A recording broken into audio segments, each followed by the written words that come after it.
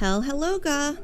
It's your favorite convicted cinephile, Helga. It's me. It's me. They said it couldn't be done. They said you couldn't be put on parole after getting 3 life sentences for being a cinephile, but here we are. I'm free. They freed me. The ankle bracelet kind of itches, and they banned me from watching Red Letter Media and using Letterboxd. But besides that, it's nice being free. It's nice being out of prison. Satanic salutations. Okay. Hi, Jen. Hi, Scraps. Hi, Derek. Hi, you okay? Hello. Imagine watching movies in 2025. What's the alternative? Watching movies in 41 minute, 5-minute TikTok shorts? Is that the alternative? Hello, Fox. Bah. Why'd you make me do that? You know I do anything that's in the chat, damn it. Just read cereal boxes, so easy. Reading the scripts. I was reading screenplays for a bit because it's supposed to be a good way to practice your vocals for like audiobooks and streaming, but screenplays are kind of boring reading them by yourself. It's quite lonely, acting out every character. Hello, Swine, how are you? Why do I have an ankle bracelet, you ask? Because I'm a convicted cinephile that got put on parole. Yeah. I got let out early due to good behavior. Yeah. It itches a lot. That's okay though. Sneak a little bit of Vaseline in between the ankle bracelet and my skin.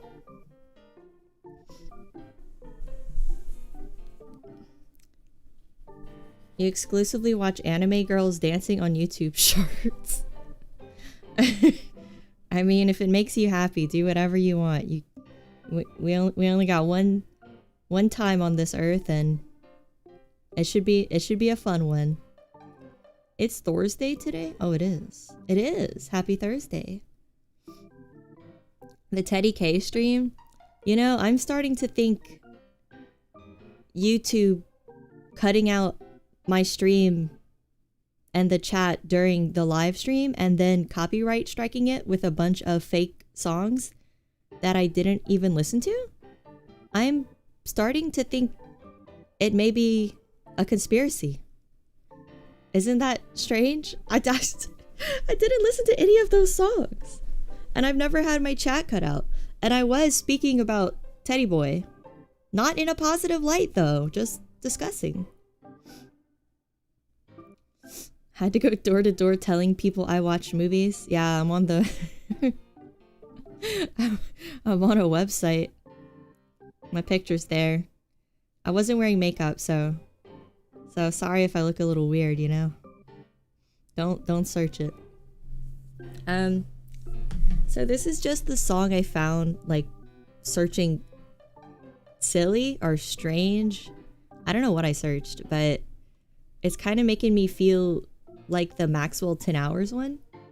So I think we should find another one. Anyone have any keyword suggestions to search? I'll take anything. I think it can be in English because it translates it sometimes. If it's in English, I'll search Dshow for the equivalent. They aren't moldy, they're itchy. Being dry is the opposite of mold. Indigo, hello? Maxwell 10 Hours? No, not again. We're literally never ever gonna listen to YouTube music, honestly, ever again, because the false copyright strikes are stupid. So, blame YouTube. Yoko Ono core? No. That'll make me feel crazy. Hello, Jib. Gas station. I don't think that will yield anything. Oh, maybe the problem is that we didn't search gas station in Japanese. Maybe that's the problem here. Gasoline stando.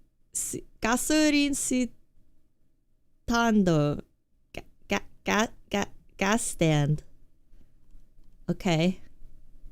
Certainly this will yield a result. No.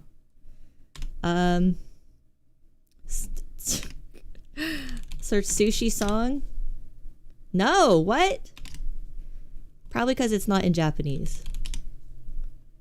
Yeah, okay. This for sure. Okay.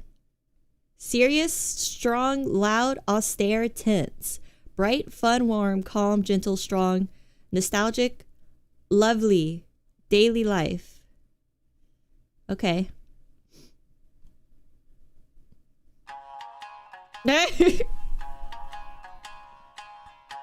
Okay, this is a lot more Japanese than I intend to have for this stream. Maybe if we were ranking Japanese movies. There's a few Japanese movies in the list, but not too many. I actually didn't add any foreign sci-fi besides Stalker and a couple Godzilla movies.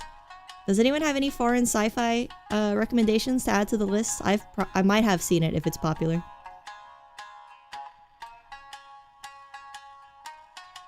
Okay, this is too Japanese. Sorry, beautiful. What is it? A shamisen? Beautiful shamisen. Oh, I put Tetsuo actually, Julia. Tetsuo is on there. I do have Tetsuo, yes. Solaris, hey Bucks. Solaris is not on there, actually.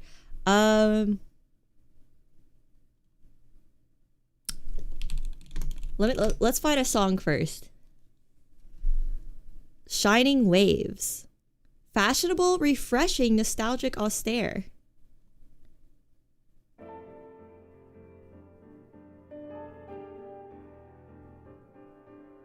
This is gonna pair well with me yelling about how Chris Nolan is an overrated director. This is gonna pair well with my argument about why Inception should actually be F tier.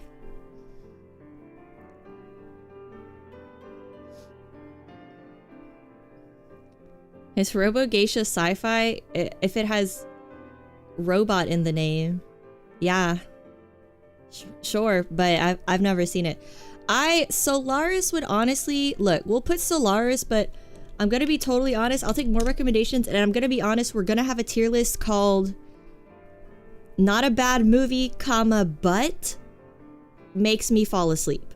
Right? Like, it's not a bad movie, but it makes me sleepy, and therefore I actually haven't finished it. So maybe the list will be called like "Must snort a white powder before watching to stay awake." If that's not too negative.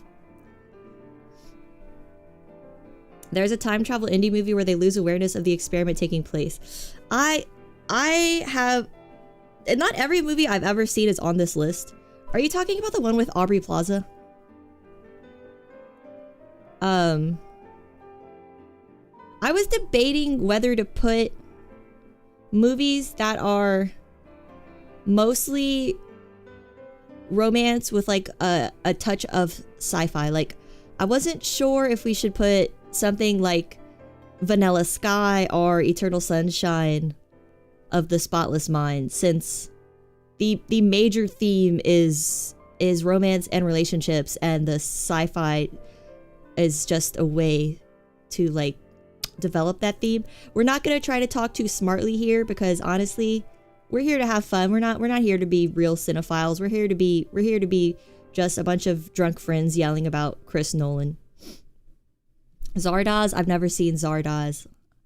I'm gonna take... Hackers is sci-fi. Akira, I don't have Akira on the list. I will put Akira on the list.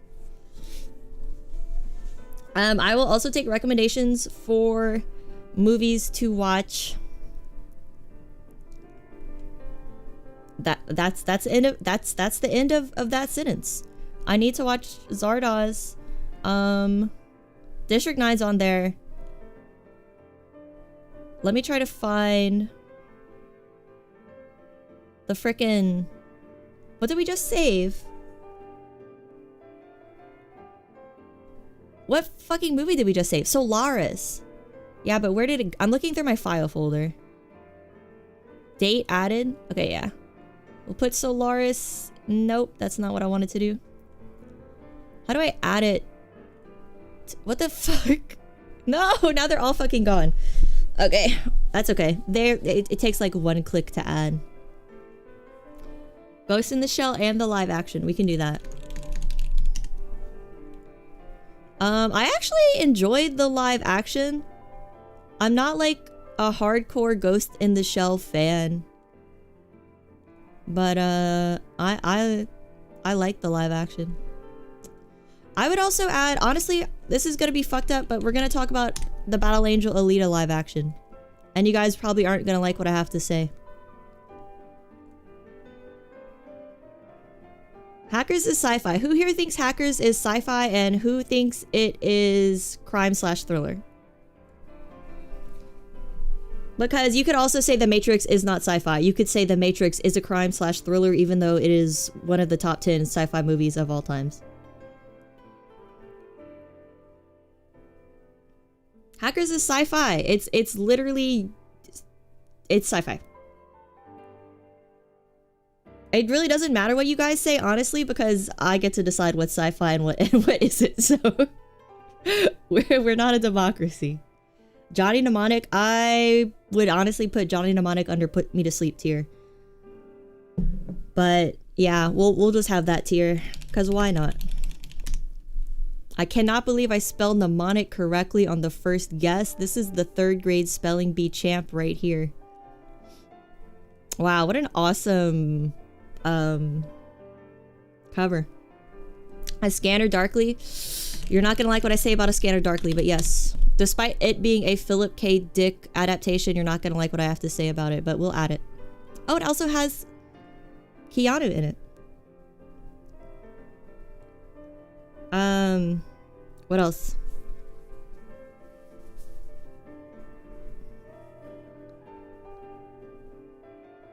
Isn't that the movie with the laser whip? Which movie? I feel like I missed something you guys wanted me to add. Oh, Lawnmower Man? Let me see. Have I seen Lawnmower Man? Where are you pulling these from? Oh, it's a Stephen King adaptation? I have not seen this. I did not know this was a Stephen King adaptation. Huh. Someone posted Cube. Would that count?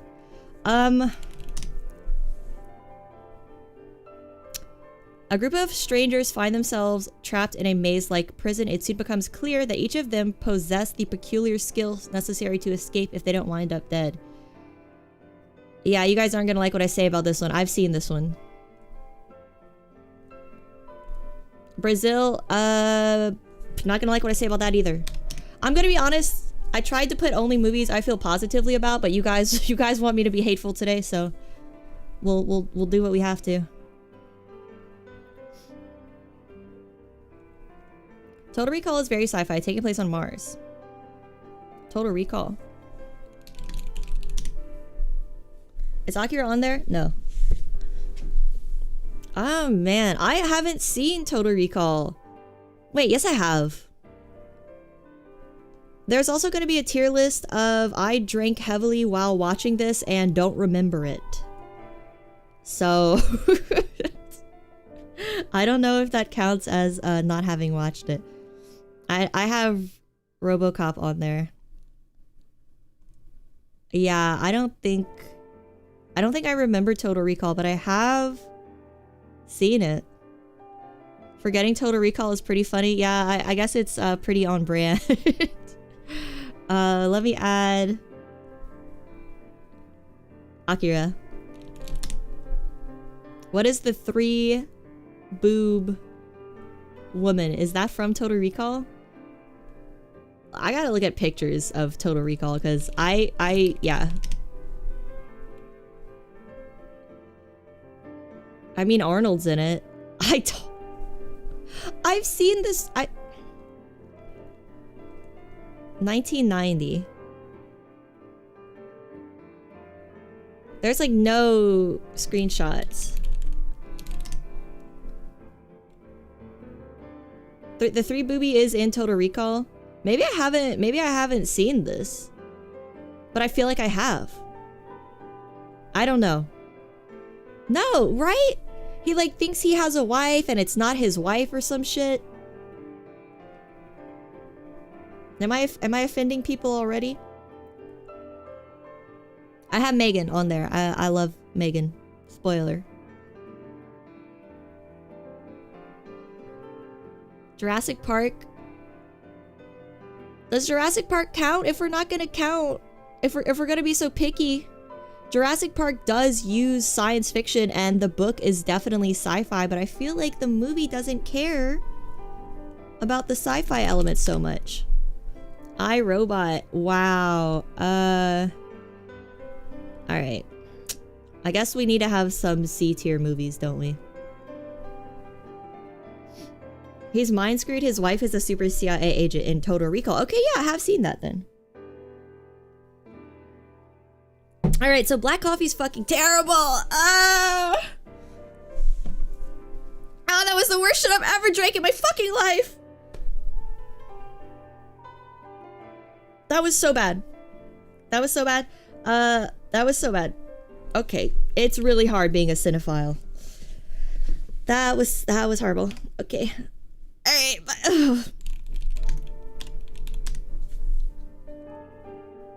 The Bicentennial Man. Chris Columbus, what a crazy name. I may have seen this. Let me see. I'm gonna be honest, a lot of movies I watch it with for like friend movie night, and I'm always drunk, so I forget a lot of them. Oh my god, no, I haven't seen this. I would remember this shit. No, I would remember this shit. I have seen this poster. I have heard the name Chris Columbus, but no, I would remember this. I have not seen this. Good morning, Rad. Happy day. How are you? Gooby? I don't know if Gooby is sci-fi. Fifth Element. Man. Alright.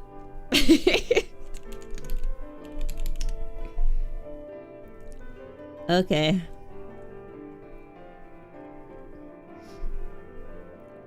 Tons of incredible anime movies with sci-fi themes. Yeah. Flubber is sci-fi. Unfortunately, Flubber is sci-fi, I think. I think Flubber would be in the same category as The Fly, right? Mad Scientist Core.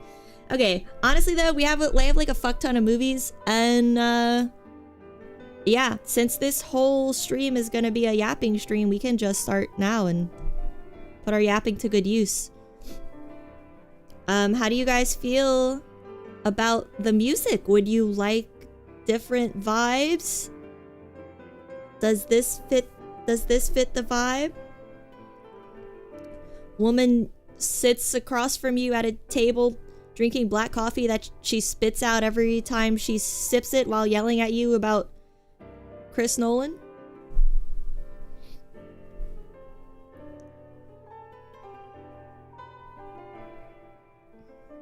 Jason X is sci-fi?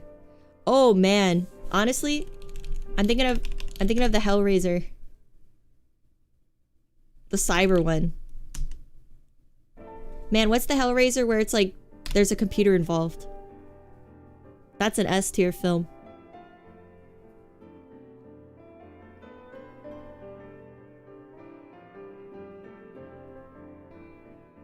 Hellbound.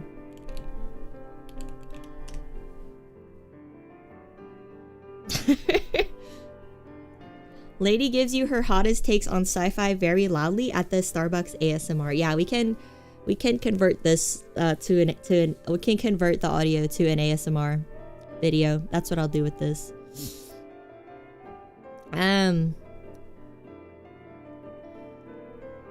Leprechaun in space would be sci-fi. Hell World, Hellraiser, Hell World. Wow. Okay, that movie's okay. We're done.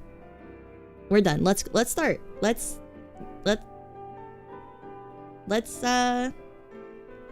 begin. Let's everyone put on your berets and get your what the fuck's what's like the most cinephile cigarettes besides rolling your own?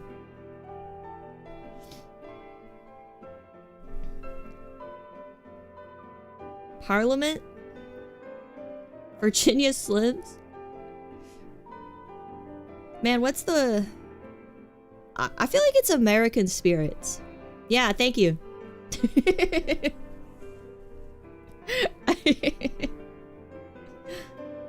Lucky Strikes? Aren't Lucky Strikes expensive? Cinephiles are poor. They're too busy... They're too busy buying shitty coffee. I don't know. Buying Criterion DVDs. They can't afford Lucky Strikes. Lucky Strikes and American Spirits. Wow, okay. Okay, so I can't drink this black coffee anymore, even though it is like in character of a cinephile. I did bring milk to pour into it, so yeah. Woman yells at you at the Starbucks ASMR, and in the middle of her yelling, she pulls a cup of milk outside of her purse and just starts pouring it in her black coffee. I think that actually made no noise being poured in there. How can we take you seriously now? Yeah, I know. I'm a fake. I tried to put a little beret on my head, but every time I attached it, the little hair spikies at the top would still be poking out. The like little swirl all the way at the top, so it didn't work. Chewing tobacco stream? No, that's okay. I already had a gum graft done. I don't think I'd like to lose more of my gums. But it would be in character. Alright guys, let's just start from the top. And 1 second, the audio is always too loud in my ears. Alright, so we're gonna start from the top, and the first movie is Existence. Oh wait. Wait, no. Not yet. It's not cropped, right? Right? Yeah, it's not cropped, right? Okay, wait. Hold up, technical, you know, difficulties. Can't have a stream ever where things work. So why is it cropped like that? What is the issue? Oh, it's when we scroll down. Alright, so...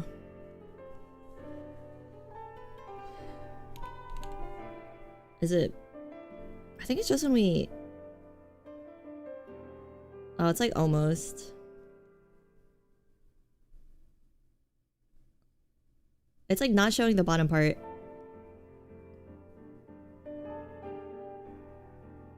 That's okay. It's fine. It's fine.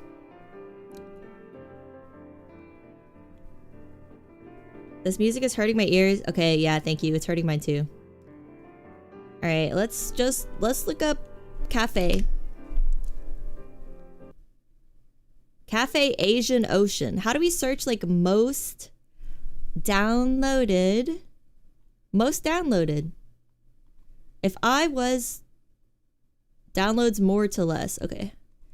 And save.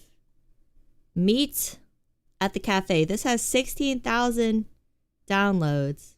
Did we get Starship Troopers? Yeah. Alright. What about this one?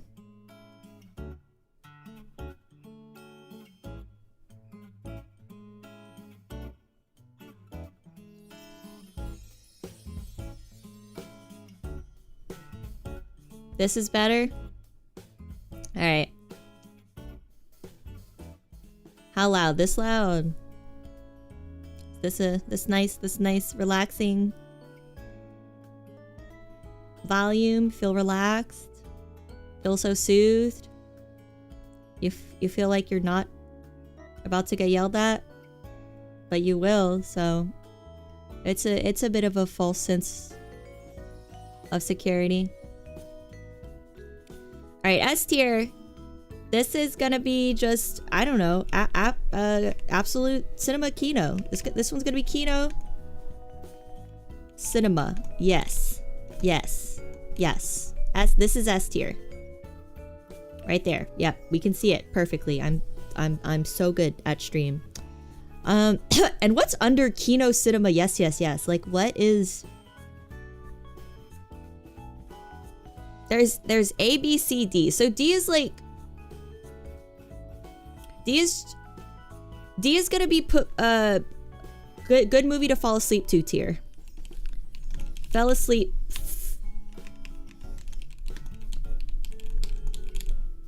That's a good one. Fall asleep to tier. I guess that's gonna be the... This is just like a wild card. It doesn't mean it's bad. It just means like made me fall asleep, but not a bad movie. That's what this one's gonna be called. Made me fall asleep, but not a bad movie. The triple yes makes me think of the Skibbity Big Belly dude from TikTok yesterday. Well, thankfully, I don't know what that is, so it's okay. I'm sorry you have to think of that, though.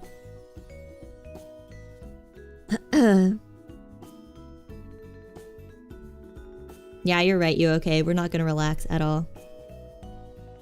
Alright, so C tier, this is gonna be garbage. Hate, hate, hate, hate, hate, hate, hate.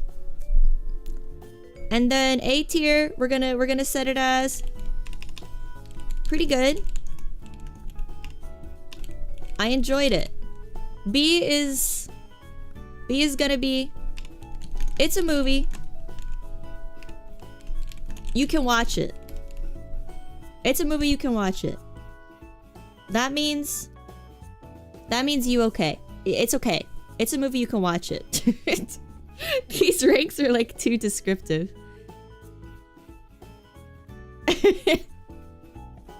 I think these ranks are too long.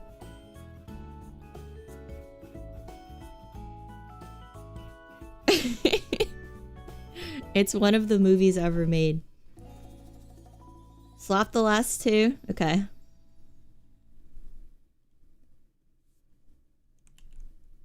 Alright. Made me fall asleep, but not a bad movie. You'd be more upset with being a boring movie than a shit movie. At least one made you feel something. Okay, well there's like one movie on here that I won't say what it is, but it is both boring and shit and garbage and the worst movie I've ever seen. So I feel like we just have like really good, that's red. It's okay, pretty good, I enjoyed it, that's orange. It's a movie, you can watch it. It's okay. Maybe it should be like pretty good, almost borderline Kino. It's borderline Kino. It's missing like a special ingredient though. Is it Ex Machina? No, and I don't think I put Ex Machina on here strangely, but I like Ex Machina, I'll just say that. Alright, Kino Cinema, yes, yes, yes, pretty good, borderline Kino. And then average we have it's a movie, you can watch it, aka like it's okay. And then in yellow we have this is like a wild card, this isn't really a ranking technically, but it's made me fall asleep, but it's not a bad movie. And then we have garbage, hate, hate, hate. So yeah, probably most things are gonna be in the pretty good tier, I would say. Because I try not to put movies on here that are actually like garbage. So let's start. We got a lot of movies to go through. First movie is Existence. I guess if you've ever heard me say anything ever, everyone knows this is going in Kino Cinema. Yes, yes, yes. I love Existence. I think it's ahead of its time. I think it's still relevant to this day, even though it's a 30-year-old movie. And I love the lead actress. I think Jennifer Connelly. No, what's her name? We're also just gonna have Letterboxd up when I forget actresses' names. I think Jennifer Connelly is Requiem for a Dream. I don't remember her name in Existence. She does like a really good, that old American movie voice. She was in something and she did a very good voice like this. She just like really sounds like a scary bitch. JJL, that's not coming to me. Jennifer Jason Leigh. Okay. Oh, the Hateful Eight. She is the bitch in the Hateful Eight. She is the boss in Annihilation. Wow. Man, what was the TV series she was in where she... Was it one of the Fargo seasons? She did this like crazy transatlantic accent. One Man's Garbage Is My Treasure if Nick Cage is in it. I have a few Nick Cage movies in here. Nick Cage, yeah, he hasn't let me down yet. She only plays nice characters who are objectively right. I wouldn't say she plays a bitch, right? That's harsh. She just plays characters that are very blunt and straightforward, and they've been through a lot. She plays characters that have been through a lot, but bitches, that's too harsh. Nick Cage does the best vampires. I think I tried to watch his vampire movie the other day, but I got like... It was put me to sleep tier. Nick Cage has a pet octopus? That's kind of cruel. They're pretty smart. He said he would often watch his octopus arguing, that it helps him to be a better actor. Who was his octopus arguing with? Another octopus? Octopi? Octopi? Alright, so Existence is a Cronenberg banger. Transatlantic accent is the accent that American actors used to do in like black and white movie era to that the accent was very enunciated and they tried to sound a little bit British. Right? If you think of like the women in black and white movies, like the romance lead in black and white movies.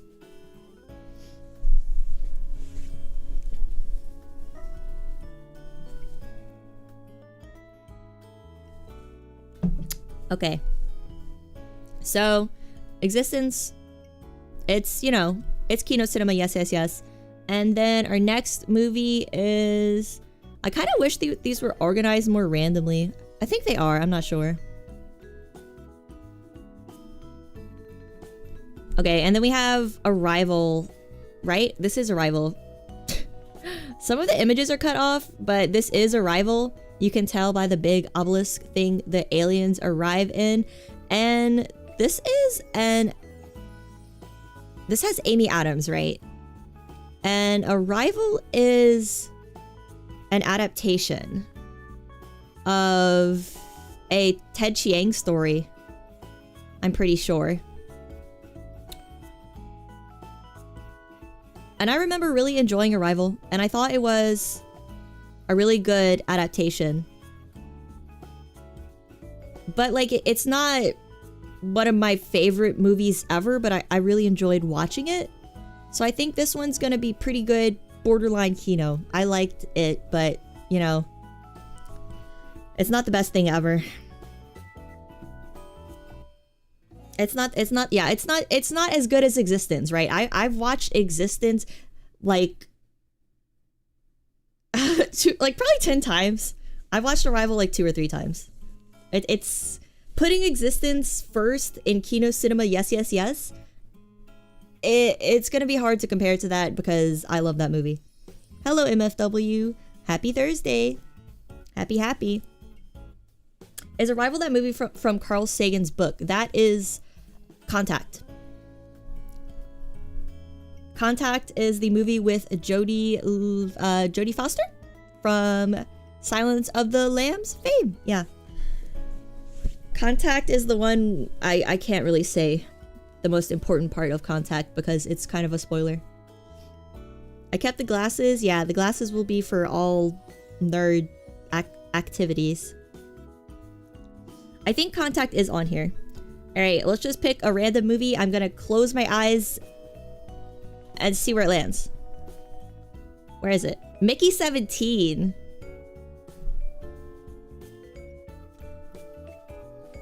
Mickey 17 is recent with Robbie P. I'm pretty sure it's the Snowpiercer director. Bong Joon-ho. I don't want to be Korean racist, but I get 2 Korean directors that have a lot of movies. They do a lot of collabs with American actors. I always get those 2 directors confused. I'm correct? Whew. I'm keeping the Korean fans. Okay. Could have been bad. What activity in this channel is non-nerd? I guess if we do a workout stream, that's normie behavior. Your dad really liked Contact. Yeah, I feel like Contact is a very emotional movie. It's another one of those movies where sci-fi is secondary and it's more about familial relationships and love. It's like a superior... it's like a superior Interstellar. The sci-fi secondary, it's really about loving your family.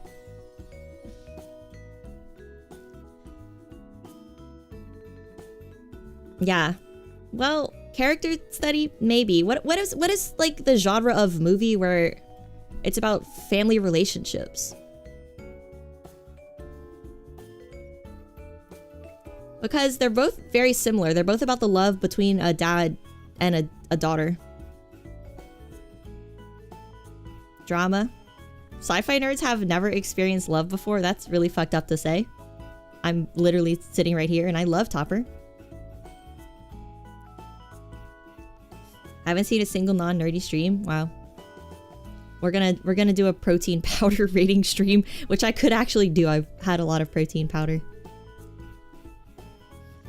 Your mom loves The Fifth Element. She has the DVD. She would often watch the opera scene many times. Really? That sounds like a movie my mom would watch because she loves old Bruce Willis. She loves old Bruce Willis and Mel Gibson, so she probably enjoyed it. Does Topper love you? Fuck no. My love for her is unconditional, but it's not consensual. So honestly, Mickey 17, I'm gonna go with it's a movie you can watch it because I don't really even remember the message, but I remember leaving the theater and being like, wow, that message was really ham-handed, whatever you want to say. I didn't like it compared to the director's other movies. You're looking forward to seeing Mickey? I would watch it. It's a like we said, like it's in the tier of it's a movie you can watch it. It's not horrible. Robbie P is good in it. It's nice to see him in good movies after Twilight. I mean, he's been in a lot of good movies since Twilight. Robbie P and Kristen Stewart must have had incredible managers too. erase their Twilight past. He also made Parasite. See, I didn't like Parasite that much either. I did like how they taught me to, they taught me what Chapagetti is. And then I watched a video of someone combining Chapagetti and Buldak on YouTube, and it's literally the best thing, like, ever. Half Chapagetti, half Buldak. So good. Okay, so next we have AI, Artificial Intelligence. This is a science fiction movie where the little boy from Home Alone is a robot. Macaulay Culkin is a robot. I actually recently watched this movie, and it's Steven Spielberg, and I think it's like a lesser known Steven Spielberg movie, but I enjoyed it. I thought it was probably a little too long, but as an Android movie, I will say, if we compare it to another piece of Android media I have watched recently, which is Jerma Played Detroit Become Human, I would say AR Artificial Intelligence is like if Albert Einstein made a movie, he would make AR Artificial Intelligence, and if a monkey made a movie, he would make Detroit Become Human. So, oh, it's Haley Joel Osment? It doesn't fucking matter. Who gives a shit? Sorry, Haley Joel. Wait, which one's the one that hangs out with Red Letter Media? Is it Haley Joel or is it Macaulay Culkin? Oh, it's both. No, Haley Joel Osment hangs out on Comedy Bang Bang. Macaulay Culkin hangs out on Red Letter Media. AI was so boring. Huh. It has a nice ending. Yes, I like the ending. He used AI as he used Twilight as a way to squeeze into Hollywood. Oh, regarding Robert Pattinson. Yeah, well, people like that movie. So I think AI is pretty good borderline Kino, because I'm rating it against Detroit Become Human, honestly. Because that's the other piece of AI, that's the other piece of AI media I have consumed recently. And keep in mind, we're gonna also have to rate like fucking iRobot. So we're not putting iRobot above AI, Artificial Intelligence. That's insane. AI is garbage. Keep in mind, think about where iRobot's gonna go. Think about where iRobot is gonna go as far as AI movies go. It can't be above AI, Artificial Intelligence. Detroit Become Human just assumes you're so stupid that it has to flash its messages over and over again. It's horrible. It's fucking horrible. It's a horrible fucking game. My taste is bad. Well, here's the thing about taste. It's an opinion, and no one's opinions can be bad. So, hope that helps. Did I like Time of Eve as an AI story? Yeah. Is that the one that takes place in the bar? Wow, this coffee is fucking horrible. I want to die. Yeah, I like Time of Eve a lot. Time of Eve was very beautifully animated as well. It was just a very beautiful... It was like... It makes David Cage look like a little monkey smashing a typewriter again. Like, it's great. Her is good AI. Gonna have to go with... If Her was on here, it would be put in the Made Me Fall Asleep tier. Scarlett Johansson's voice puts me to sleep. It's just like too monotone. It's not bad. It's just she makes me sleepy. Oh shit! I forgot about... What about Under the Skin with Scarlett Johansson? Do you guys consider Under the Skin a science fiction movie? Because that one is like...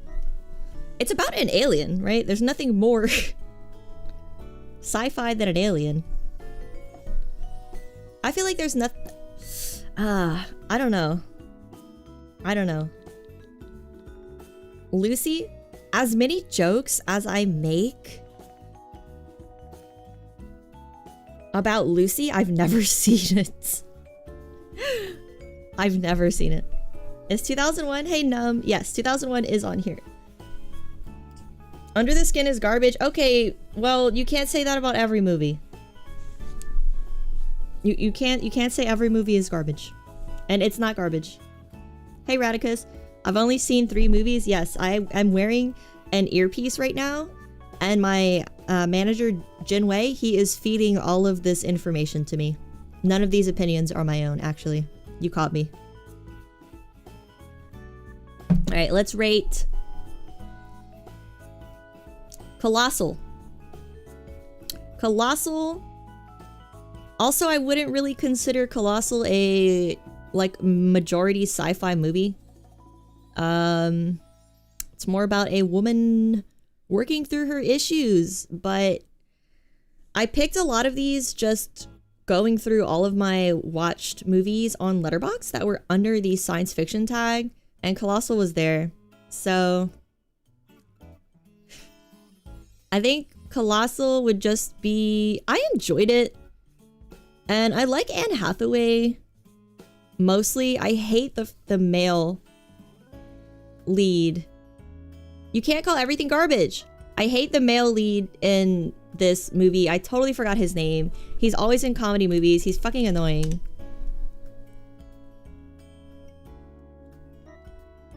Jason Sudeikis. I hate this motherfucker. He ruins the fucking movie. I would rather Jonah Hill,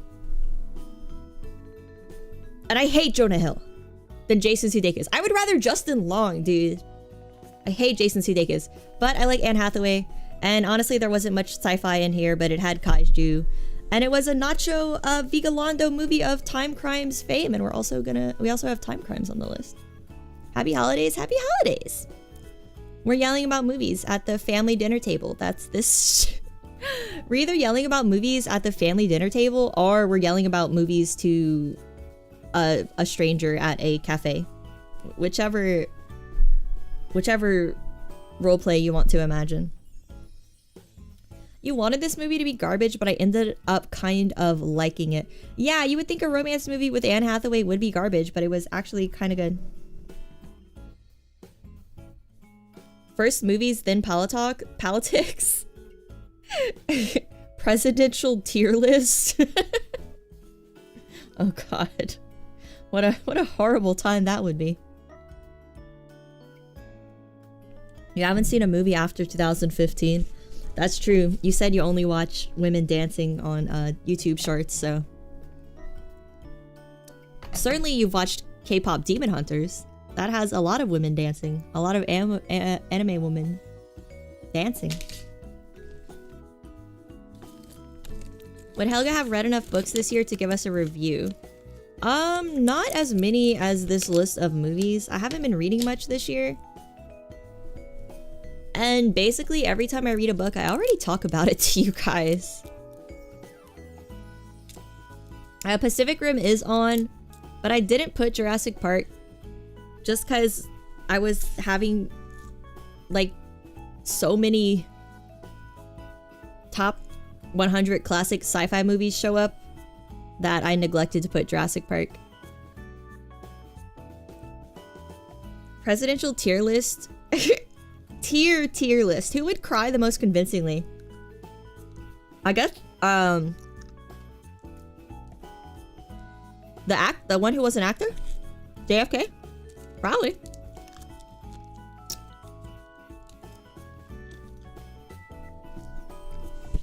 Alright. 10 Cloverfield Lane. So Ronald Reagan was an actor. Was JFK also an actor? 10 Cloverfield Lane. I'm not gonna say it's garbage, okay? But damn.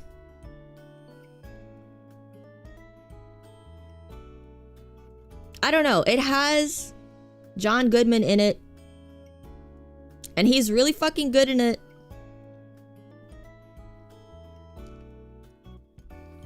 Maybe I'm confused about JFK since he was having sex with Marilyn Monroe, so I assumed he was an actor because of that.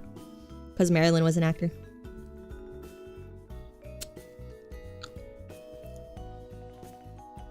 There are no politicians. All of them are paid actors. Stop. They're gonna shut down my stream again. JFK was just hot. Honestly, bring back the hot presidents. If it's all bullshit anyway, give us a hot one. Alright. 10 Cloverfield Lane. I don't know. It's like not Kino, but maybe it is just okay. Because I watched it once and I was like, that was good, but I never watched it again. And I think the highlight was John Goodman's performance. And there's honestly just not much sci-fi elements in it at all. Isn't JFK the guy whose head did that thing? Maybe. I don't know. I don't know, YouTube. I don't know. I don't know. I don't know anything about anything that involves a gun or conspiracies. I don't know. You give it points for John Goodman, but outside of that, yeah. We're gonna put it in It's a Movie, you can watch it. It's okay. There's actually not many sci-fi elements at all. Hey, evil fish. What's Hellraiser doing there? It's the Hellraiser computer movie. So, a real Hellraiser fan would know that.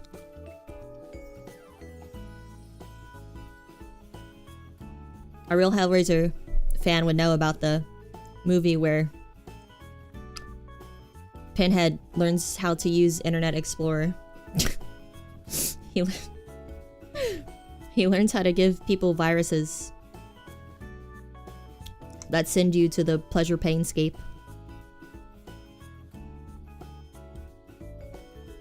Getting permabanned for conspiracy theories. No, we're never talking about them again. I only believe in what the news tells me. I think they're always truthful. You haven't sat down and watched a movie in so long. I don't know most of these. There's quite a few old ones on here too. We'll get to them. AI Artificial Intelligence, quite old.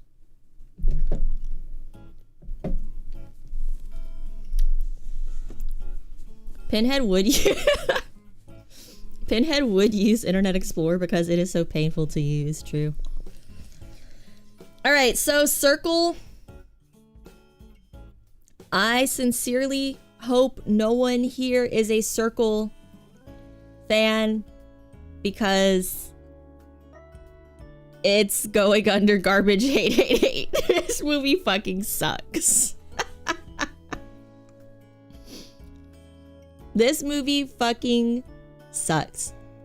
Circle is about aliens playing Battle Royale with people. It sucks. A bunch of people, aliens capture a bunch of people, make them stand in a spaceship, and make them decide who should live and who should die. So they're like, should this 8-year-old girl die? Or should this doctor who's gonna cure cancer die, right? Obviously, I'm gonna kill the 8-year-old girl, but people argue about it more. Hello, Wrath. Happy Thursday. How are you? All good sci-fi are old. There's good new sci-fi. What's that one with John Travolta in dreadlocks? I have no fucking idea. I have no idea, but I don't want to see that. Let's do a marathon of the garbage tier movies. Oh god. Battlefield Earth? I have to see this.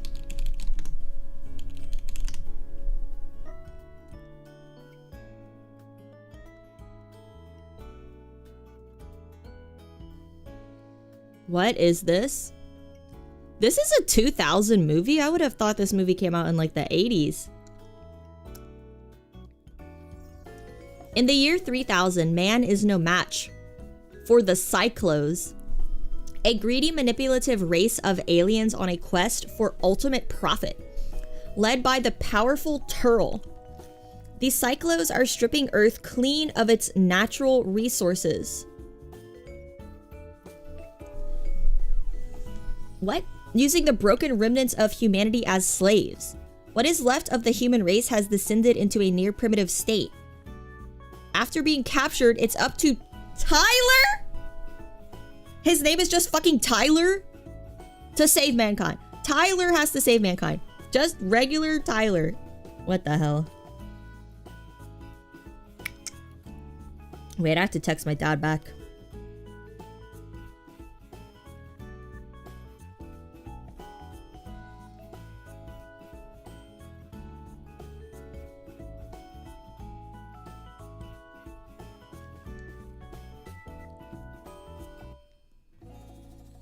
Alright. What's wrong with Tyler? Is that a very sci-fi name? Tyler? Like, Tyler? I freaking boring.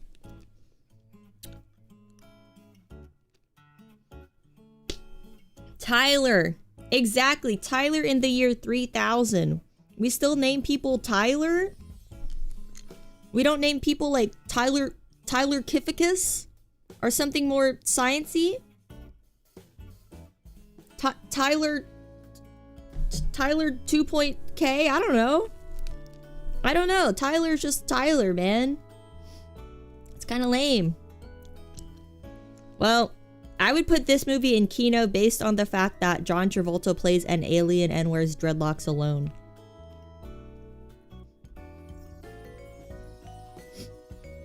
Tyleria's 4000. Finally watched it. 1.5 stars. Finally watched it. If this is the best Scientology has to offer, I don't think we have anything to fear from them. Ghastly. Ghastly? Caddy. Ghastly. Who the fuck says ghastly? Oh my lord, it's ghastly. Like who are you? Kyler and Tyler. Dude, it's ghastly. New Dune, but make it a comedy. Rewatch Field Earth? Fuck no. What?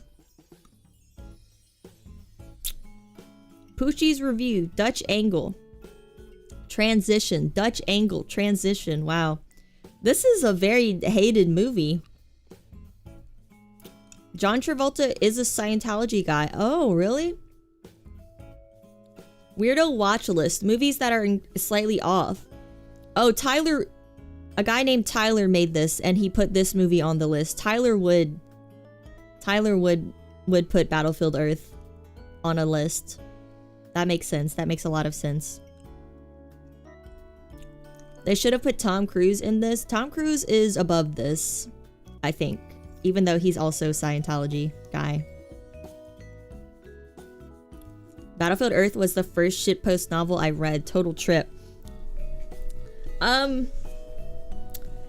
I see Battlefield Earth in used bookstores and Goodwills all the fucking time. Like, any Goodwill I go to, any used bookstore I go to, I know there's gonna be at minimum 10 copies of freaking Battlefield Earth. And it's such a long fucking book too. It's such a long book. And on that note, I'm gonna go to the bathroom. We'll be right back.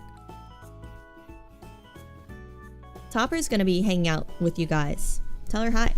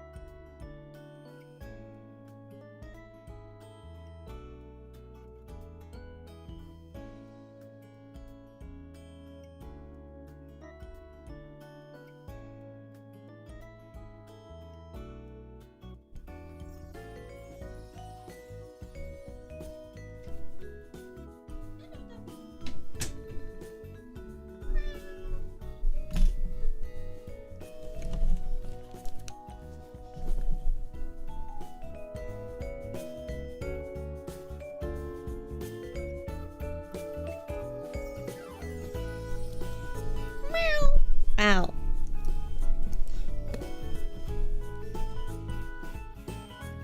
Piss counter? Okay, it's clear. Like it's clearly not working. It's clearly not a real command.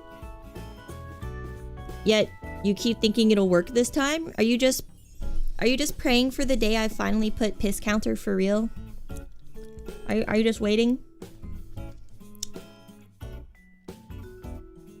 Battlefield Earth audiobook.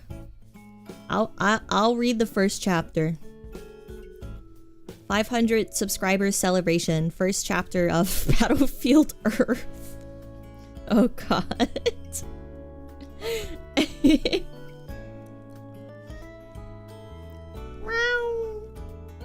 You're manifesting? Well, keep manifesting. It's bullshit, by the way. Hello. You wanna come sit on my lap? Oh. Up.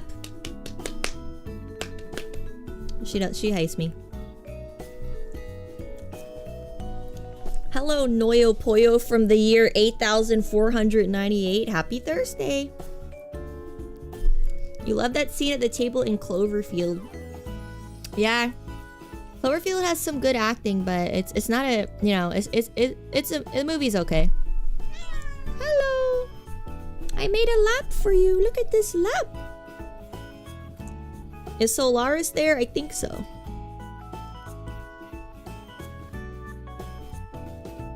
I'm petting her. I'm petting her so much. Yeah, I'm petting her. What? Right. Next, a movie. Next movie. Shin Godzilla. By the GOAT Hideaki Anno. It's Kino Cinema, yes, yes, yes.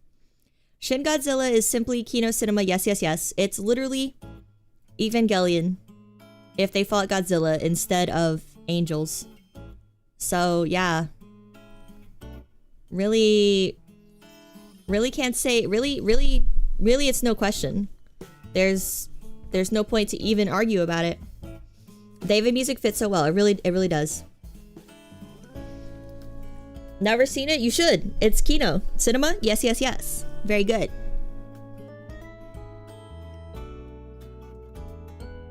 Well, you know, that's an improvement, Buck. At least it's not garbage. So, I'm happy. I'm happy you're being a little more lenient.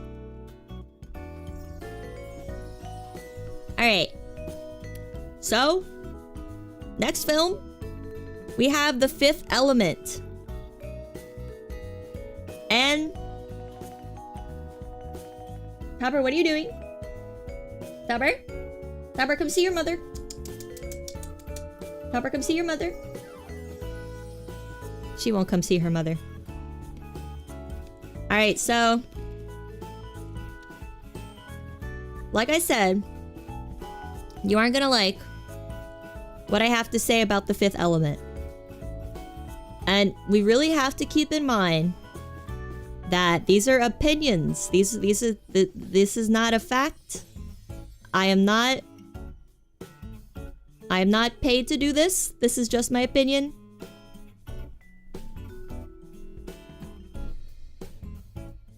But I, to this day, despite having to try to watch The Fifth Element multiple times, it always makes me fall asleep. And that's nothing against the movie. Some movies just have this element that puts me to sleep. It's not a bad movie. It makes me sleepy. I'm sorry. I'll try to watch it again soon. But there's just something about Bruce Willis and an orange-haired, scantily clad woman running around that make me sleepy. I don't know why. It makes me sleepy. I'm sorry.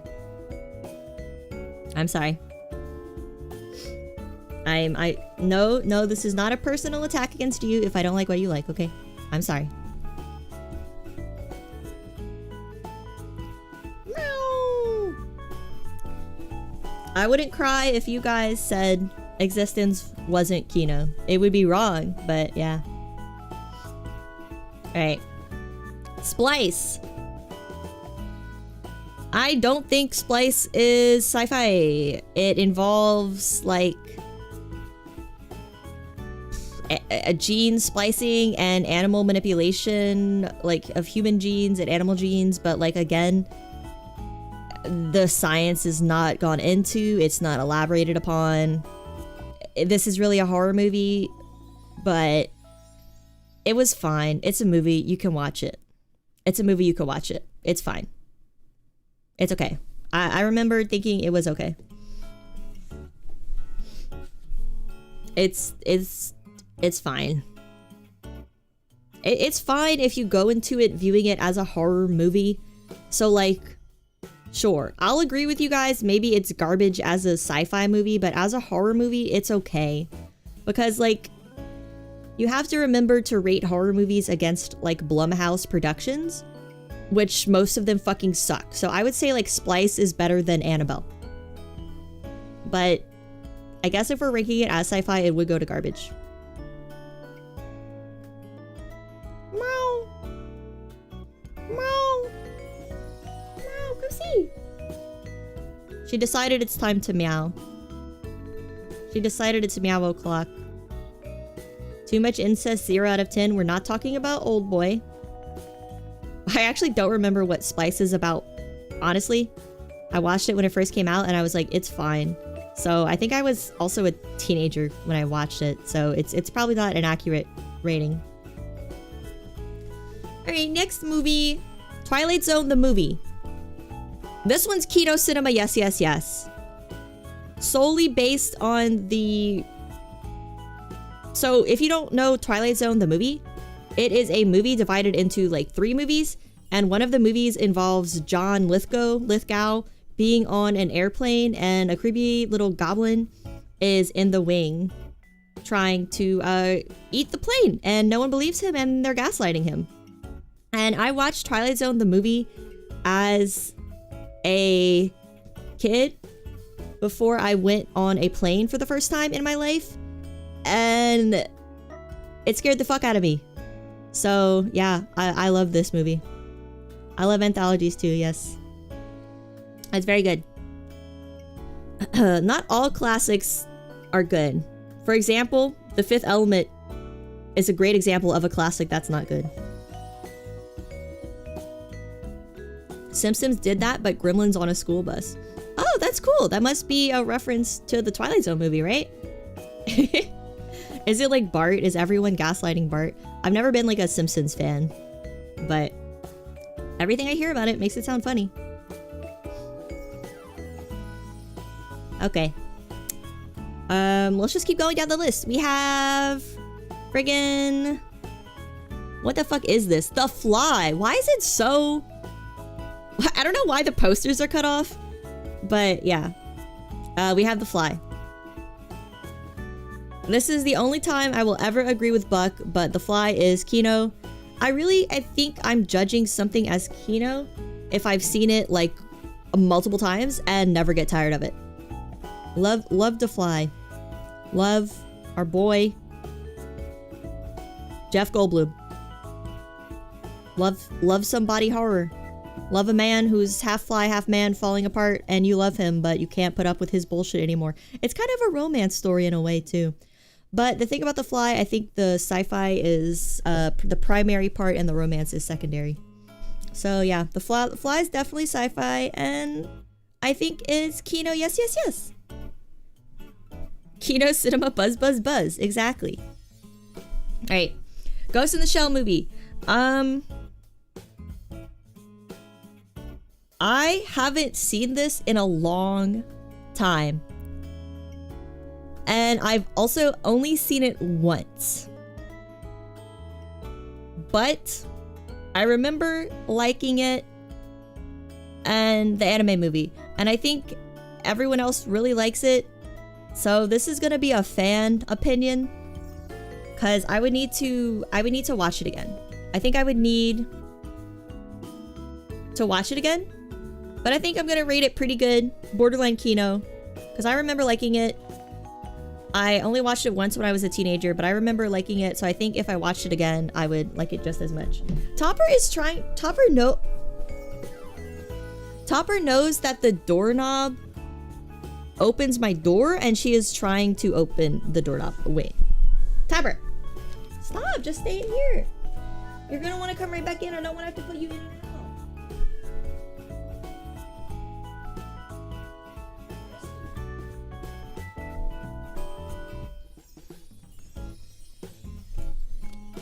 Alright, let me go situate the Topper. Let me go bring her litter box and her food downstairs. I sequester her in here because I have to close my door when I stream and she wants to come in and out. So I'm going to go free her though. I'll be right back.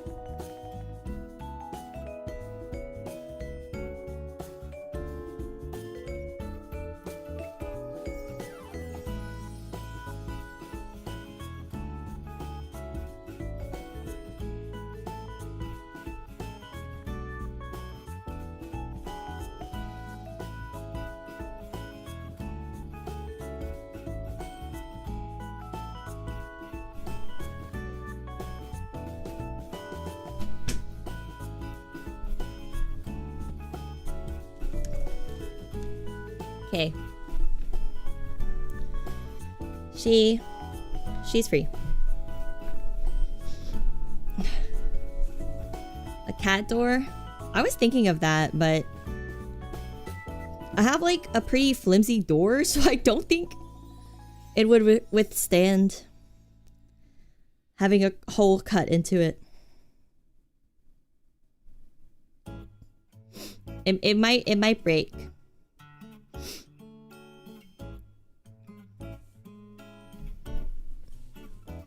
Need a special Topper Chaos BRB screen. The actual BRB screen I have does say sedating the toppers or something? Organizing the toppers? I don't know. Cat demands being met, please stand by. Yeah, anytime I get up, I am peeing or meeting the demands of toppers, so it's accurate. Alright, now we have... Okay, we have Dune 2 times on the list, but this is David Lynch's Dune, and I really like David Lynch's Dune, even though David Lynch himself fucking hates it. But I love Kyle MacLachlan in it. I love how fucking weird it is. It's not like my favorite movie ever. I wouldn't put it on the same list as Existence or like Shin Godzilla or The Fly. But I liked it a lot. So I think it's gonna go pretty good borderline Kino. I think so.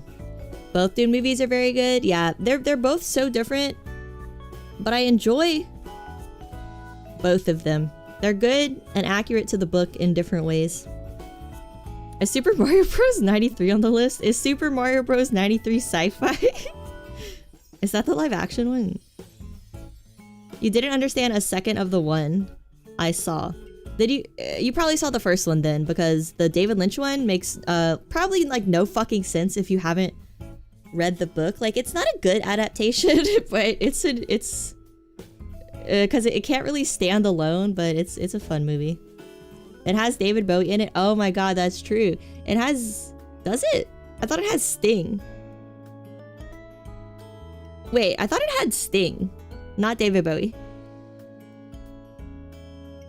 Is David Bowie and Sting in the David Lynch's Dune? No way, huh? You can hear people's thoughts in the 80s Dunes. That is a weird choice. I think it's supposed to be the characters inner monologuing, since they inner monologue a lot in the book. I don't know what David meant by that, but I think it's like inner monologues that the viewer can hear.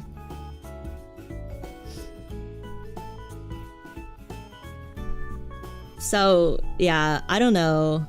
I liked it. I think it's unique. And it portrays some stuff that's in the book that the Denis Villeneuve one doesn't portray. For example, the force fields that they sword fight with, which the David Lynch movie does a horrible job of portraying it, but it portrays some of the tech from the book at least, so. You may be too drunk to be making sense. It's okay. He tried his hardest to faithfully adapt a book monologue. Yeah. It's just not possible to put monologues in movies. I guess it is. But it always is weird if it's just literally the camera is staring at the character itself and then the voiceover is just like as the camera is looking at the character. It should be more like, I think monologues only work if the camera's like panning over a landscape or something and the character is just voicing, I don't know. It's weird when the camera is looking at the character. Anime puts monologues in shows all the time, but I think like the anime audience is used to that, so it doesn't bother anyone, but I think like the movie-going American audience is not used to that, so it does weird people out. A visual and written media just need completely different ways to convey information. Yeah, that's why like I don't think you should get too upset when an adaptation isn't exactly like the book, because it's impossible. Books and films are different.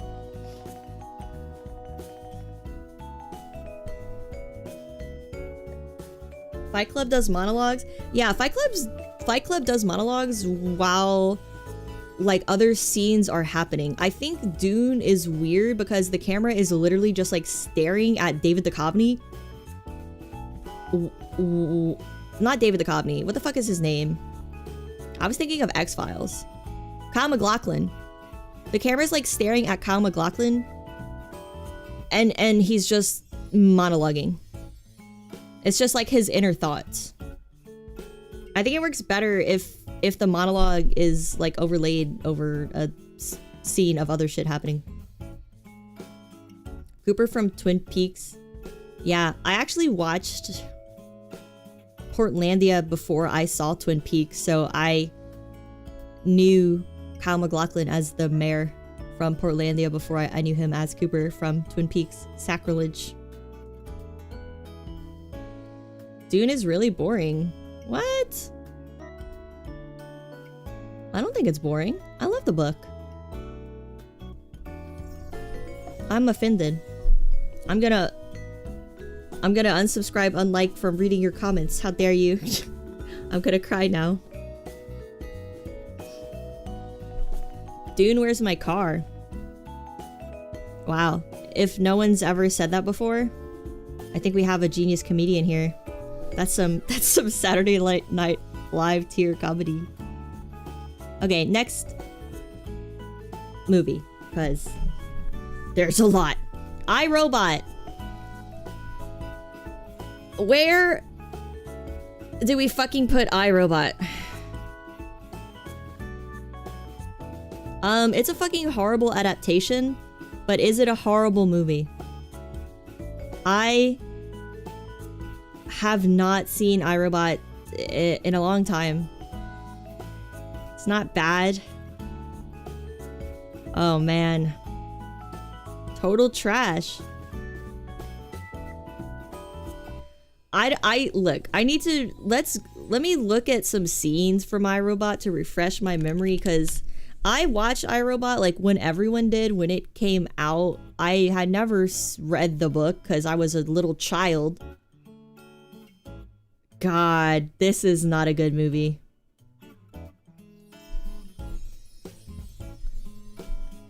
It's not garbage, and I didn't fall asleep while watching it on YouTube. I know it most from memes. Maybe I've never seen this movie. I don't know. I must have seen it like when I was really young. The most offensive thing is the name. Huh. Who even directed this?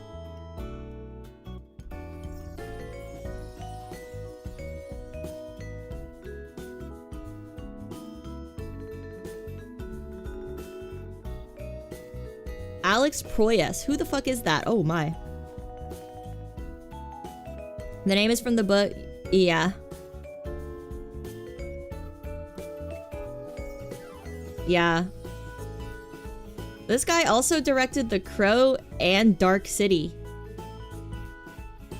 What happened with iRobot? Huh. Where do we put this one? Let it... I'm gonna let it be a vote, because I don't remember this movie. I'm pretty sure Asimov's iRobot is an actual novel. It is like a 200-page or so novel. I've read it before. Or maybe it's just a collection of stories. I don't really remember.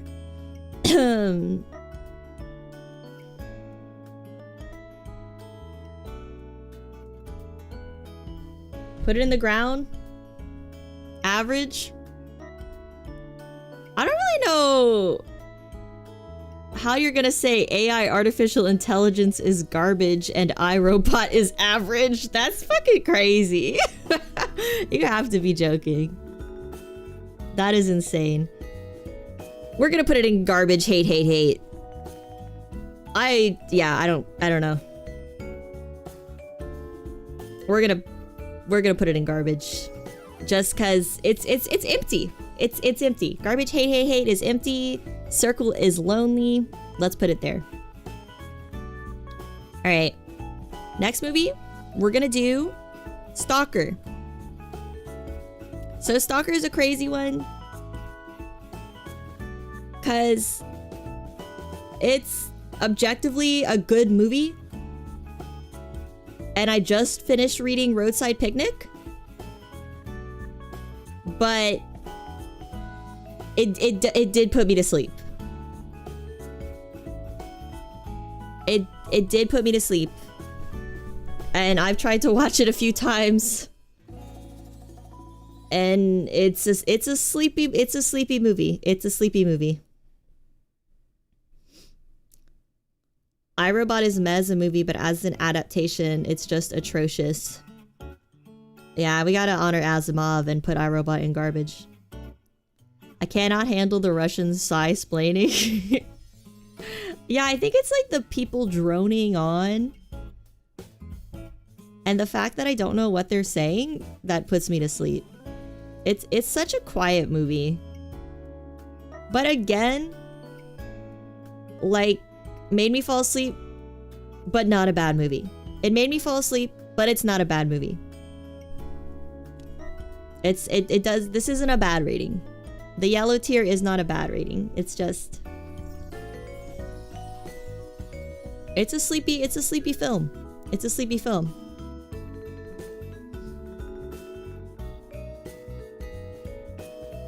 You only watch movies where the audio is silent and the explosions is all I hear. Honestly, a lot of movies that I watch on YouTube that I rent do seem to have horrific audio mixing where the audio is like really quiet, but everything else is loud as fuck. It's just like unwatchable. All right. So I'm gonna pick a random one now. I'm gonna close my eyes. Okay. Wait, I wasn't landing on anything. Close my eyes. Okay. Color Out of Space. I consider this one more of a horror movie. This is an adaptation of H.P. Lovecraft with Nicolas Cage in it. And it gave me a panic attack. It has a really, really disgusting body horror scene. But I've never watched it again because it makes me uncomfortable. And I think that kind of means it's a good movie. Nick Cage movie S tier. We can't rate every Nick Cage movie S tier. What if Port of Call New Orleans was on here. We can't put Port of Call New Orleans in S tier. Your favorite movie since The Thing? You watched Stalker after Spice Girls? Because my Oshi was doing a weird watch along so I could stand it. My friend, like, is so committed that Spice Girls is the deepest anti-capitalist movie ever, and he keeps showing it to us, and it's fucking horrible. It's a fucking bad movie. We'll do Color Out of Space as Kino Cinema, yes, yes, yes, because it gave me a panic attack, and I remember really liking it besides that part. I don't like when people fuse into one person. I don't like that. I like when people fuse into a fly, not when two people fuse into one being. Alright. I will close my eyes and we will spin the wheel. Strange Days. Okay, this one is a movie that Julia kept recommending to me, and I finally gave in and watched it. And it was actually really surprisingly good. It's directed by Catherine Bigelow, who also directed the fucking Hurt Locker and like some other war movie. But I really like Strange Days. It's pretty unknown. It has the actress who plays the voodoo queen in American Horror Story in it, and she's really good. It's a good movie. Zero Dark 30, yeah, I think Catherine Bigelow did Zero Dark 30 as well. Let me see who the main guy is in Strange Days. I think that the main actor is well known. It's from a screenplay by James Cameron. Wow. Okay. Ralph Fiennes. Oh, Ralph Fiennes. From 28 years later. He's one of the guys in there, and also he's in Bruges. Who the fuck is he in Bruges? Oh, he's like, oh. I can't watch In Bruges. I hate the scene where the sewer slide scene, as they say. Never seen it. You don't know this movie? I have no comment. I would recommend Strange Days. It's very like sci-fi of its time. It's a 1995 movie, so it's very like Existence, Hackers, The Matrix core. But it involves some mind twisting. Like it plays with the viewer. You don't know what's real, what's not real. I recommend it. Strange Days. It's pretty good. Borderline Kino. I recommend it. Let's spin the mouse wheel again. Is this Alien? 90s has good movies. Yeah, I like the like hackers type movies where computers were just like very new to people. Do they slap the keyboard like crazy people? I would say Strange Days involves more of it's more Philip K. Dick tech and Philip K. Dick sci-fi. I would say that. It's good. You watch it if you come across it. It's pretty good. And it's reasonably length. I remember it not being too long and pretty engaging the whole time. And I think, yeah, we had Alien. So some would argue Alien isn't sci-fi. I don't know why. Some would argue that it's horror or thriller. But I think it's sci-fi. So I think it's a classic, but I think it's a classic for a good reason. I think it deserves to be Kino Cinema, yes, yes, yes. Because I've seen Alien quite a few times, and I never get tired of it, and it's always good. Horror, sci-fi, heavy sci-fi. Yeah, horror, sci-fi. Yeah, I think a lot of these movies are horror, sci-fi, but horror and sci-fi go well together. Because unknown technology is quite scary. Sci-fi can have mixed genre. Yeah. Don't tell that to the readers of sci-fi, though. They will bitch and moan that soft sci-fi is not sci-fi, but they're annoying.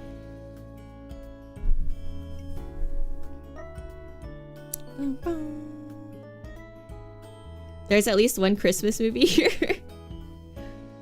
I don't know what it is. It's probably one that I didn't add.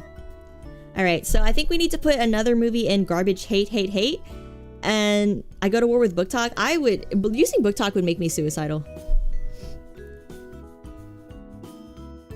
We need another movie for hate, hate, hate. And I'm gonna pick a movie that is so fucking bad. I base every other movie I've seen since then on like this movie's scale. Like this movie out of 10. It's so bad. It's so bad, and I don't think anyone would disagree. It is Subservience with Megan Fox. It's a new movie that came out like last year, and she plays a sex robot turned babysitter robot. It fucking is probably the worst movie I've ever seen in my entire life. Thought you were gonna say Cube? No. Yeah, it's just... It's fucking bad. It's fucking bad. Is she still recognizable? I don't know if the average person knows who she is, but I think people like my age do because of Transformers. She plays a really good robot though, because she looks like a robot. She got a lot of plastic surgery. Her face doesn't move. So she does play her role well. But sure, dude, she acts like fucking Kim Kardashian in American Horror Story. It's fucking really bad. And not only is it bad, it's boring. It's fucking boring. It's boring. It's safe. It's not creative. The acting sucks. The story sucks. I don't even know how this movie got made. It's horrible. It's so bad. Is Transformers sci-fi? Yeah, it's about aliens. The greatest sin is to be boring, yes. I have no problem with a passion project that's bad, but someone put a lot of care into it.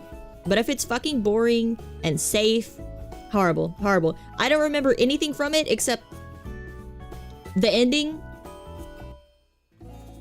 and a sex scene in it. But like, it's horrible. It's not good. It's not even worth watching. It's really bad. Okay. I don't have it on this list, but I would recommend a sci-fi movie about AI robot women that came out this year that was better. Companion came out this year as well, and it was really good. It has Sophie Thatcher and Huey from The Boys. I always forget his name. Zach Quaid? Fast and the Furious is sci-fi. I don't know about that. I guess those cars do some stuff that cars should not be able to do. I guess those cars do very futuristic, crazy things. Alright. Next movie. Spin. Akira. This is fucked up to say as an anime enjoyer and as a sci-fi enjoyer and as a body horror enjoyer, but I've only seen Akira once when I was very young, probably like 14. But I'm not gonna do it. It didn't make me fall asleep. It did not make me fall asleep. I watched it once with my friend when I was 14 because we had heard it's a classic and we were like, okay, let's watch it. And I don't remember much from it, but I remember we really liked the animation. And we liked horror and slashers and gory stuff, so we didn't find it too bad. I'll put a Kino for you guys. It's probably Kino if I would watch it again. I remember really liking the animation as a kid, but I don't remember much about the movie itself. There's punks, there's drugs. Yeah, I don't remember much about the movie.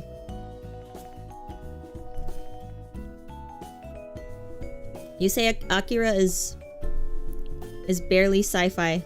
It has sci-fi themes but doesn't have the world building.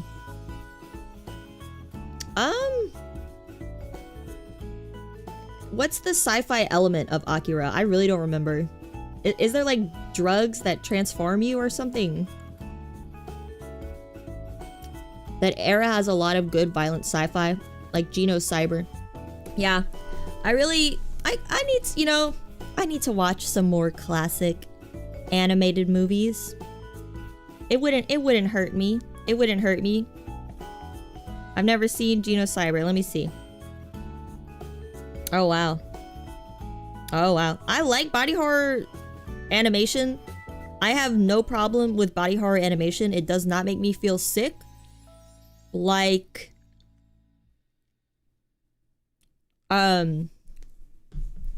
real people body horror. But I also like real people body horror. It just makes me sick sometimes.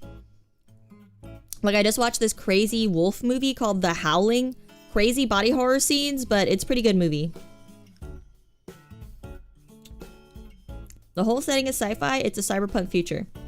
Yeah, I consider cyberpunk sci-fi. So we're pretty lenient with the sci-fi category for this stream, I think. All right, next movie. Close my eyes. Spin, spin, spin, spin. Wait, it didn't land anywhere. Close my eyes. Spin, spin, spin, spin.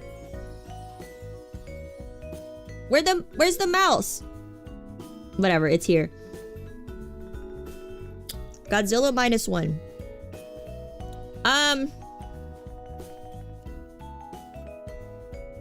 So yeah. Godzilla -1 was very good.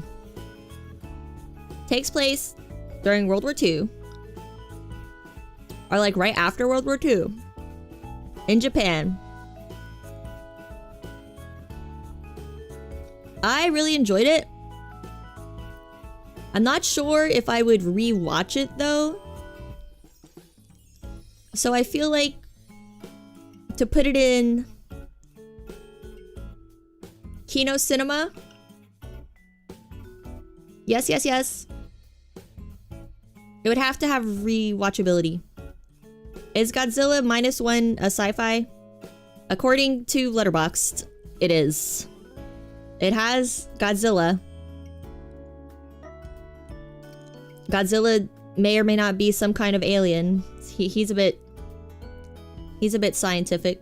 Did I see the prequel Oppenheimer? Look, if I'm basing Godzilla -1 against Oppenheimer, Oppenheimer would be in garbage hate, hate, hate, hate. And Godzilla -1 would be in Kino Cinema, yes, yes, yes. Because they came out around the same time. But as far as World War II movies go, Godzilla -1 was a lot better.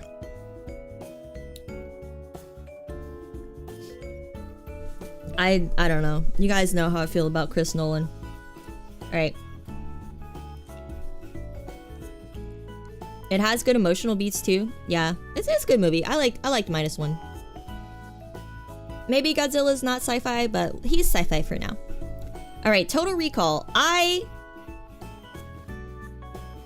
think pretty good borderline Kino. I think if I watched it the first time, not drunk, I would have rated it. It would be Kino Cinema, yes, yes, yes. But I barely remember it. But I remember enjoying it when I watched it. So I think it's gonna be pretty good borderline Kino. Godzilla is like a nuclear beast thing. Yeah, it was... Godzilla -1 is not a subtle movie. Godzilla is definitely representative of fucking nukes fucking shit up, but whatever. It's a movie. It's good. The Total Recall remake is shit. Never seen it. Total Recall is very fun. Not the best movie, but so much fun.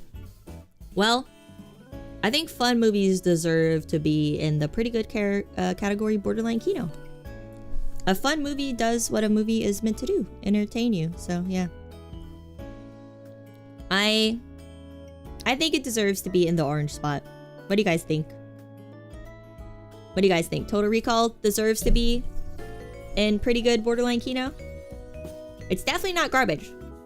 It didn't make me fall asleep. But yeah, I don't know how much rewatchability it has, and I feel like Kino Cinema has to have a lot of rewatchability for me. Great practical FX. You agree that it is in orange? I'll take it. I'll take the one agreement. I'll take it. Alright. Pacific Rim. I love Pacific Rim. I loved Pacific Rim in theaters. I saw it as a teenager. It was so fun. I haven't watched it in theaters like 3 times. I have it on Blu-ray. I've watched it on Blu-ray multiple times. It's so fucking good. It's the best Western adaptation of Mecha. Del Toro's the GOAT.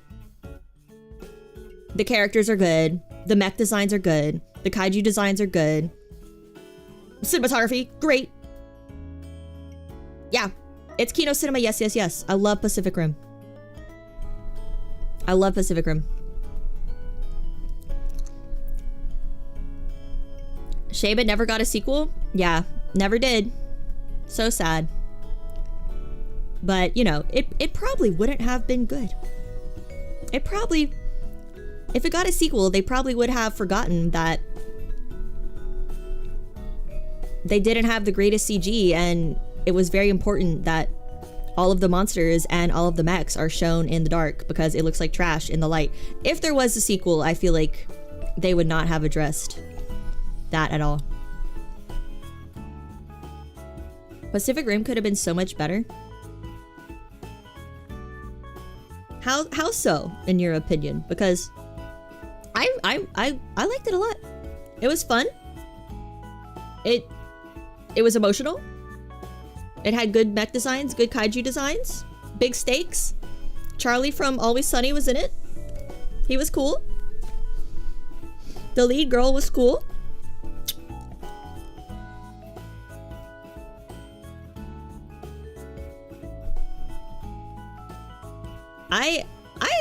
Yeah, I don't think there's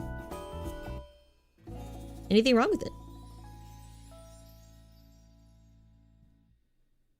Alright. It could have been better because I had been spoiled on anime. But I think it's the best Western. Yeah, anime, obviously. Anime is the GOAT as far as mecha goes. There's just so much more. So much better stuff. But it was good. It was the best it could be for live action. No, I actually would have hated it if it had more naked women. I would have actually hated it, but it was good.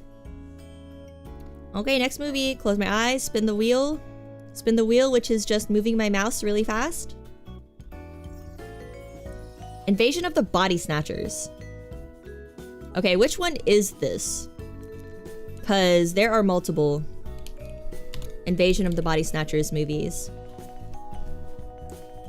What the fuck? Timothy Chalamet's looking crazy in that. You guys can't really see that. It's cut off, but if you go on Letterboxd, he looks fucking weird.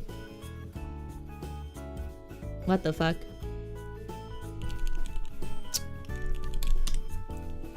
Invasion of the...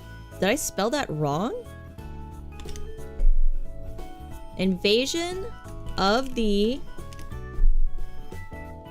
Okay, this is the 1978 version of Invasion of the Body Snatchers. I've only seen this once. But I remember liking it. And the scene where they point and scream. is very scary. This is the 1978 version. Donald Sutherland, starring Donald Sutherland and Jeff Goldblum. Jeff Goldblum and Leonard Nimoy. They must have been, Jeff Goldblum must have been very young. And this, it was from 1978. Huh. Never had a letterbox? It's fine. If you want to catalog the movies you like so you don't forget them. They get invaded and then body snatched. That is exactly what happens. It does deliver what it promises. It's based on the 1955 novel. I swear I've read this, but I don't remember it. Must not be very exciting. Alright, so we're gonna give Invasion of the Body Snatchers pretty good, borderline Kino. I'm not gonna give it Kino Cinema, yes, because I haven't really rewatched it. Jeff being a child actor explains so much. How old was... Wait, I just... Hold up, we'll get back to the tier list. I have to see a picture of this man. I spelled that wrong.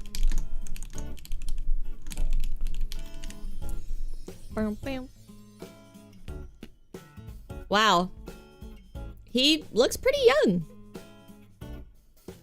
See any wrinkles on him? He looks kind of wrinkle free. He must be like, what, 30? Probably like 30 years old? Maybe younger. Maybe younger than 30 because in the 70s, people in their 20s looked older because of all the cigarettes. That's him. Wonder how old he was. So it was made in 1978. Jeff Goldblum birth date. Birth date. He was born in 1952. So if it was 1978, he was 16 plus 10. He was 26 years old. He was 26.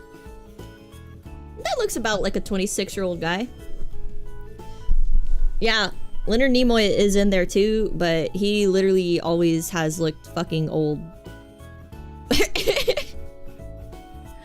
He looks fucking old. It's a good movie. The female actress looks familiar. Oh, it's Brooke Adams. Brooke Adams is definitely a familiar name. Brooke Adams was in Invasion of the Body Snatchers, The Dead Zone. Jeez. I don't know. Okay. Well. 26. Yeah, I mean, I guess he looks 26, right? He looks pretty young. Not Johnny Depp in Scissorhands young, but Nick Cage in Vampire's Kiss young. Yeah, Jeff Goldblum is one of those guys that he looks like a rough 26. He looks like a 26-year-old that's been through it. But I feel like they didn't really do like skincare in the 70s and they just smoked a lot. So yeah. He doesn't age, he blooms. True. Alright. This is so small and cut off. I can't tell what it is, but this is Annihilation. Annihilation is really good. I've seen it a few times, so I think it's gonna be Kino Cinema for me. Now, Annihilation is an adaptation of a Jeff Vandermeer novel. The novel is really good too. Yeah, Annihilation is just really good. It's got some... I don't know what you want to call it when people fuse... body horror? No. Yeah, it has body horror. It has some weird genetic anomalies, you know, half alligator, half bear, whatever. It's cool. You have no idea what this movie is about. Let me see. It's about it's similar to Stalker or Roadside Picnic. Actually, I think it's definitely inspired by it. It is about a group of scientists who travel into this anomalous zone that has appeared, that has like odd weather things happen. People go in, they don't come out. It has a similar plot setup to Roadside Picnic without the mysterious items being taken back. And it has Natalie Portman, Jennifer Jason Leigh, also from Existence. It's directed by Alex Garland, who has some hits and some misses. But yeah, this is what it feels like to chew 5 gum button hell. So funny.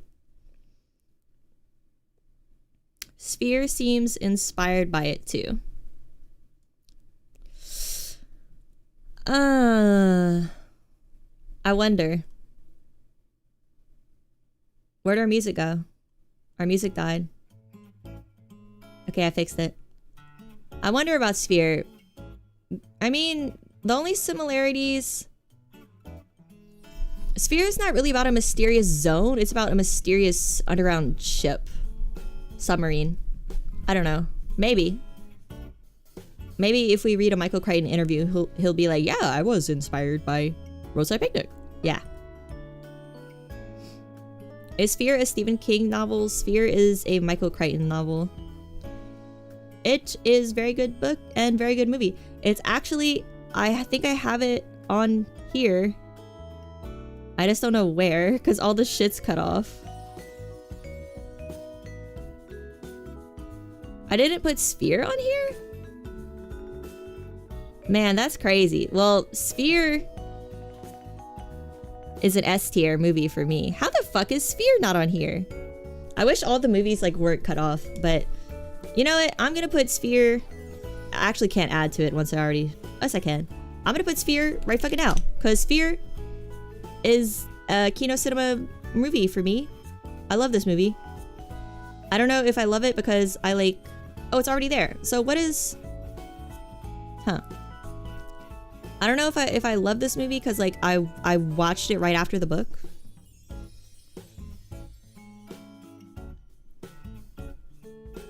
Is Sphere like Cube or is Cube like Sphere?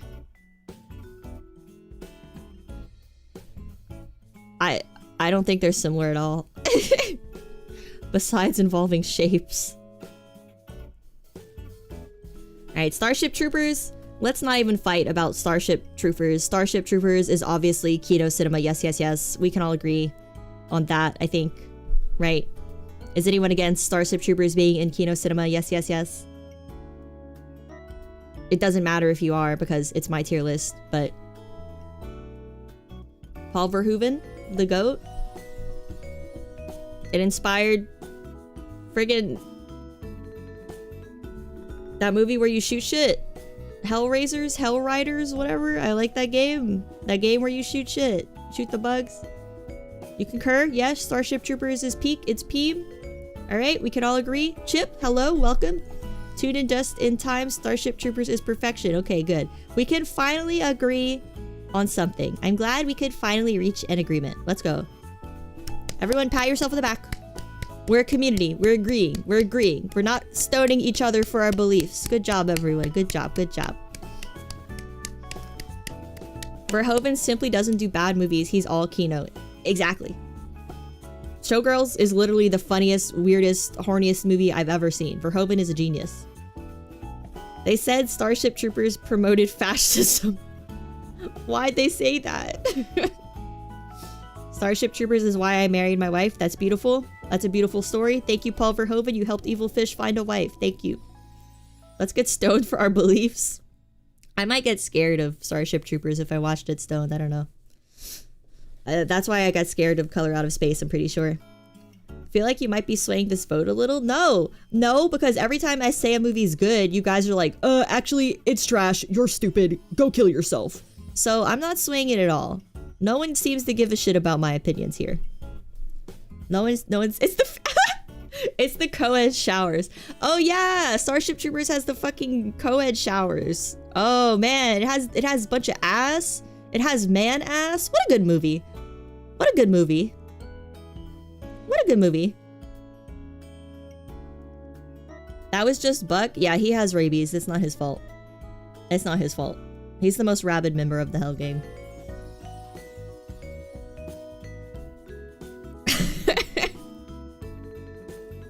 Oh, Starship Troopers has, she's so beautiful. What's her name? She's like so pretty. Is it Dina Meyer? Yeah, she's so beautiful in that movie. Wow, yeah, she's really pretty in that movie. She's still pretty. What a good movie. What a good thing that Paul Verhoeven has done. Thank you, Paul. The director got naked in the scene too. In Starship Troopers? In the shower scene. Well, at least he was having fun. It has goofy CGI, but it grounds it with realistic props, so it kind of gets a pass in your mind. Yeah. Yeah. It's goofy movie, but it's fun. And, you know, it's got a real message. It's okay to kill things that are different from you.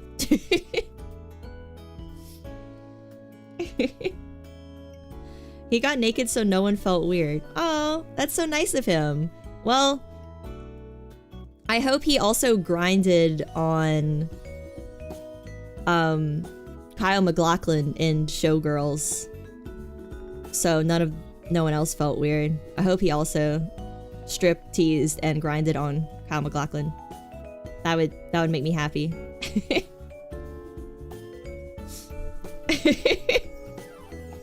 I can't read that, Scraps, but I'll take your word for it that is accurate IMDb trivia. The actor said it was weird, so Verhoeven and the producer stripped to show it wasn't weird at all. Well, they're fucking, what are they? What is Paul? Is he French? Oh, he's Dutch. Okay, I was about to say, well, French people are just fucking weird, but I guess Dutch people are also fucking weird. RoboCop, Showgirls, Basic Instinct. I've never seen Basic Instinct. Has anyone seen Basic Instinct? It's like up here in his top 4.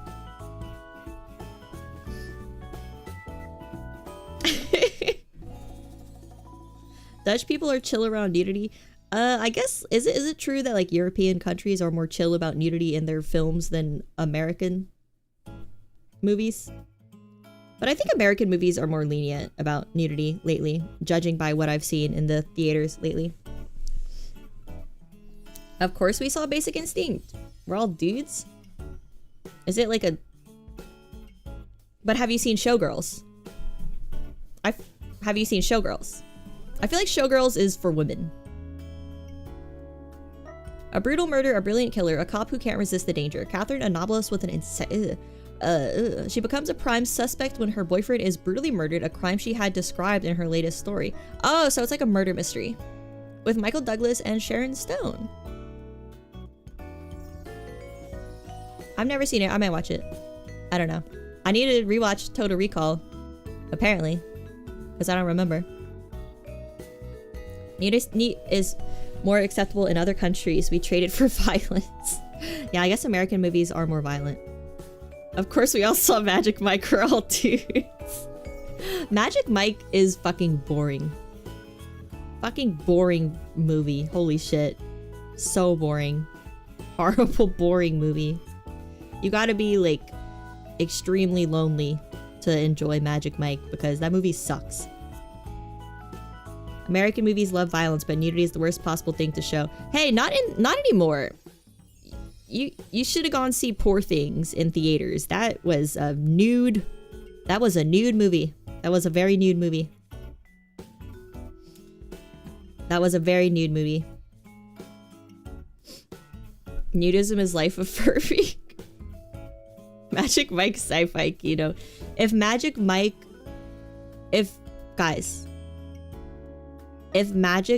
was about android male strippers instead of human male strippers, would it be sci-fi? If Channing Tatum played an android instead of a human man, would Magic Mike be sci-fi?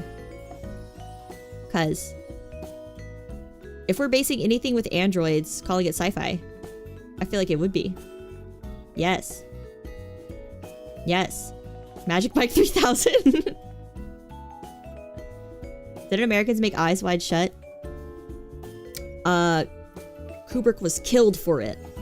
But yeah, I've actually never seen Eyes Wide Shut. Eyes Wide Shut would go under Put Me to Sleep tier, unfortunately. It would be just sci, no fiction.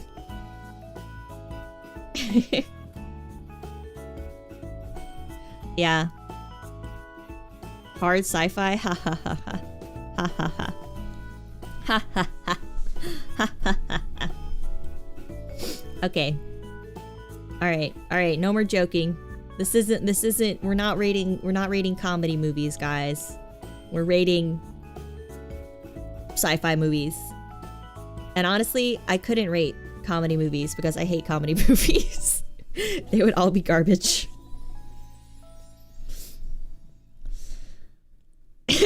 Yeah, my eyes are wide shut for Eyes Wide Shut. It's something about it puts me to sleep.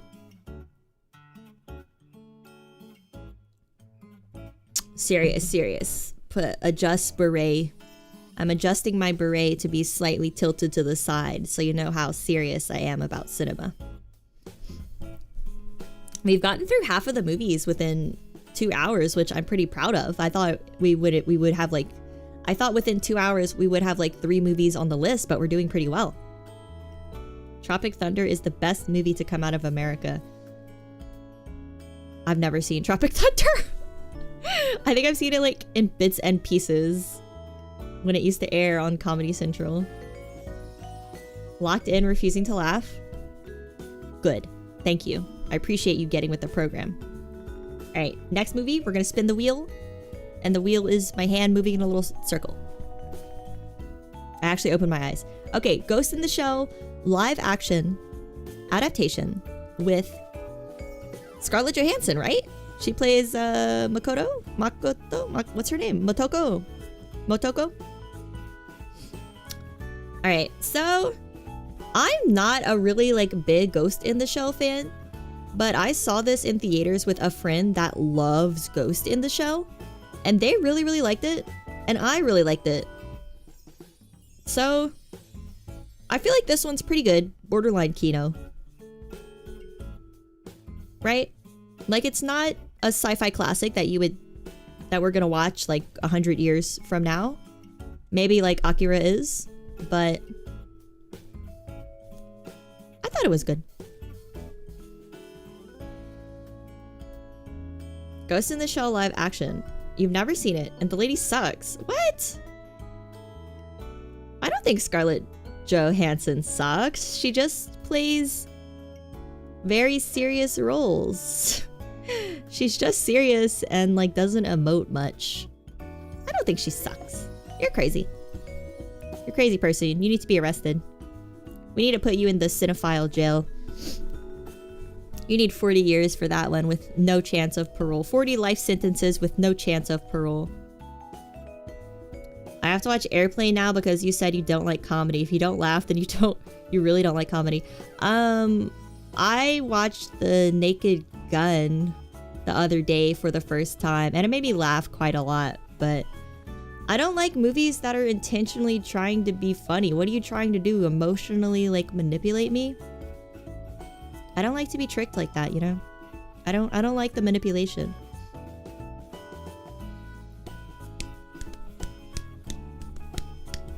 Arrested by the Hell Gang Thought Police? Exactly. Naked Gun rules. Yeah, Naked Gun made me laugh out loud.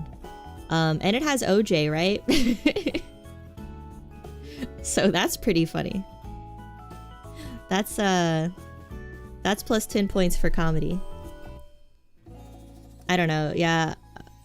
I remember laughing at the Hangover when I was a teenager. I guess that movie's funny. I don't know. I don't like to laugh. I like funny TV shows. I like Curb. I like Always Sunny. I like Arrested Development. I like Seinfeld. But I don't like when a movie tells me to laugh. If I don't like Scary Movie 5, she doesn't know comedy. I like Scary Movie 3 a lot. But I don't think I've seen 5. Scary Movie 6 was announced.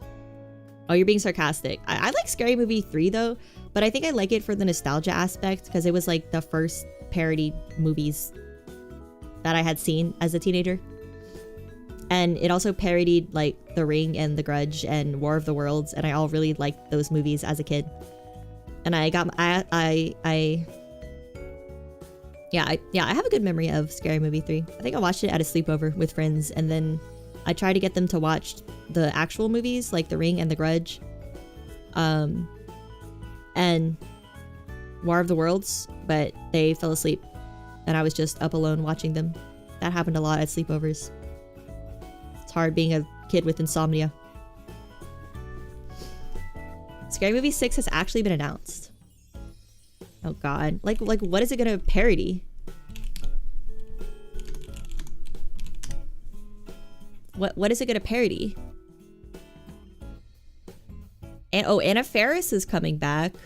That's nice. I guess. They were of their time, which is why they worked, but I doubt they aged well. Yeah. You saw The Grudge a while ago, and you couldn't figure out why it was scary. I laughed when she slid down the stairs face first.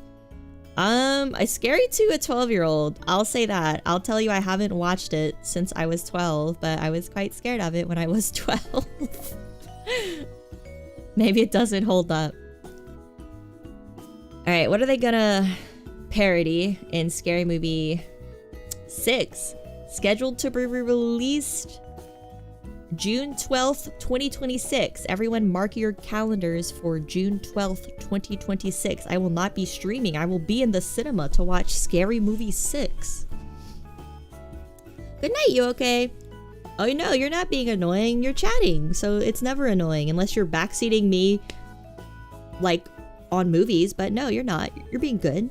But good night. Sleep well. Don't let the grudges and the rings bite, and the one missed calls bite, and the pulses bite. That's a more unknown one. Sleep well. Stream from the cinema? Okay. I'm sure that won't annoy anyone in the theater.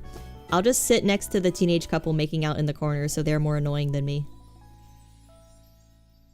Alright, so let's see what the movie is going to parody. Scary Movie 6. This isn't part of the tier list, but I need to know this. Get Out. Nope.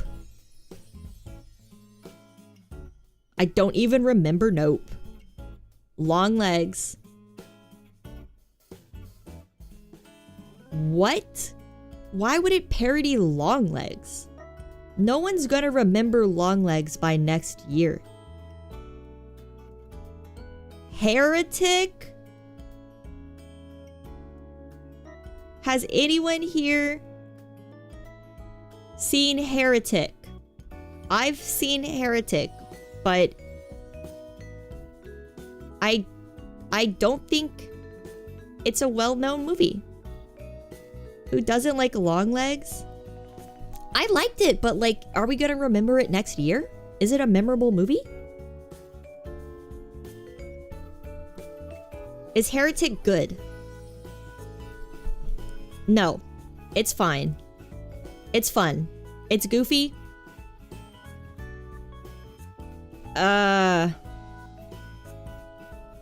It's about Hugh Grant playing Ricky Gervais gone rogue.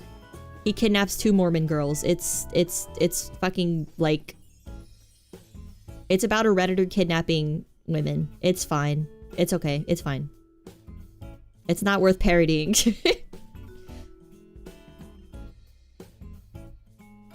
You haven't seen it, but you don't watch mini movies. Well, if you don't watch mini, I would skip this one. It's fine to just like, it's not offensive. It's not really boring, but it's goofy.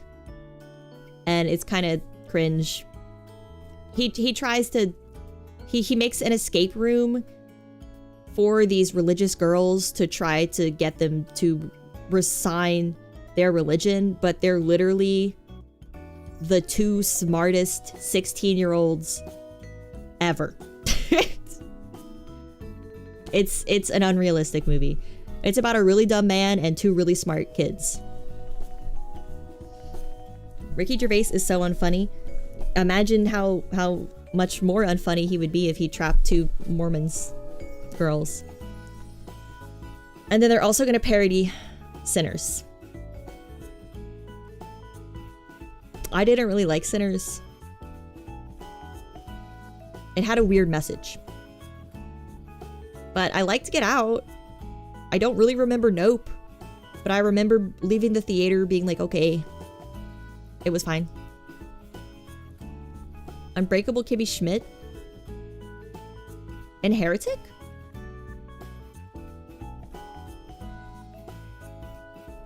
You think you only watched Nope out of all of those? No, he doesn't want to kill the girls in Heretic. He wants them to resign their religion. Or he wants to like test their faith. To see if they'll die for their faith. Which the girls are one of the girls is smarter than them. Sophie Thatcher's character is smarter than him. So yeah, it's lame. When you watch a serious movie, you can't help but think of how much this is someone's power fantasy or other weird fantasy. It ruins a lot of movies for me. Yeah. I try not to look at the screenwriter or the director of a movie before I watch it. I guess they can't parody existing IPs. Like, nobody will care if you parody a film that's on number 6 by now. Yeah, why is there no Blumhouse here? It's also strange to parody, like, Nope and Get Out when they're like social commentary movies. But I guess they have good parody potential. I can see Sinners having good parody potential too. I mean, these all have like good parody potential, but I don't think they're like memorable movies. Is The Mist on your list? No. I think I might have like literally just watched The Mist. 2007? Oh, that's based off the Stephen King book. Oh no, here's the thing. I didn't just watch The Mist. I was just listening to an audiobook of The Mist. But it was boring. It was very Stephen King core.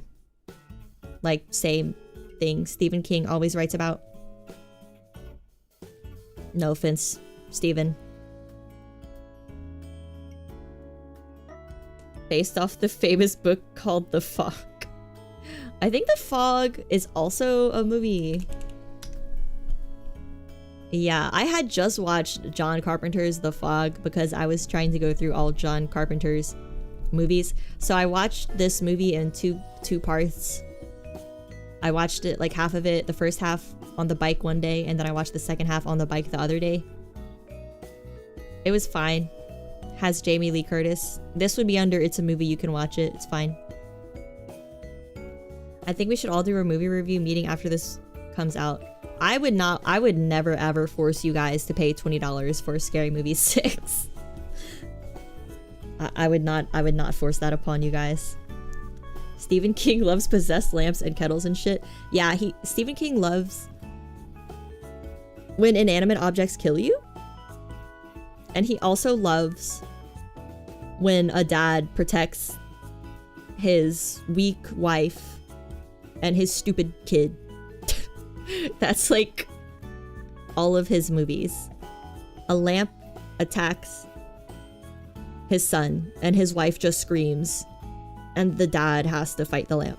That's like every Stephen King movie and book. And I love Stephen King, so like I'm not being a hater. The man writes what he wants. The man writes what like his power fantasy. You're gonna watch Scary Movie 6 without any of the referenced movies? It's fine. I'll give you a quick synopsis of each one. Get Out is about a guy and he hangs out with... He goes visit his girlfriend's family, and his girlfriend's family... They're racist? Nope. Is about aliens. I don't remember. Long Legs. Creepy guy puts souls in dolls. Heretic.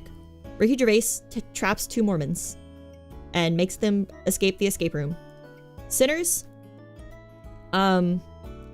is about how sharing other cultures is bad, actually. And there's vampires. You're welcome. Now you don't have to watch any of them. You don't remember Long Legs at all? Yeah, I remember leaving the theater and being like, it's fine. You can't love all of Stephen King or hate all of Stephen King. There's just way too much to be all in on King. I mean, he writes a book like every 3 months. You'd have to... I can't even read a Stephen King book in 3 months. Rapid fire reviews would be a good short. I feel like people either really like Sinners or really hate Sinners, so... I don't know if I want to say anything bad about Sinners. It has a stupid message, though. It's kind of dumb.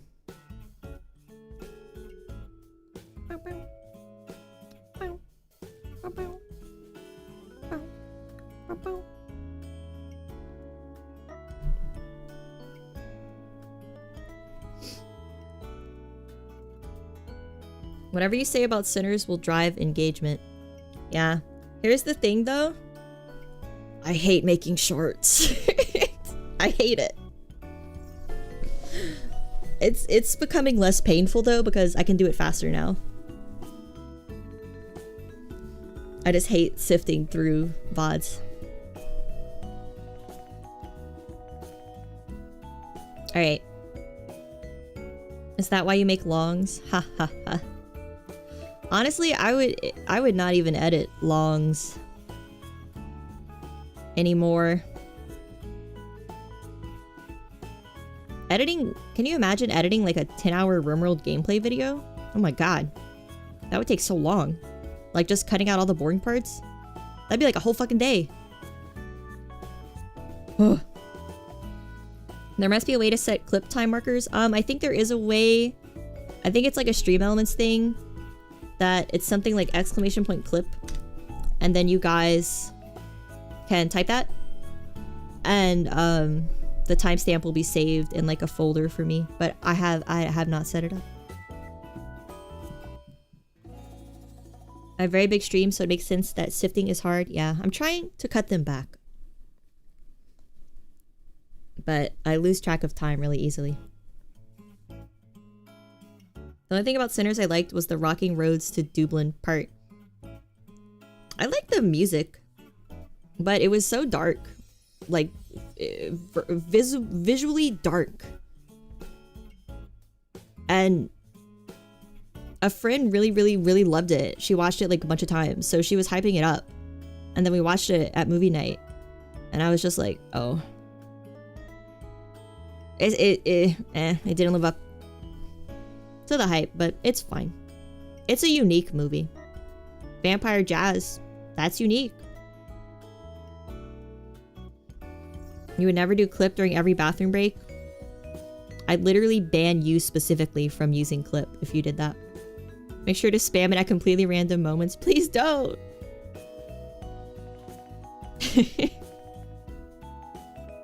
It's not a clip function for like YouTube, it's just a clip function for Stream Elements, where if you guys type !clip, it'll save what time in the video it is. Like if you typed it now, it would save 2:25:30, and then I could look through all those timestamps afterwards and edit them. But yeah, YouTube clips, I don't even know. They need to do something like Twitch, where you could clip a live stream and then on the person's channel, you could browse all the clips. Because yeah, it sucks right now But I feel like YouTube is copying Twitch as far as live streaming goes, so they're gonna probably add that soon. Make a funny.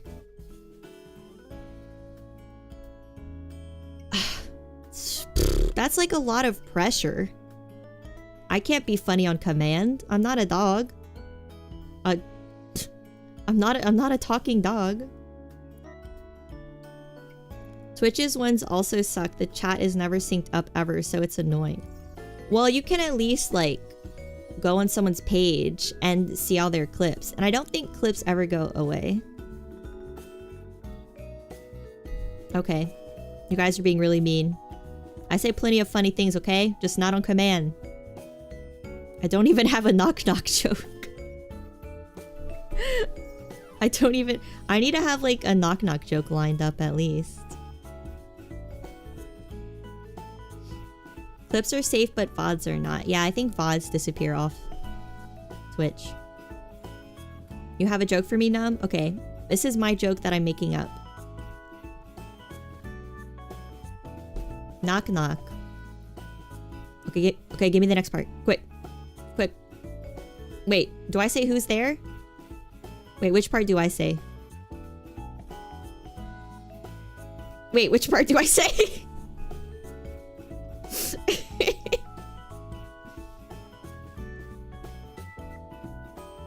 Who's there?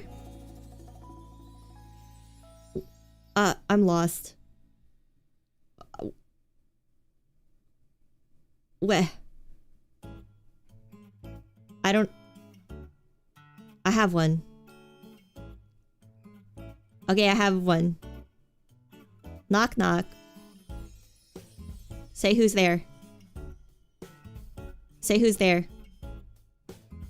I'm pointing a gun at you. Say it right now. When does a joke become a dad joke?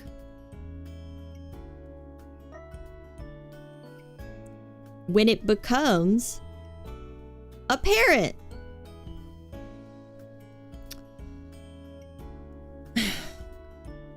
I thought of that one. I just thought of that one. No one gave it to me. Yeah, that was all me. Thank you. Yeah, see that's clippable. What if I just said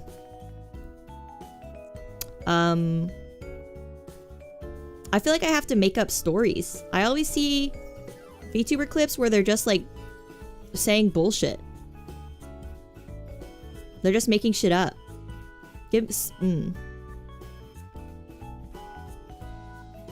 Just lie, it's easy.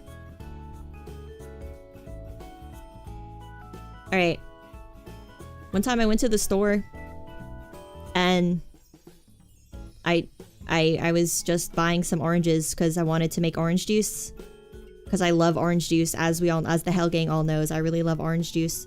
So I take my handful of oranges to the counter, and you know who was at the counter checking me out? It was Shaquille O'Neal. And he was so tall I couldn't see the top of his head because, as we all know, I'm really short. Because people like really short VTubers for some reason. I'm really short. I'm only 4'10". I'm a legal midget. So he was really tall. I could barely see his eyes. And he checked out my oranges. And he said, "Hey, it's me, Shaquille O'Neal. Aren't you glad to meet me?"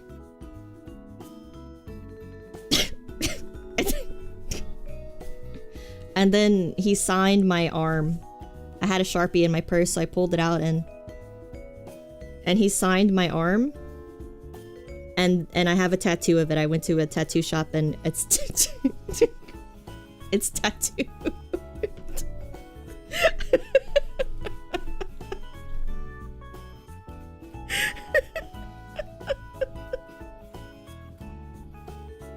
I think that was pretty believable. The whole arm. Oh my god. Dude, no, this is a real... Okay, that's a fake grocery store story. Okay, that's a fake grocery store story, but I do have a real one. I went to the Asian market yesterday. Because I wanted some buldak, and Unfortunately, there is something called taco flavored buldak, which I did buy. It's fucking really bad. It tastes too much like tomato. And when I was checking out, they have like a bunch of little printed out papers next to the fridge. It's like advertisements for, I guess, the owner's friends' businesses and stuff. And there was a dating advertisement. It was in half Chinese, half English, like English first and then Chinese underneath. And it was a parent presumably posted it for their son. And they were like, my son's 38. He's a small business owner. He's 1.73 meters tall. And he's looking for a wife who is under 28, 1.53 meters or shorter. And I remember the exact heights because I was like, 1.53 meters is really fucking short. Where the fuck are you gonna find a woman that short? And the under 28 part is also fucking crazy. But presumably it's not him who put this up. It's probably his mom or something. And I don't know. 1.53 meters is tall? No, it's like, isn't it like 4'10" or something? I don't know European. It's just over 5 foot, right? And he was 1.73 meters. It said he's 1.73 meters, 38 years old. And he wants a wife under 28, 1.53 meters, maximum height. That's like really fucking short. And that's too picky to be 38 and single, man. Why are you being so picky? I just thought it was, I don't know. I don't know if that's normal to advertise for a wife at the grocery store. I guess if you want an Asian wife and you're Asian, the Asian market is a good place to advertise it, I suppose. Goals? His mom out there trying to get grandkids. Yeah, I highly doubt he put up the ad. I'm sure it was his mother or something. He is clearly a loser all around. I mean, maybe he just doesn't care. It said he's a small business owner, so maybe he's busy with work. Like, he probably doesn't care. If you're 30, you don't deserve a shawty. I mean, if you're 38, you know, let's not be too picky. Let's not get too picky.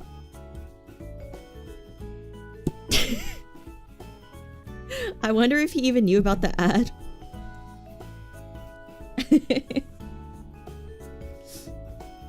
When is your date with him? I think he's gonna be disappointed when I'm 5'7" and not Asian. I think he's gonna be disappointed when he has to look up at me. But, you know. Older men are better, they don't speed. Yeah, you know, they're gonna be safer with their life, right? Unless they have a midlife crisis and then they buy a Harley Davidson. He can't say anything or he's being racist. He didn't say the woman had to be Asian, but I think it's a given.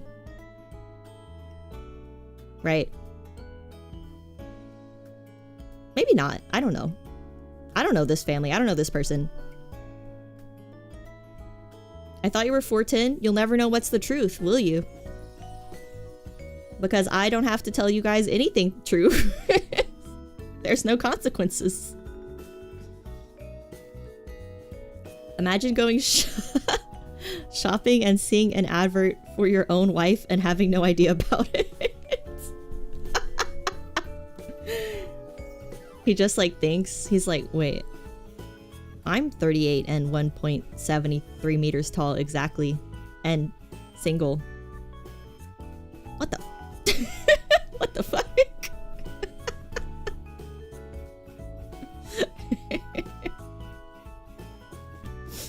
I'm Canadian. I could be. You don't know. I could be doing a really good job of hiding my Canadian accent. Honestly, though, every Canadian I hear sounds American. Why is that?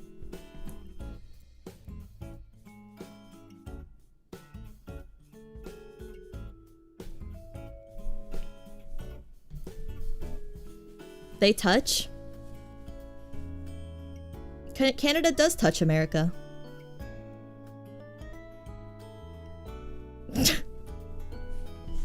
Wish your mom scored you a GF. Yeah, God forbid some moms care about their sons. I guess I'd rather my mom pick a boyfriend for me than like a dating app pick one, right? My mom knows me better than an algorithm. I hope. My mom would be like, he's gotta be Christian.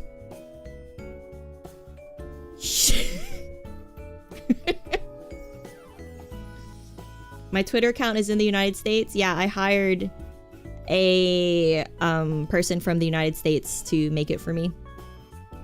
For the LARP, I'm actually Canadian. Southern Canadian and Northern American are very similar sounding. I guess so. Yeah. Yeah. I just thought Canadians had more of an accent based on TV shows. And by TV shows, I mean Fargo. But then I heard Northern Lion and Crony talk. And I was like, oh, they just sound American. They just sound like they're from the North. They're Yankees. You tried to find a guy for your sister-in-law and it went to hell. It was my fault. You gotta blame someone. Quebecsan? What is that? Like a half Canadian, half Mexican? I'm sorry. I don't know if anyone would take offense to that. Some places have much stronger accents than others. When I went over there, the accent range was wild. It was really cool to see. My dad lived in Canada for a while, and he was like, they are very strict on enunciation. They really care about enunciation. And they don't like when you mumble and talk fast and slur your words and stuff. Because he learned English in Canada. Hello, Maple. Happy Thursday. How are you? Happy day. Happy day. He couldn't say his slurs.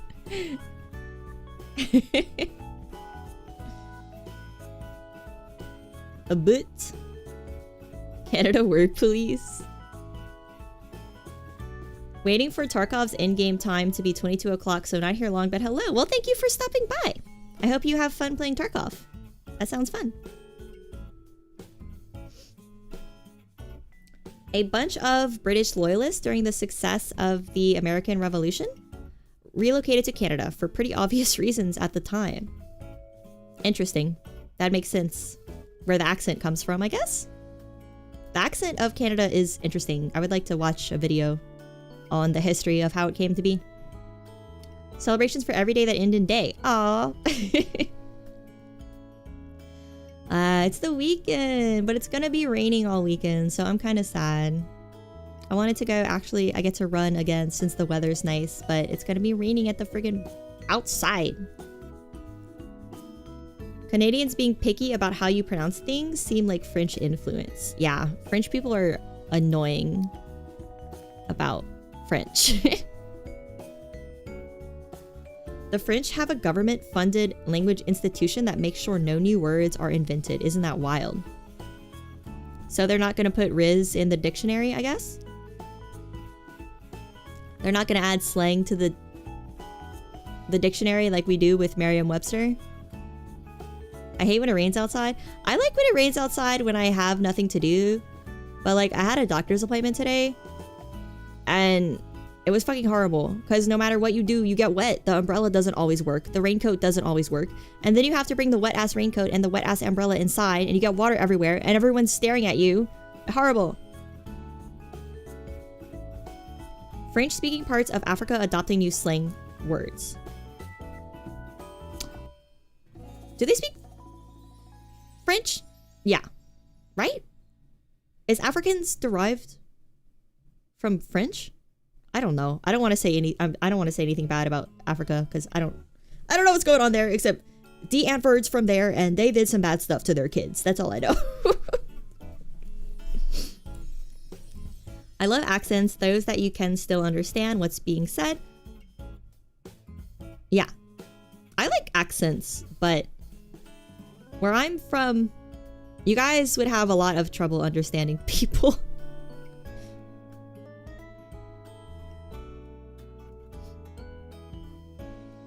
Ow. I hate when my ear gets sweaty.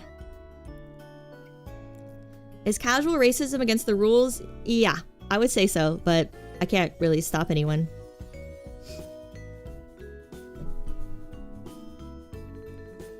You're Irish? Oh, why did I think you were from Africa? Oh, I remember you are Irish because I think it was Rat that said fucked up shit about the potato famine to you. I don't remember. I think it was Rat that said some fucked up shit about the Irish. I'm sorry. I'm sorry for Rat. You remember the potato famine comments? I'm sorry, I can't control everyone. I'm sorry. This is like the time. I'm sorry.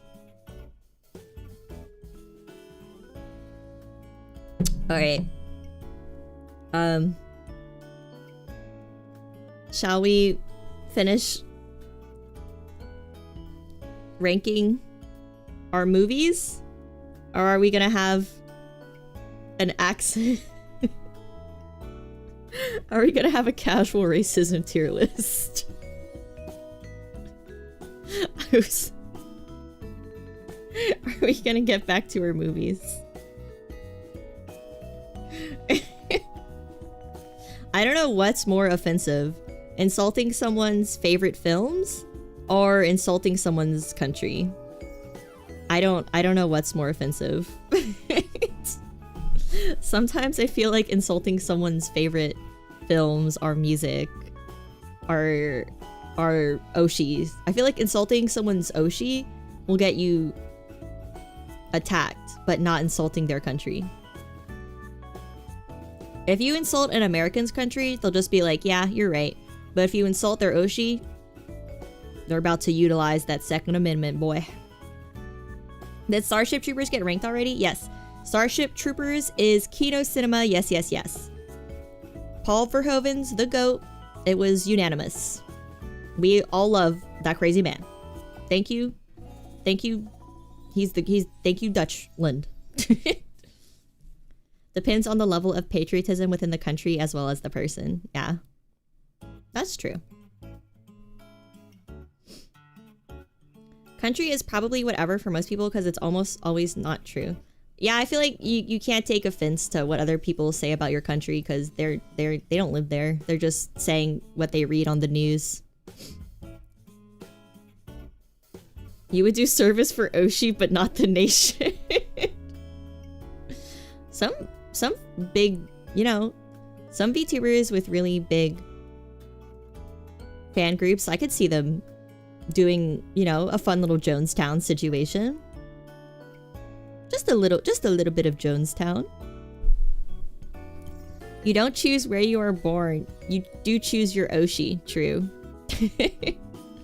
Some people talk about, like, fight about their Oshis, like they fight about, like,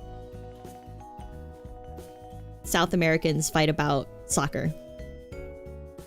You have a stampede that kills people over insulting Corone. It would not go well.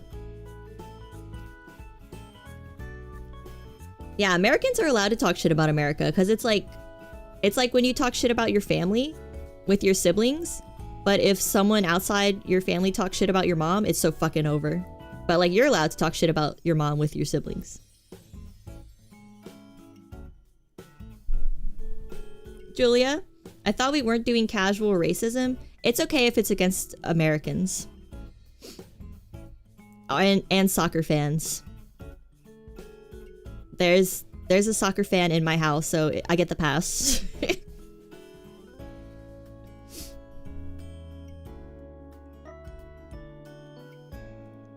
You guys know what an Oshi is. Come on. Come on. Competitive racism. Soccer fans are a race. I feel like most soccer fans are more attached to their team than their race, yeah. I'm anti-Barcelona. Ah, what's my dad's? I think my dad's favorite team is Real Madrid. Whatever that means.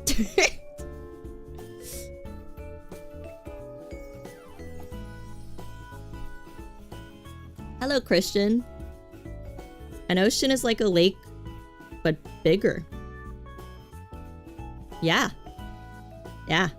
That's true. That's true. That's very true. You don't consume as much Eastern media as you guys do. Your Oshi is your favorite VTuber. If we're talking about VTubers. I've never heard it used outside of, like, HoloLive. Since I think Oshi implies the VTuber does idol stuff. Like singing and dancing. Do I allow soccer fan art? I feel like it would be false because I watch soccer with my dad, but I don't know what the fuck's going on. And I'm not really a fan. And my dad always reminds me that the World Cup was... I actually can't say this because it would dox me. Never mind. And I have to keep up a good mix of lies and truths. We use a bit of fire hose propaganda. And the fire hose method of propaganda in Helga channel to make sure you guys never know what's real. Idle stuff like sitting. Okay, you're just messing with me now, Chip. We're gonna make a new rule called no messing with me. And then the chat will be empty. You came into VTubing through Idol. Your Kami Oshi 2D-fied herself. See, I was never into Idol stuff before HoloLive. And when Myth debuted, I started watching VTubers. And then I started understanding the Idol journey of wanting to watch someone improve themselves and get better and more skillful. That's why I like VTubers, so I don't really like VTubers that have it all together. You need to be a bit of a girl failure, as they say. You've never ever messed with me? You saved that for Hevinga? Well, she moved out, and she's never coming back because I'm pretty sure that white wizard robe she wore, I'm pretty sure it wasn't the kind of wizard robe I was thinking of. So I don't think I should allow her to live with me. She's gonna hold some questionable meetings that would make me look bad.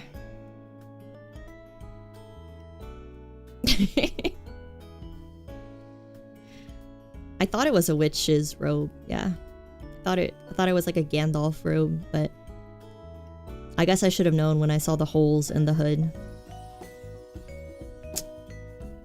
Yeah, I don't know. How grand was Hevinga? Very. The grandest. You admire how I try my best? I sure do. I sure do try to wake up and be productive every day. And never surrender to life. The holes in the hose in the hood? I thought it say hose. I said holes. With an L.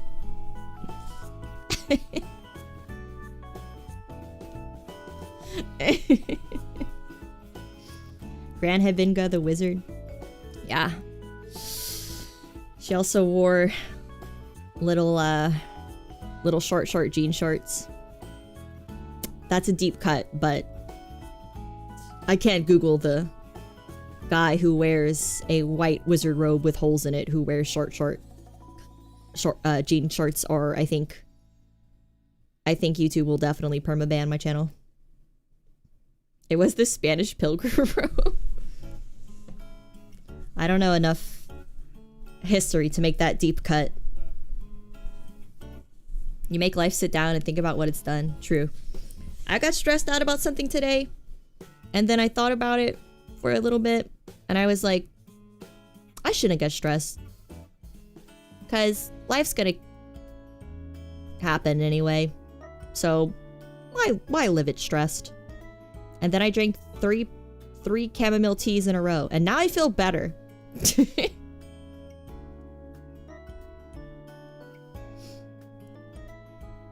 I've already said plenty of wild stuff. I don't know if... Are you joking? I don't think I say anything horrible. I'm always joking. I'm never serious. Ow. You wonder if American tourists ever freak out in Spain? Okay, I have to look this up. I'm gonna look it up on my phone. Spanish pilgrim robes.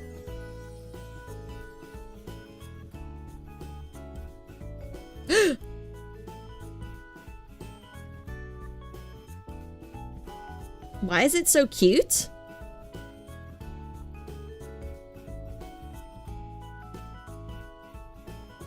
Why is it cute?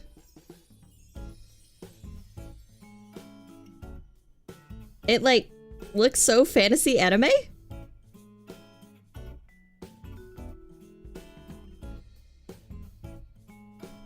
It's kind of cute. It's called a capirote. A tall conical pointed hat worn by members of Christian penitent confraternities in Spain during Lent and Holy Week. It is part of the uniform for processions and is intended to make the wearer anonymous so that they focus on repenting and God. In Mexico, capirotada is a distinct dish, a type of bread pudding made during Lent.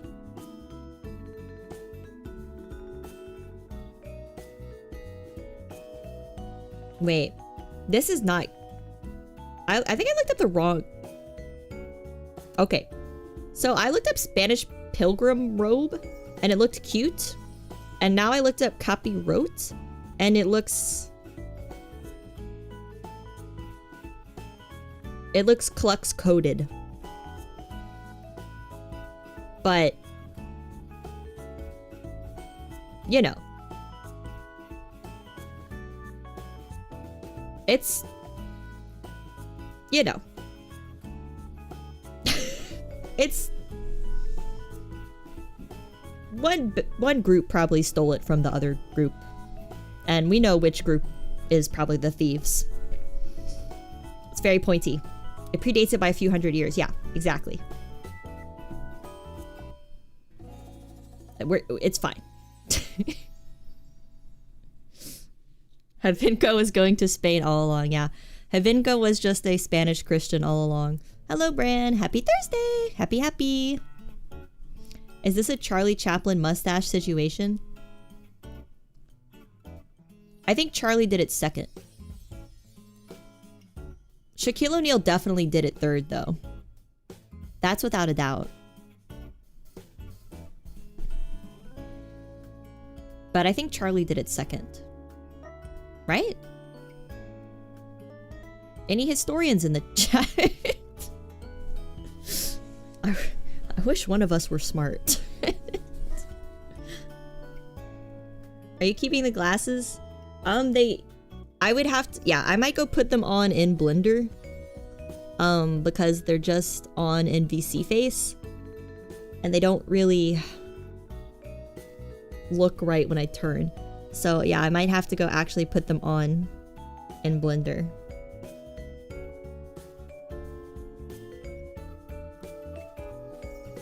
Don't put glasses in Blender. Can't really tell me what to do. I could drink glass if I want to. If it turns back into sand.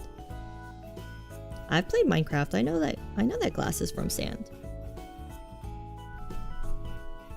The mustache. Oh, Scraps with the facts about the mustache. That mustache grew in popularity in World War I because you could wear it under a gas mask, which is why it pops up in that time frame. The male desire to wear a mustache, even though it gets in the way of survival. Just shave the whole thing off. Just shave the whole thing off. And the failed artist used it to signal the voters he was a war veteran, part of the politics. Kind of smart. Hate to say it.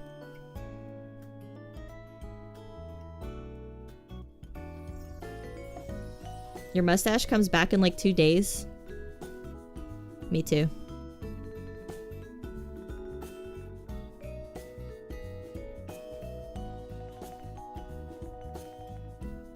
Licking sauce off of one's own mustache? That's so gross. That actually makes me want to die. Can you like delete that, please? Mods. Jamie! Jamie! Jamie! Delete it! Jamie! That's so gross. It's literally like makes me want to die when I see a little droplet of something stuck in a man's beard or mustache. It's like... if a booger is stuck in there, it ruins my whole week, I think. If I see a booger stuck in a man's mustache, like my whole week is ruined. I can't get the image out of my head. I hate it. I hate it. I hate it.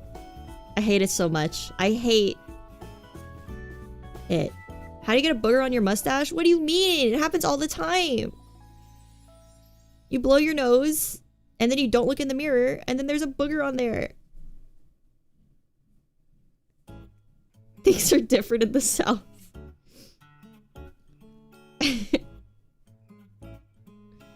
You have to blow your nose in the worst possible way. Some men don't use a tissue. They just straight up blow that thing. It's fucking gross. Oh. I can't stop thinking about it. I hate seeing men spit. I hate the booger. I hate it. I hate liquids. Liquids should stay inside. Inside. Is this a dad god thing? He literally just like... No, he doesn't have a mustache, but he does do it. He just like... He blows his nose into his shirt when he's on the treadmill.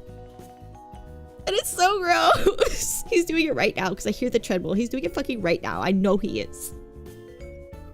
It's so gross. It's so gross. He is king. I can't say anything. He pays the rent. I can't say shit. I just try not to go downstairs when he's doing it, but then I hear it from up here. It's so fucking gross. It's so gross. It is fucked up. Made myself retch thinking about it. I like seriously hate spit. I hate boogers. I don't mind vomit, which is weird. I can clean up vomit. I could clean up diarrhea. I could clean up shit like no problem. But if something drools on me, if I see drool, if I see a booger, if I see spit, I can't stand it. But it's like the large quantity of vomit doesn't bother. I sound crazy. I should stop. This is why you guys say I sound unhinged. What about stinky kitty drool? I can't say no to a cat drooling. I don't like a dog drooling.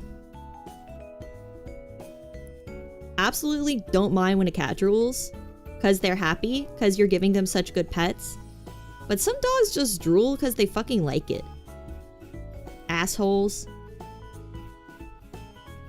But can't say no to a drooling kitty. Wait, stop. Jealous because my mustache is barely noticeable. I have to dye it, yeah. Sad. I have to dye my pink mustache black so everyone can see it. Drool versus slobber, yes. Slobber is what dogs do. Drool is what kitties do.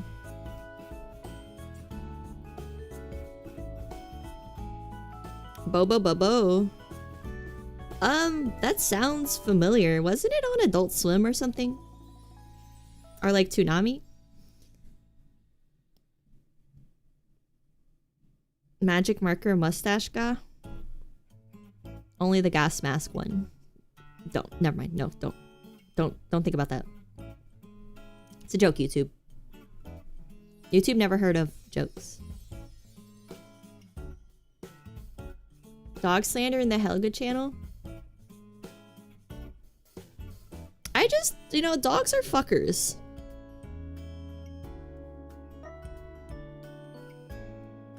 They are. They're annoying little creatures. People like, look, people like their dogs, but they don't like other people's dogs. But cat people like their cats and other people's cats. You're covering Cogswell's ears right now. Well, Cogswell's really cute. Based on that photo you posted. He looks very fat. No, no, Jin. Put the pin down. Put the pin down. Put the pin down. I also, speaking of art pin, I have my stylus. I got a stylus for the iPhone came in. It was like an off-brand stylus on Amazon.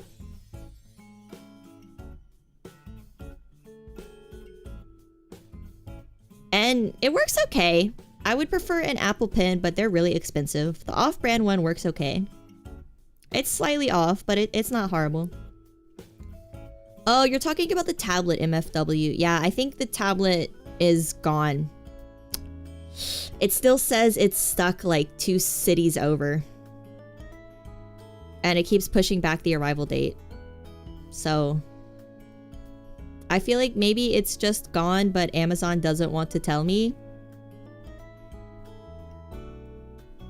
Because the arrival date keeps going by like 2 days. Later and later. I don't know where it is. It's like not that far. I could go pick it up, but like I don't know. Refund it? They'll either resend it or refund it at some point. But like I really wanted it. It was really cheap. It was on sale.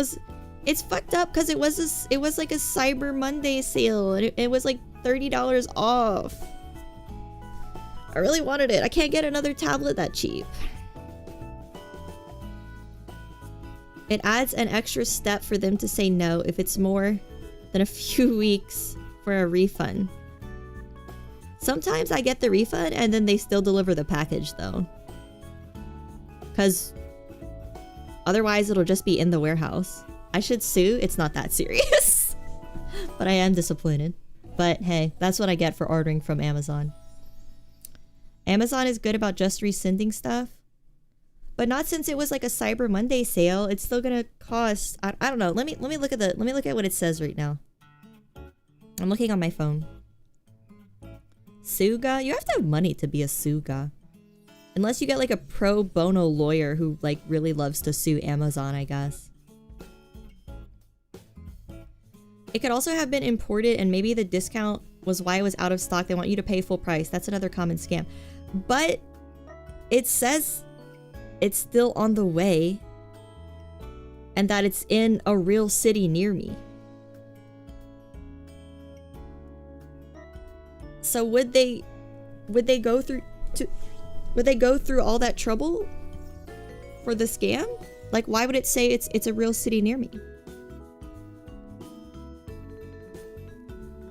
Let me see. It says your delivery is still on the way. We're very sorry your delivery is late. Based on the most recent scan of this package, it's now expected to arrive between December 3rd and 5th. If you prefer not to wait, you can request a refund.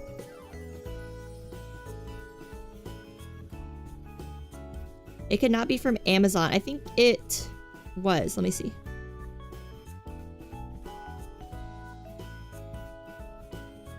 Oh, no. No, it's an Amazon. Wait, no. It's a New Jersey place. I keep forgetting to make sure it's actually fulfilled by Amazon. Don't order something 3 Coronas in, everyone. It's in New Jersey, China.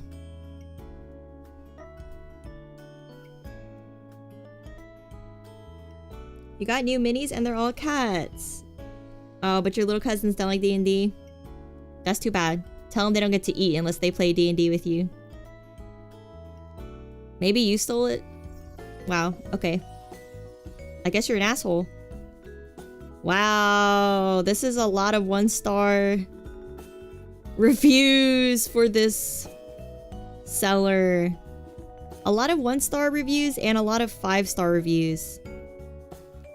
I still have not received the TV. Seems impossible to get my money refunded. Very disappointed to say the least. 1 star. 1 star. Package was promised for December 2nd. Now it's December 4th and they say it will arrive on December 6th. Really bad. I should have bought it somewhere else.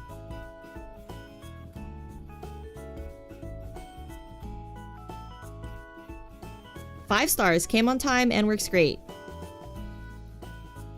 5 stars. My experience with the seller offers no grounds for criticism. 1 star. The order hasn't arrived yet.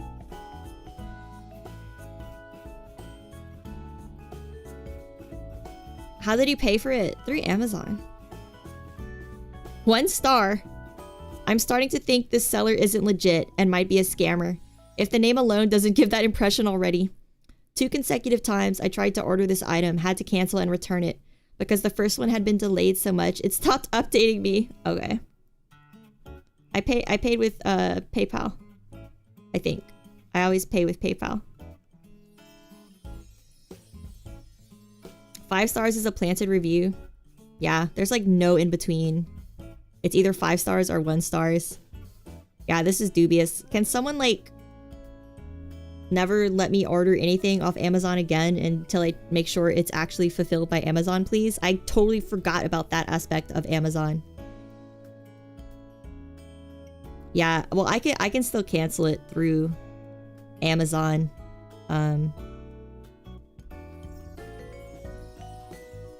Yeah.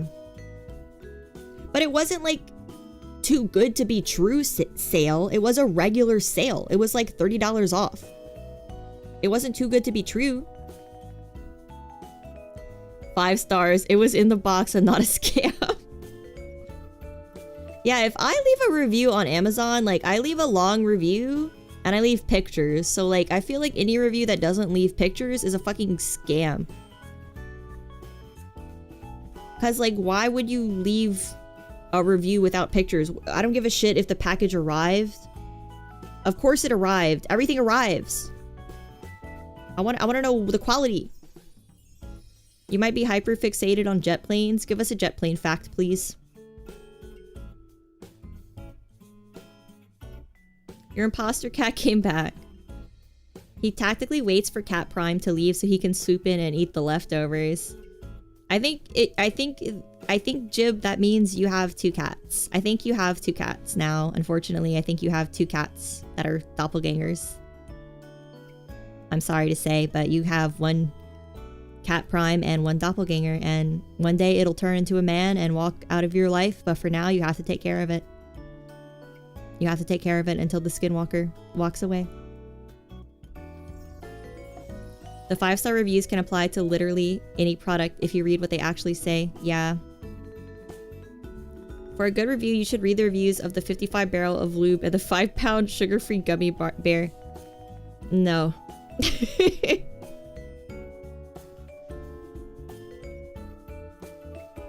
Yeah. Yeah, I'm a bit unhappy about this, but it's my fault for never order anything drunk. It's not a good idea.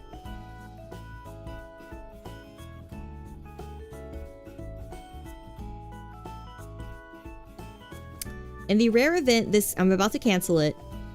In the rare event this cancellation is unsuccessful and the carrier delivers the package, please return it to receive a refund. Confirm cancellation. Cancellation request received. Okay, so I've never like canceled something and for it not to go through. So yeah. I guess I'll get my money back.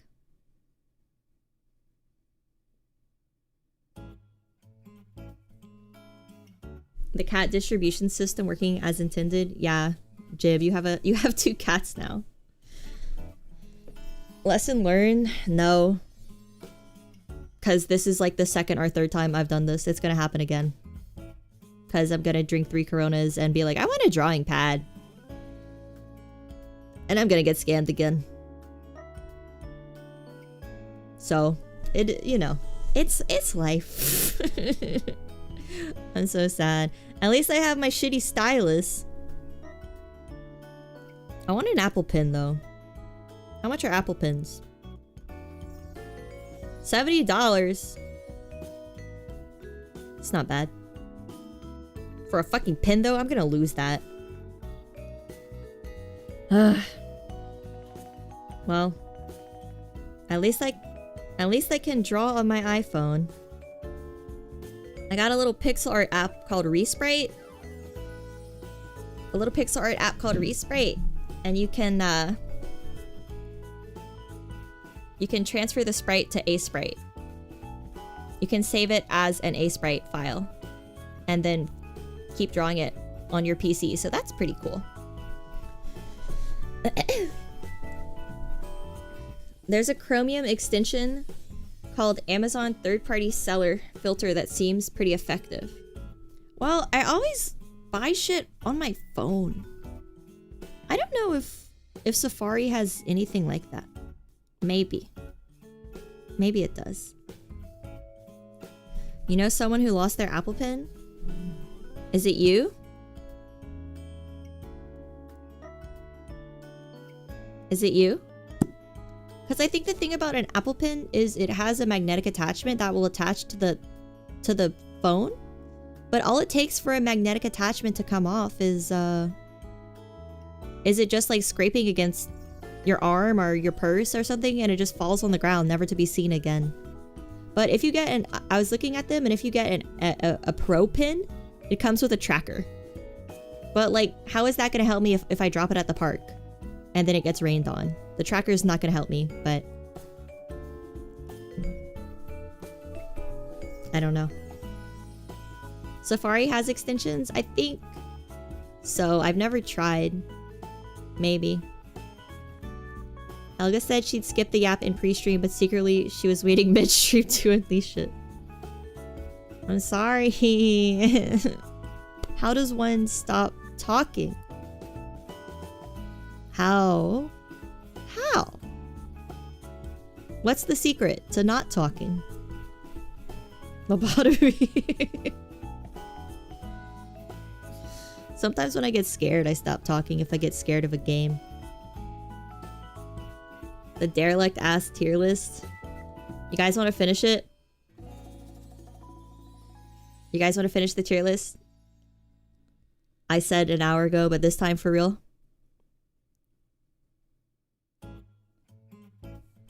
I have so many things to talk about still. I actually did a lot yesterday. But let's, you know, let's be a good little streamer.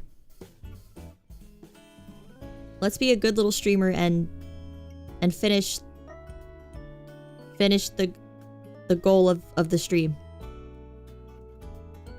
All right, we're gonna speed run the rest of the tier list, and then I'll talk about everything else. No, please. What do you mean no? This is called movie tier list. It's the title of the stream. I can't do false advertisement. Hello, Jeremiah. Skyline was a horribly maligned movie. I wish you had it in your list. Skyline. 2010. Oh my. I've never seen this in my life. The movie poster looks like a video game. When strange lights descend on the city of Los Angeles, people are drawn outside like moths to a flame, where an extraterrestrial force threatens to swallow the entire human population, okay, off the face of the earth. My wife likes this. I'm considering a divorce. I feel that. We can't have opposing movie tastes, because, like, watching movies is like a huge activity you do with your wife. I can't have opposing music taste with movie taste with my wife. We can have opposing music taste with my wife, but not movie. I'm not gonna be watching like fucking 50 First Dates or whatever. I'm not watching that. It's really good, but this guy divorced his wife for it.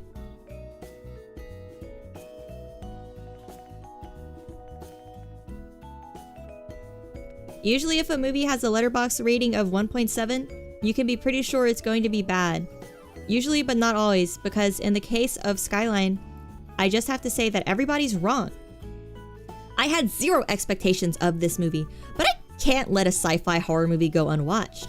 Plus, I heard the filmmakers interviewed on Shockwaves a while ago, and they seemed like nice guys, so what the hell? All the way through this, I'm thinking, oh my god, I'm not reading all that, never mind. This guy has a lot to say. You have to watch each other's most hated movies to test the relationship? No, you have to watch each other's most loved movies to test the relationship. If they like a different genre of film, that's fine. But if they straight up enjoy trash, like my wife can't watch Blumhouse, dude. I can't watch Blumhouse and pretend it's good. Are you crazy? Put it on your list. It's actually one of the It's actually one of the only invasion movies that the aliens seem alien. List of movies to try. Yes, I shall try it. I shall write it down. What else was I gonna write down? Zardoz. Why do I even do themed streams anymore, you guys? Why don't I just call every stream Yap? Why don't I call every stream Yap? No. Yap, no theme. Bunch of haters. What was it called? Skyline? Aliens versus Cowboys? I've never seen that. Meet the Spartan? No, my wife's favorite movie can't be Meet the Spartans. I'll kill her. In her sleep.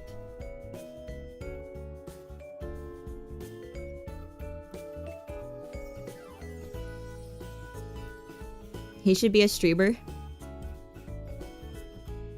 His wife posted under him? Wait, what? Oh. I see, never mind. Lots of streamers do free talk streams. But only, I'm saying only free talk. I'm saying every day I talk for 6 hours. Every day. Can you imagine? I guess I would never run out of things to talk about. Since there's a browser with infinite amount of information of the entire human race right in front of me. So, I guess if we think about it, we could just discuss random shit for 6 hours.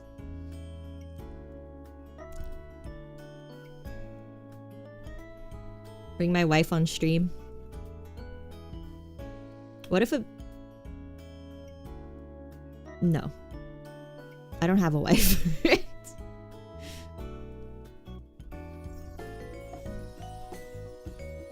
I don't have a wife.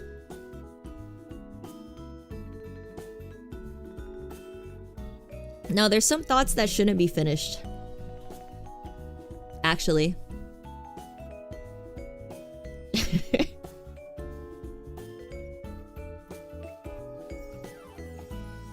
I'm starting to think you have a wife.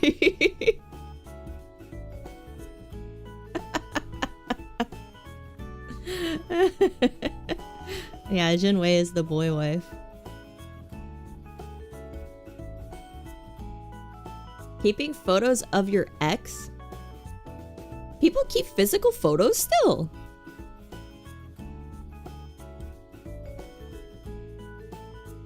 A Canadian trad wife? Why the fuck would I want a wife that I need to take care of? I don't have any money. She needs to be a Canadian girl boss wife.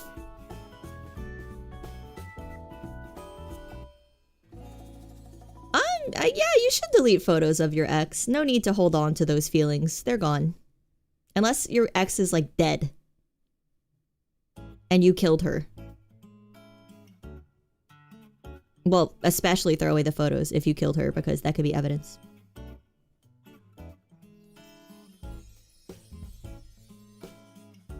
Canadian trad wife? You guys just wait. I'm gonna rebrand. I'm gonna rebrand as a say-so trad wife. A Canadian one.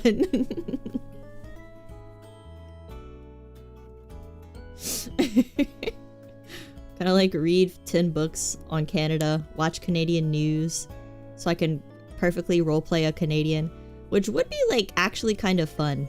The ultimate acting experience. To roleplay a Canadian.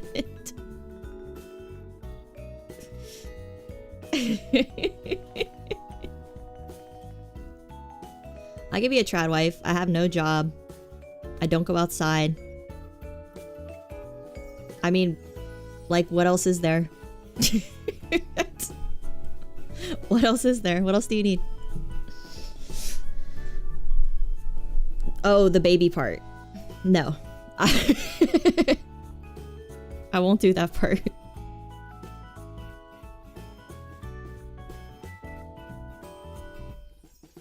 I'd rather take care of my children than work a job that makes me want to die. Why would I want to work a shitty 9 to 5 that makes me want to die over taking care of my own children, though? But you also can't not have a job, because what if your husband dies? Or what if your girl boss Canadian wife who provides for you dies? Then you're destitute. What are you gonna do? Hubby is Mormon? No, that's too many kids.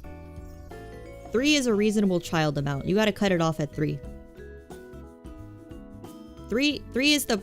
no. It's not a hot take. 3 is the perfect child amount. No more. No more children after 3. There's a fuckload of support programs for widows. Does it, like, help them get back into the workforce? Imagine going to the past and explaining to a Greek librarian that everyone now has a magic book with all the knowledge on the planet and we are still fucking stupid. Yeah. They would be like... Probably the average Greek citizen was fucking stupid too. And the librarian was an intellectual. So the librarian would probably be like, yep. The future people are stupid? That checks out. That checks out. Mormon child strat is to have so many that the first child raises the rest of them. That's kind of evil. You triggered Derek. He read it as Windows support.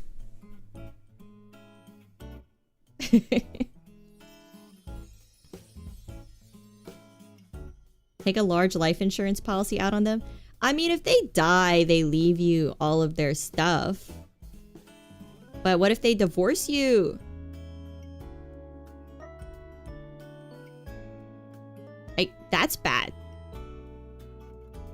That's bad. But what is a prenup? Prenup.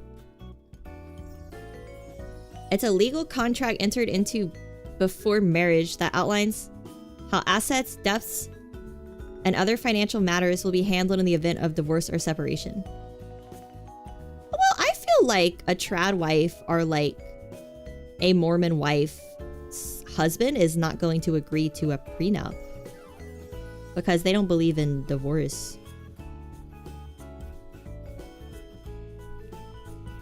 And I feel like those kind of women aren't the most opinionated. They're not gonna like argue with their husband or anything, but I don't know. I don't know any Mormon wives. Maybe they're really opinionated. I don't know. I'm sorry to the Mormon community, but not really. I don't care.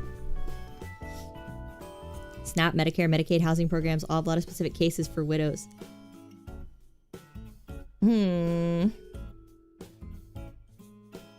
But what about a job? And I guess I'm not talking about death anymore. I'm more talking about like what if they leave you? Hello, Viguzin. Happy Thursday. How are you? I need to go across my room and see if there's a lone water bottle on my bed. I'm thirsty.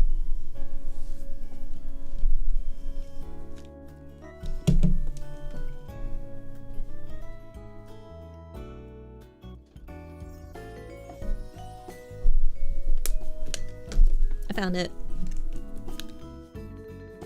You're good? That's good. Is that your only source of water? Well, there is a source downstairs, but I don't feel like going down. Losing your Steam account in the divorce? I get this. I get it. That's in the prenup. I need all my games.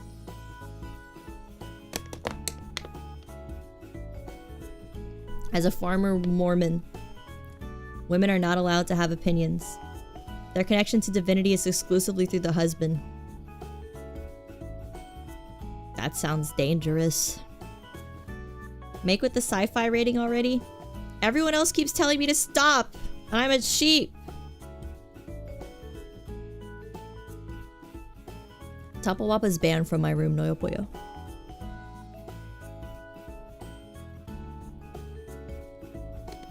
We're rating religion. We're rating religion marriages.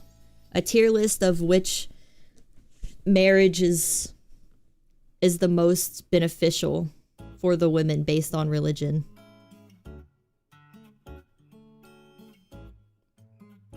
What's the most beneficial marriage for women based on religion? Mormons are sci-fi adjacent. Are they? Isn't that Scientologist? Religion tier list? That's not a good idea.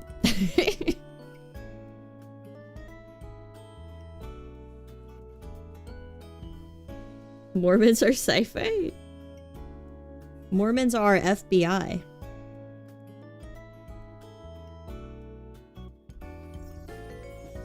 Mormons believe you get your own planet when you die. Only the men. Do you get, like, a planet that already exists? Do you get to create your own planet? Does anyone else live on it with you, or is it just you? Why would I want to be alone on a planet? Cambodian wedding. Women have the financial power. That's gotta be the most beneficial one, then. Crazy cults tier list. I just don't think YouTube would like us to talk about people drinking Kool-Aid to die. You get a planet given by God, and your wife lives on it. Oh.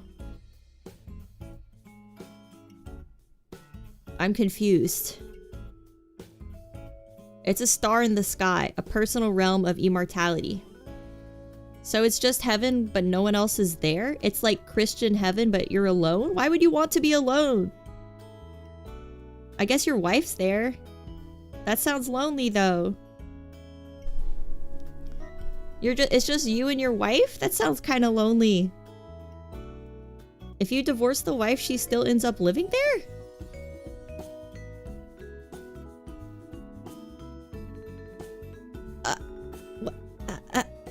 What if you divorce your wife and she marries another man?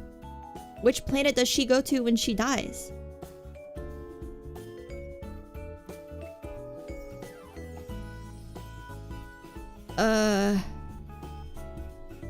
If you divorce, you don't get a planet.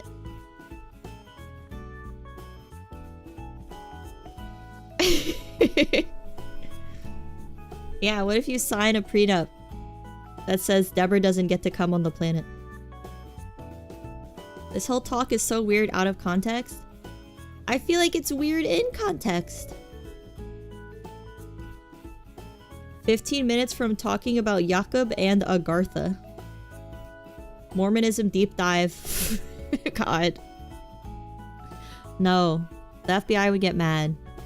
I feel like they have some sort of hearsay, some sort of say over what happens on YouTube. The Mormon Jesus cartoon?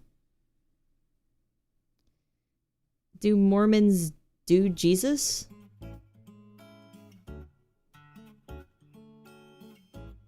The divorced wife goes to the first husband's planet. A Mormon wouldn't marry an ex-wife. There has to be exceptions. You're shocked Costanza never became Mormon? George would have definitely become Mormon for the right woman. George would have become Mormon for, like, the right woman. I had a friend tell me he'd become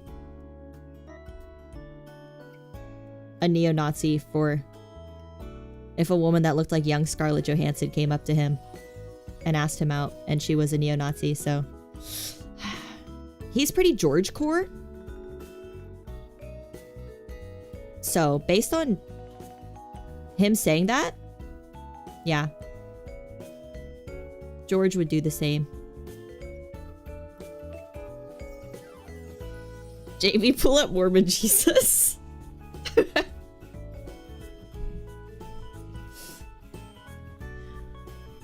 I think I'm confused about Mormonism.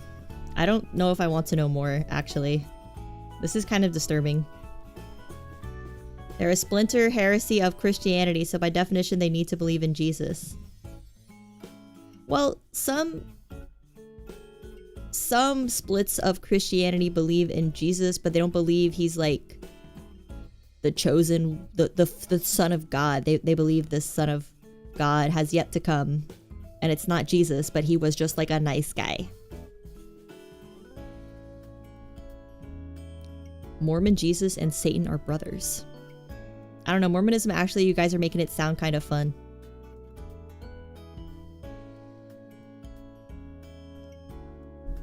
Joseph Smith was a bit racist. Aren't they all? Why else make a religion if not to push people out that you don't like? How do you guys know all this information? Does everyone know about Mormons except me? All I know is they don't drink or do drugs, so they're really good recruits for the FBI. And they love laws, so that also makes... They love authority, so that also makes them good FBI recruits. She's onto us? Hive mind? Are you guys all Mormon? South Park did a bunch of stuff on Mormons? Oh, so everyone's South Park fans. See, I never watched South Park much. I watch it with my mom sometimes. She likes South Park, but I didn't watch it much as a kid.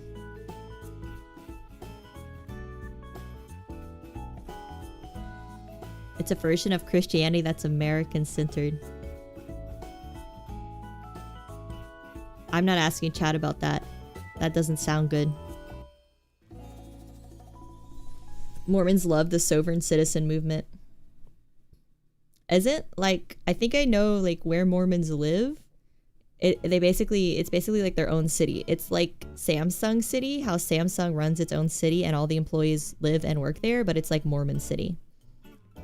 And they just bought like their own land, and they don't want to like obey United States laws. All right. Oh, it's Utah. Yeah. Utah.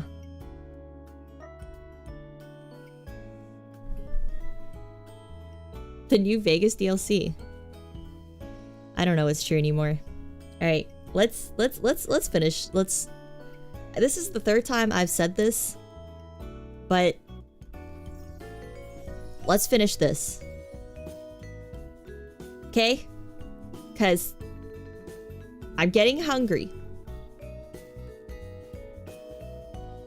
So, let's all use our brain power.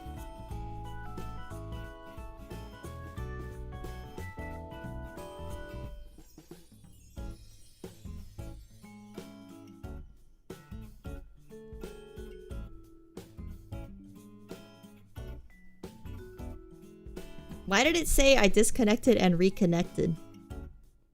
The Mormons are shutting me down. Are you guys there? Are you guys there? Stream froze. Getting shut down. I'm getting shut down again. Alright. FBI is not real, Mormons aren't real, there's no connection between the two, and there's especially no connection between anyone with the name Ted. Okay? Mothman, he is real though. We only like fake conspiracies here. We only like conspiracies planted by the CIA here. Mothman is real.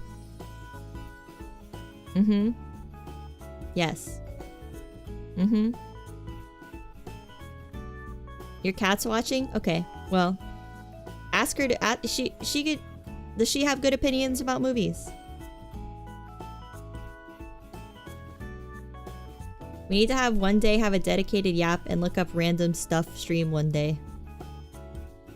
Yeah, then everyone would stop being like, false advertisement, I'll kill you, streamer. Shelly likes the Avatar movies. They're making a new one. Aren't you guys excited? Does Topper like movies? No.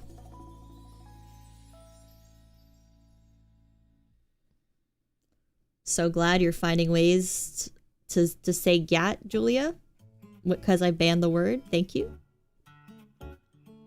That's basically the mystery stream. Yeah. Maybe these tier... I don't know. Themed yaps might be better. Tier lists are like... I'm just trying it out. I'm trying out a tier list stream, but... I'm trying it out. We're just trying out things. We'll try out whatever. Except reaction content. We won't do it! But we'll try out everything else. Aren't they making 8 Avatar movies? Yeah, we'll all be 70 years old by the time they make the 5th one. At least maybe our grandchildren will get to watch the 8th one. Aren't we all just reacting? I'm reacting to you guys, and you guys are reacting to me. But we won't react to videos. We're above that. We only react to other people's opinions here, not videos. We're too good for that. Alright, so... Can we agree the plot of Avatar isn't good? You know what? Is Avatar on here? I didn't even put Avatar on here. But yeah, the plot of Avatar fucking sucks. Avatar is like... for people who have never watched a fantasy movie in their life. They're like, wow, this is so unique. Wow. Wow.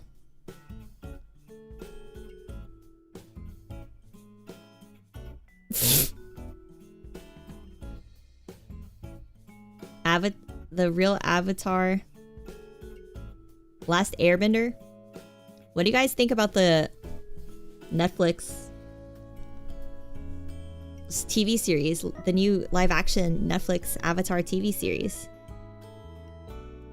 The movie with M. Night Shyamalan's pretty awful. Everyone can agree on that, I think.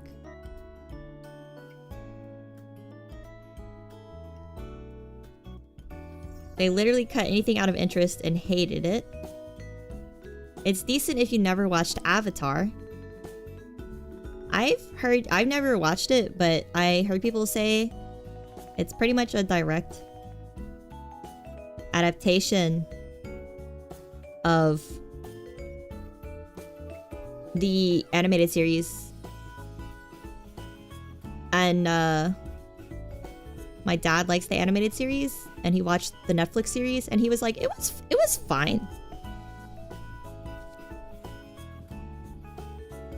The M. Night movie is shit. The M. Night movie is amazing in that he did like no research at all, clearly.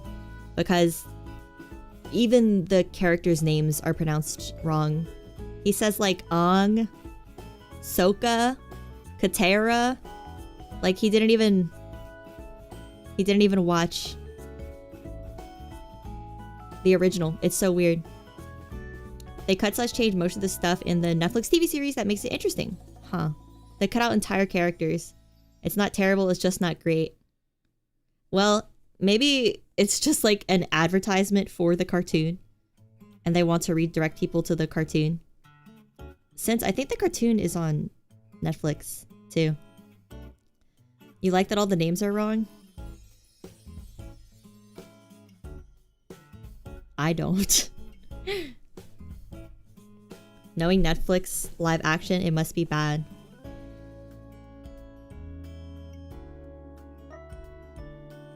I want to start a branch of streams where I tell the truth, where I name the streams, but I make no faces.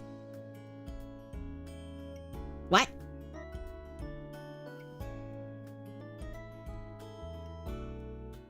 What? What element when I bend?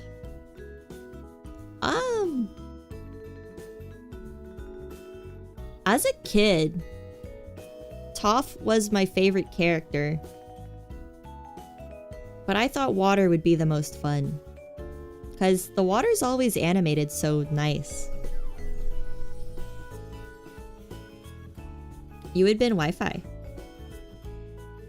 Wow. So you would like bend wave signals? You would bend electricity? I would bend the electricity out of people's brains to kill them. That's what I would do. Maybe they're pronounced differently in the Indian dub. That just occurred to me. You know? Maybe. I never thought of that. That would make sense.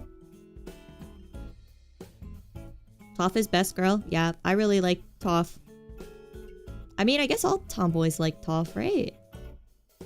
They literally made her for tomboys.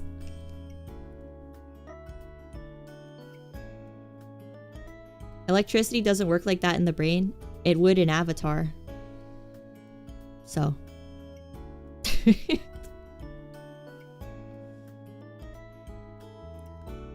Toph was gonna be a himbo in the original concept. Wow, that would have been a mistake. I'm glad they didn't do that.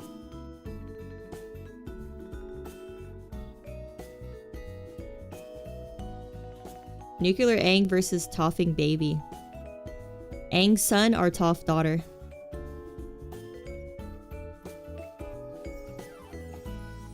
Good morning. Good morning, Chimo. Your name always gives me a katakana test. Have I seen Toph's original design? You can bend water out of... You can't bend water out of someone's body, but you can move around their blood because it's blood bending. So you could probably move around the electricity in someone's brain and like have the electrical signals sent to different parts of the brain. So maybe you could like give someone a seizure. I think it's possible. I think you gotta get me on Avatar 2 M. Night. Toph original design. Her original design makes me think Korra was always in the works.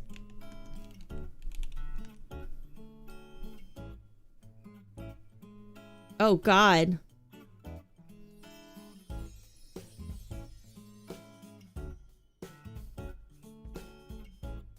Chat, is this real?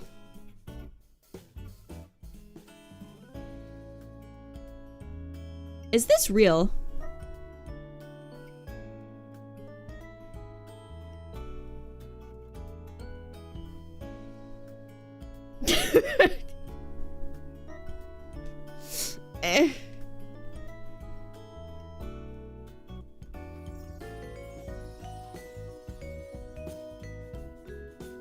This... What a bad idea this would have been. This character is neither appealing to women nor men. This is not appealing to boys or girls. What a bad idea. I'm glad this didn't happen.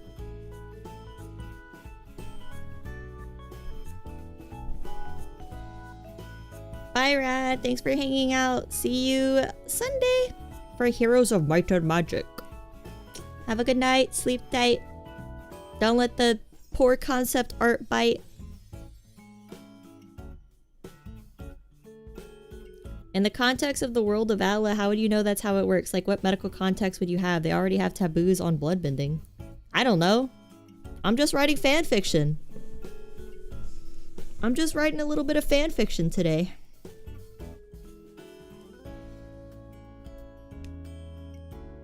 People would have still liked him. I mean, yeah, but he probably would have been like Sokka 2.0, just like Goofy Guy number 2. Goofy Guy number 2. He was gonna be the oldest too.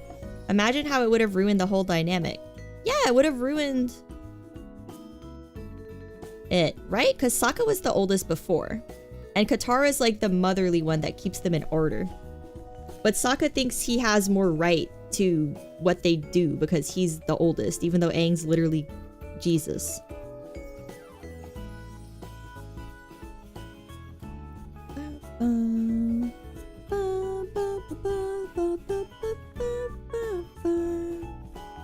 You're co-writing an Atla D&D setting. I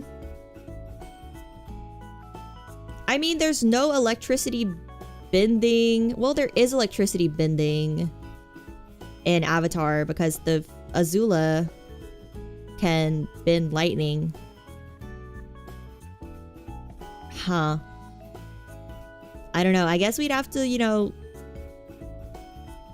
look up how electrical signals can be manipulated in the brain.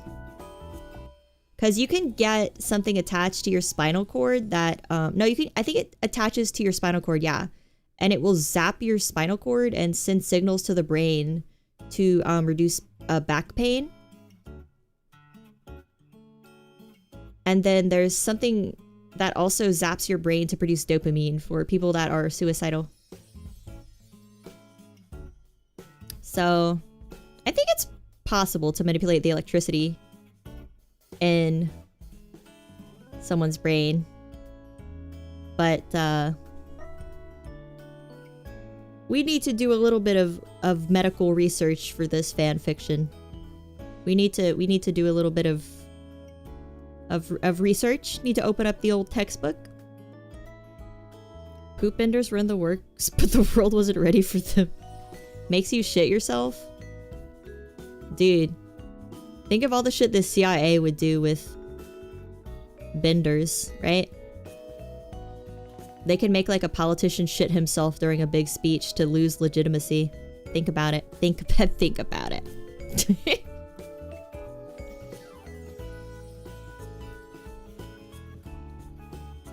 You never watched Korra? Korra's good.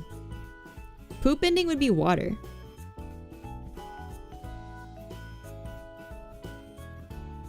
Crack bending? I guess that would be earth bending. Poop benders have to be earth/water.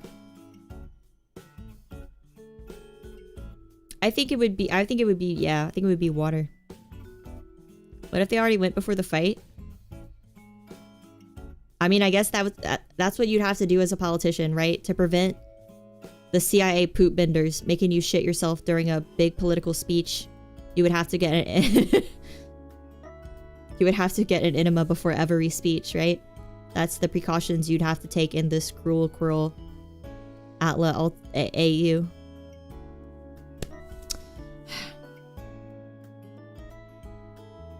Eye start filled with laxative serum. I mean, that might be real if they were trying to figure out the gay bomb. I mean, the gay boob. I didn't say that word. In Minecraft. You will try it again someday, but not for a while. Korra wasn't, you know, didn't hit me like Avatar did, but I liked it. But I can't say no to anything in the Atla universe. Joke's on you, I'm wearing a colostomy bag, Aang. Zuko's dad rips off his top. And he's jacked with a colostomy bag. during a big fight.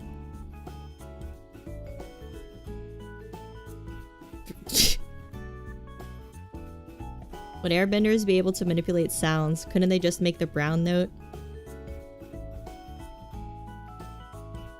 They could like...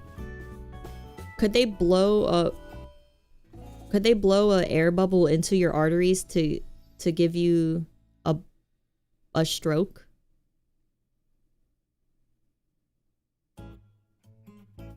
I feel like they could do that. If you're good enough. If you take a few anatomy classes.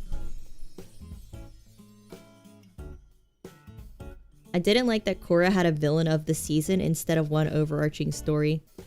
Yeah, I feel like every season what the show was trying to do would change. But I liked Korra as a person.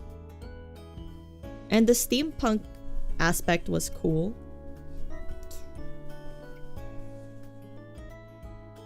You have to embarrass them and they lose. People in politics. Yeah, honestly. I get embarrassed like every fucking day when I even say anything to anyone. I couldn't make it in politics. Issue with airbenders is intent. You really can't be an airbender and have wicked intentions. Your chakra is out of whack. Well, what if you're an avatar?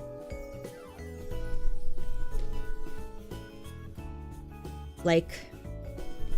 What if you're a firebender avatar? The firebenders are evil, but a firebending avatar would know air bending.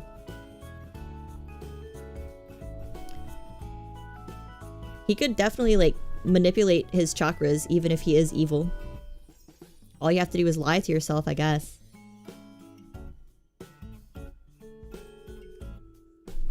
Korra, they did use airbender monk suffocating a target. See? That sounds pretty fucking evil. That's his chakras. His chakras seem a bit misaligned. His chakras seem like they were more locked into evil than good. Ow. Ow. My knees hurt. Bolin. Bro is a magnet for twins. Was Bolin the goofy one?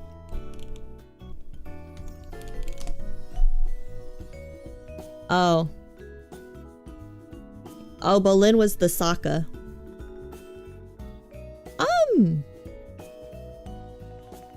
He's fine. I also don't think I have safe search moderate. It's good enough, probably. What if Bender from Futurama was a Bender? If we're going lore-wise, he can't be a Bender. He's a robot. Can you teach robots to be benders? Are there any robots bending in Avatar or Korra? Avatar, Last Airbender or Korra?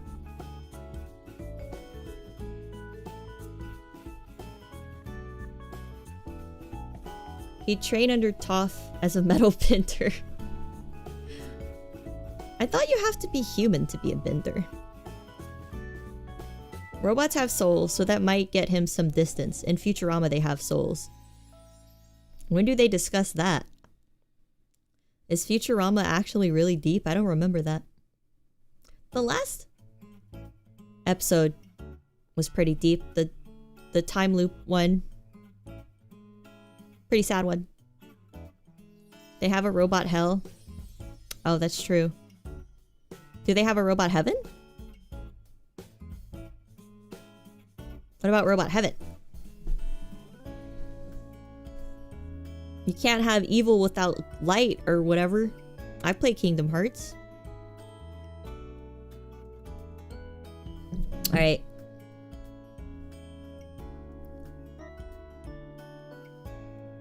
Although they get sent to robot hell while alive, so the souls is still out. Robot heaven is not being in robot hell. The people who made it did a surprising amount of research into scientific theories, actually.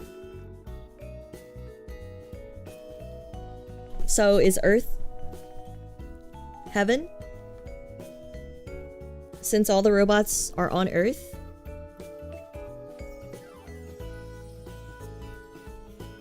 Bending is genetic unless you're the avatar or a funny giant turtle just gives it to you.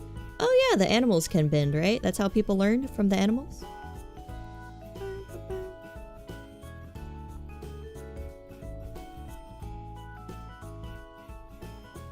So if you're like... if you're a Detroit Become Human robot that doesn't listen, you get sent to robot hell? You're not gonna say Futurama is an intellectual show, but it's got some cool real knowledge in there. Be careful what you say. I feel like we have some big Futurama fans here. Imagine you're adopted and just never know you can bend. Would it happen on accident? Can you accidentally bend? Or does someone have to teach you?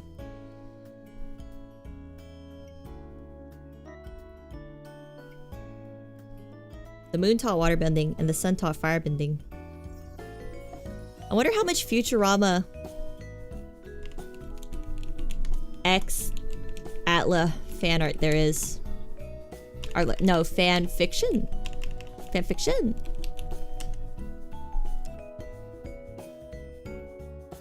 Wow. This did not understand what I wanted. I don't even know how to look for fan fiction.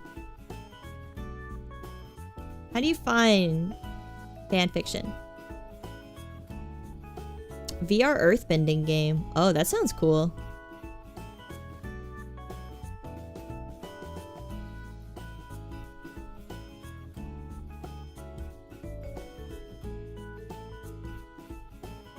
You turned safe search off?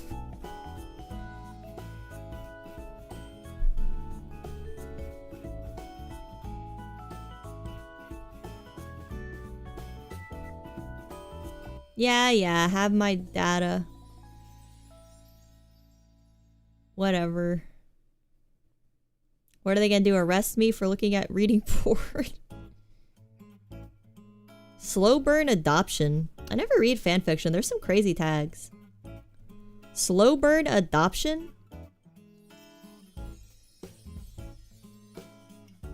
Soulmate identifying marks?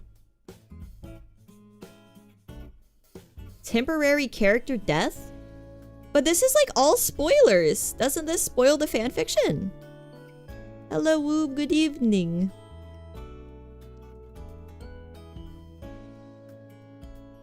Bend preg? There's no way that says that somewhere here. So how do you search for stuff? I want Futurama. Oops. I want Futurama. Certainly someone has written about Bender being in the Atla universe. You guess it's for banning that tag if you don't want to see it? I guess so. Or searching for it. Futurama and Avatar. The Last Airbender. Okay. Certainly... this has to exist.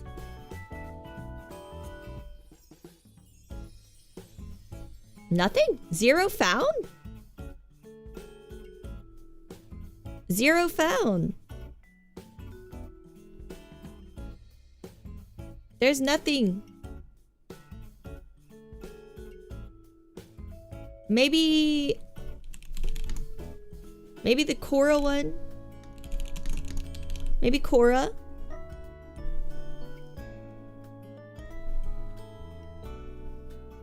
There's none! Found some fan art?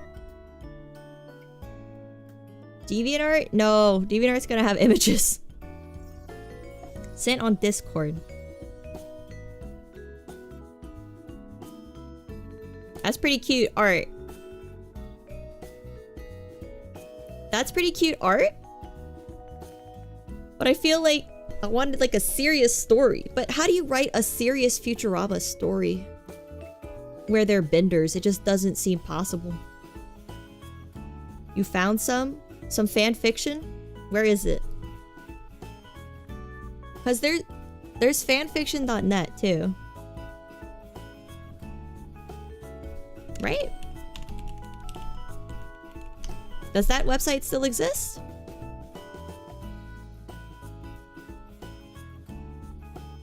Oh, does fanfiction.net not exist anymore? Because it was just loading forever. Time to make it.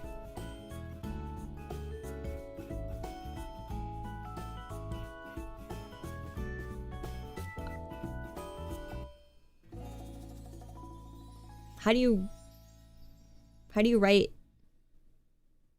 on this website?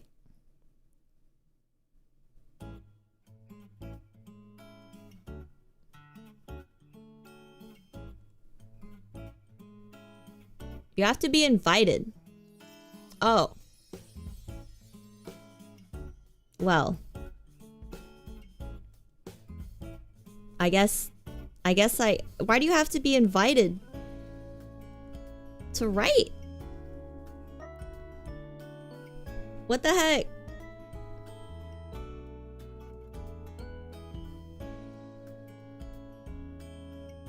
I'll give them streamer cred if they let you in. I don't think they need streamer cred. They have 9 million users. I think people know about this website. I bet it's just full of AI otherwise. Oh, yeah. You're gonna go play Silent Hill? You just got an emulator working. That sounds fun. Which one are you playing? They're invite only to block advertisement bots. Oh. Well, I don't think my fanfiction would even be serious, so I wouldn't put it on this website anyway. You're playing the first? It's actually a lot of fun. The first is fun. I played it in like one sitting as a kid. I guess as a teenager. Yeah. The first is really fun. Surprisingly, it holds up. I need a fanfic passport. Do they allow like comedy works, like more silly than serious stuff? I feel like they might think you're making fun of them, but like I'm just having fun with it. And then it's like the gateway drug. I'll have fun at first, and then a month later I'll be unironically reading Omegaverse stuff. Patapon, that sounds fun. I had it on the PSP as a kid. I'd like to replay it. Can you tell me where the friggin' key is? The one from the school's roof? Can't tell you that. It's been 10 years. Longer than 10 years since I've played it.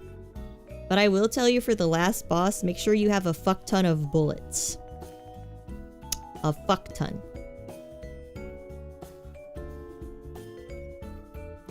You bet most stuff is silly.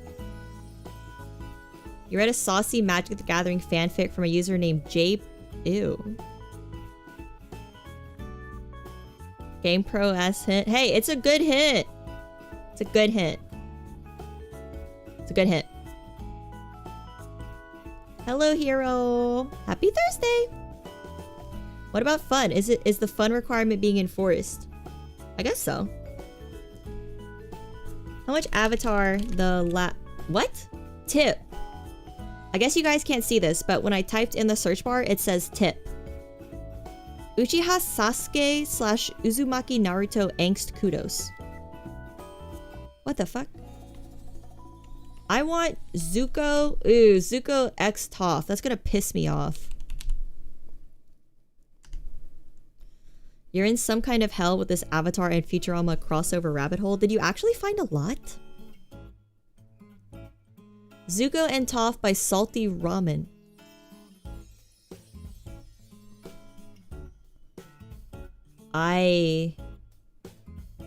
You guys can't see all of these tags.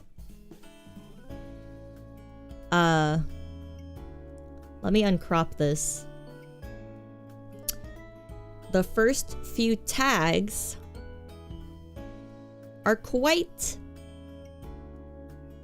heinous.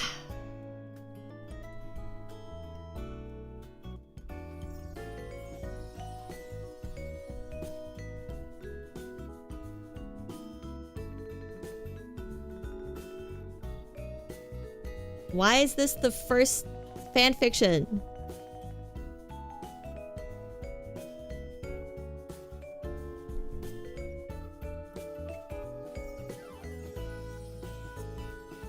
It's the Omega verse.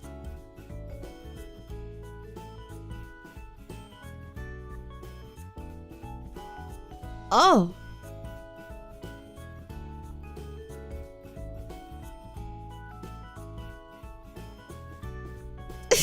I don't want to read it. I don't want to read it. I don't want to read it. Okay.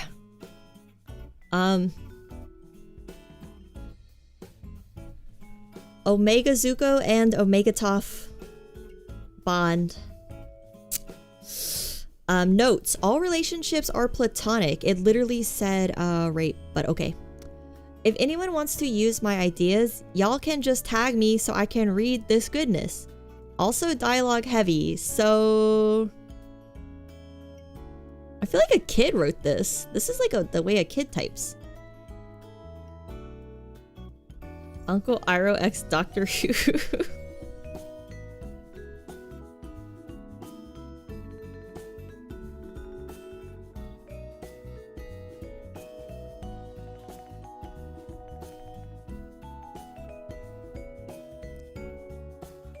I'll read until I'll read it until it's too gross to read. I'll read it until it's too gross to read, until it has something that YouTube would not like, okay?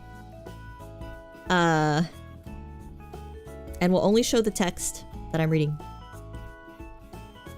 It has 104 bookmarks, 18 comments, 920 kudos. I guess that's like a thumbs up. And 10,000 hits. Okay. The cheerful music is not very fitting. That's fine. It's fine. Scary Shaper.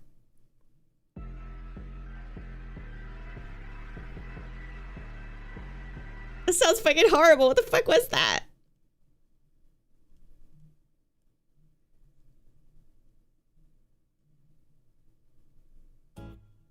We'll just listen to the happy music. It's fine. Alright. We're reading this until we can't. This story has... Yeah, it does. Yeah, maybe we shouldn't read this because it's like bad immediately. Okay, let's read something else. But like these are all underage kids, so like... It's always gonna be bad.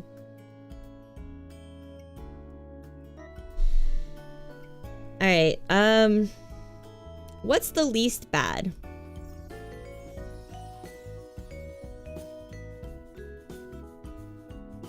Misadventures of Zuko and Toph. That sounds nice. Bisexual Suki. It's a crazy tag.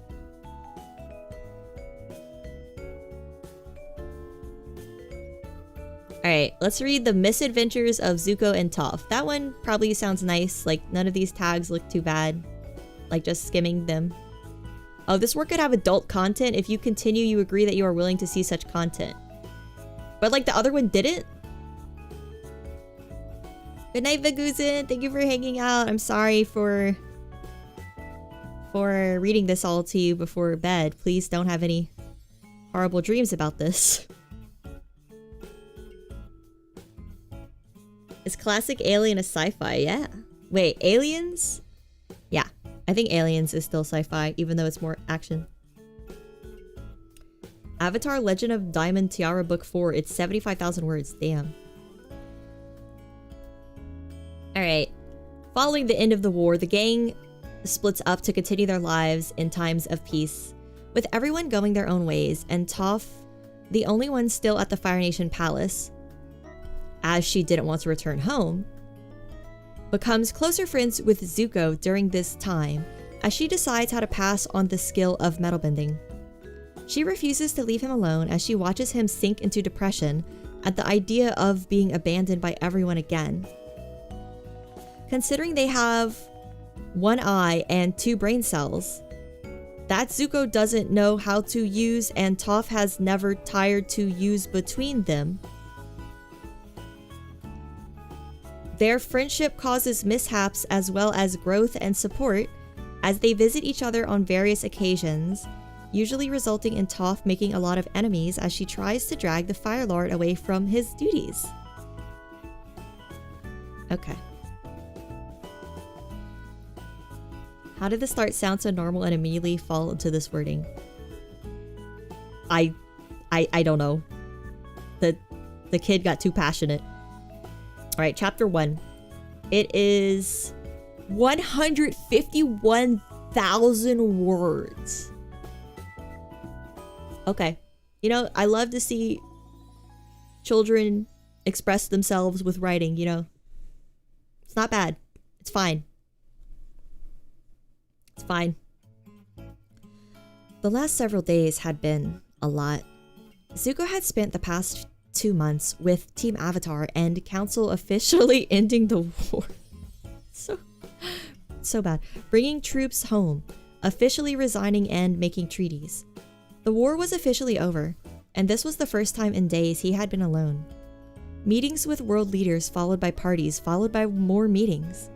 It had drained Zuko's very limited capacity for social interactions.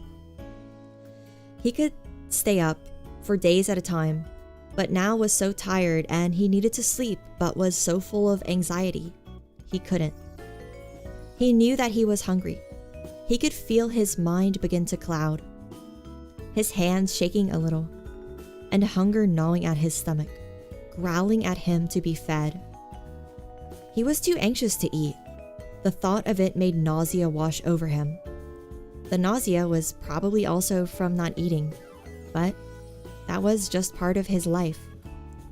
Nausea because of not eating and not eating because of nausea. Zuko had been sitting up on his bed, knees pulled to his chest, face buried in them, too exhausted to cry no matter how bad he wanted to. All of his friends except Toph had left. They had very good reason to, but they had. Aang and Katara were traveling to restore balance, something the world sorely needed. Suki had gone back to the Earth Kingdom to lead the Kyoshi warriors again. Ty Lee and Mai had gone with her. Wait. Isn't Mai his fucking girlfriend? She left him?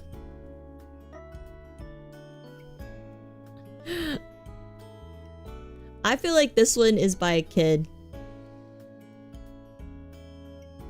I feel like we shouldn't roast this child too much. This writing is crazy.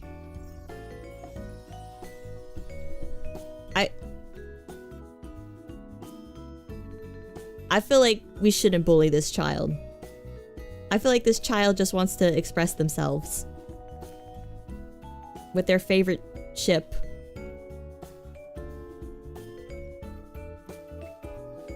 When was this written? It was written in 2020. Bisexual Suki, partially deaf Zuko. Panic attacks, depressed Zuko. Zuko needs therapy. What? Zuko needs therapy is an actual tag. I like when the writer forgets and puts their own name in place of the self-insert accidentally. I mean, presumably they write it about themselves and then Control F. Control F to replace their name with the character's name. I think Avatar is just not a good thing to read because they're all underage, so like this is gonna be every single tag. I don't know about this one. I don't know about this one.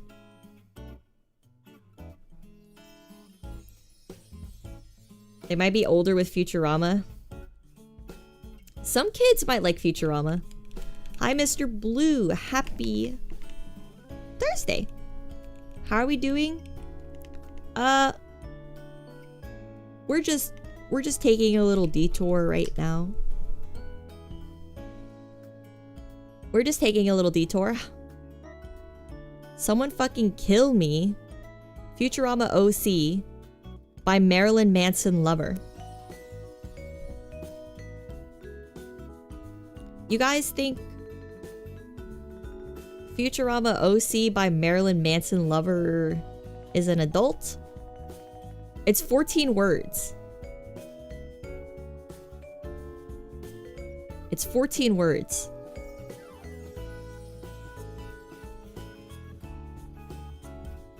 Oh, they just drew their OC. Oh, it's a drawing. Oh, okay. I didn't know you could upload drawings here. So it's just their Futurama OC. I see. Yeah, it's actually pretty cute.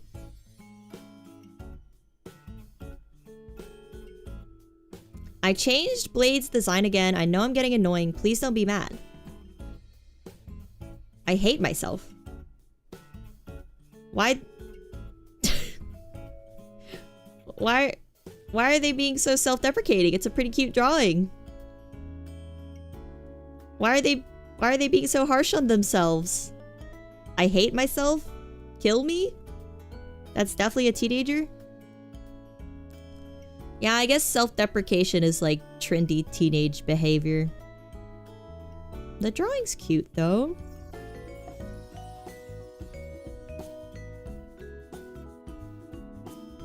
Futurama art. Okay, so people can just like upload their art.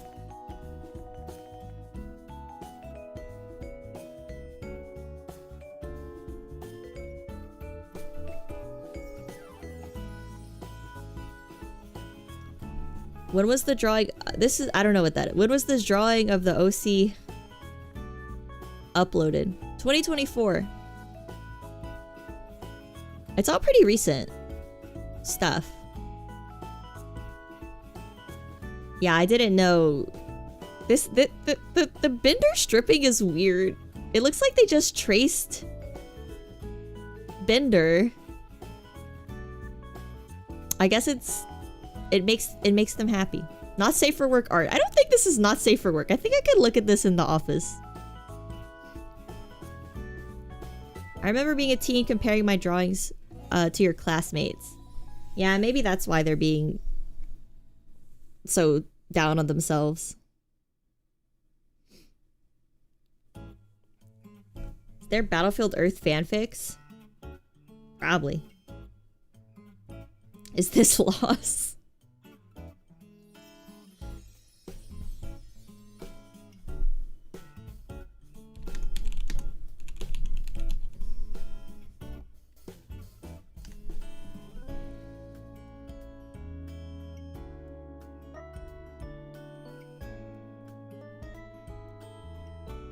Harry Potter and the Half-Blood Prince, the L. Ron Hubbard edition. Crack. Why is it tagged crack?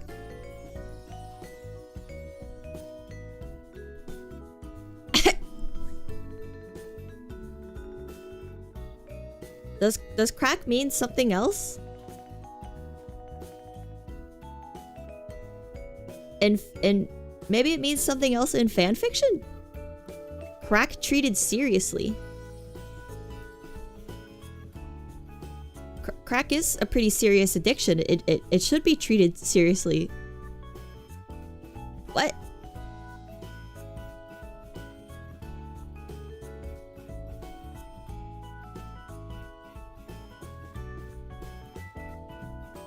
I think it means what you think. Harry Potter and the Half-Blood Prince, the L. Ron Hubbard edition. If you can, gentle readers, imagine back to the release of Half-Blood Prince, where half of the fandom exploded in amazing rage that a character who had all of maybe 5 lines in the previous book acted out of character. Reed sunk my ship. And the other half spent their time lolling at Ron Lavender. This is published in 2014. This is an old one. Who is Tonks? I've never read Harry Potter, so this isn't gonna make sense to me. Written in 2007 to better explain why Tonks acted so weirdly. Who the fuck is Nymphadora Tonks? I don't know! She was the quirked up white girl?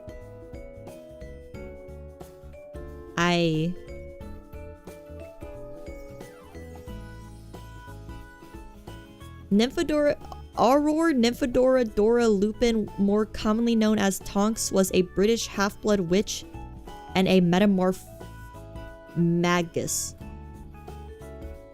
She was the only child of Ted and Andromeda Tonks. I've never heard of this character.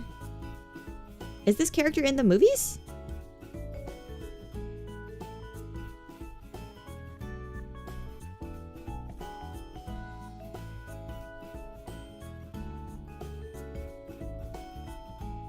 Oh, this girl. Oh, wow. She's more so in the books than the movies. Wow, what a really 2000s Hot Topic look. This is like the craziest look ever. What the fuck?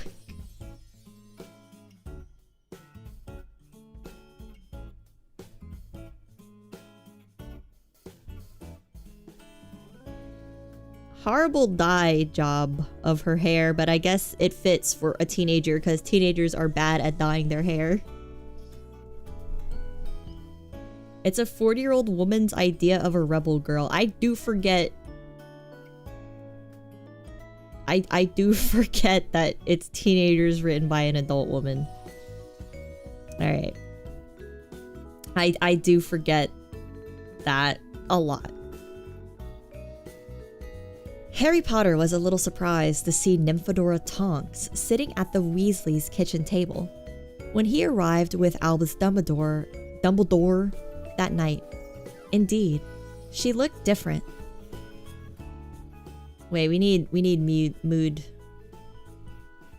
We need mood music. This cannot do. Search tags. We need, oh, it's still in Japanese. This is too much, like...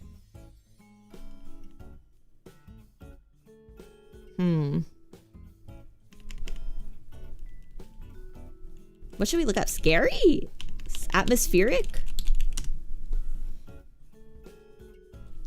Spooky? I think we looked up spooky. Eerie.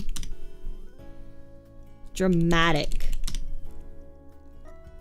Dramatic sky.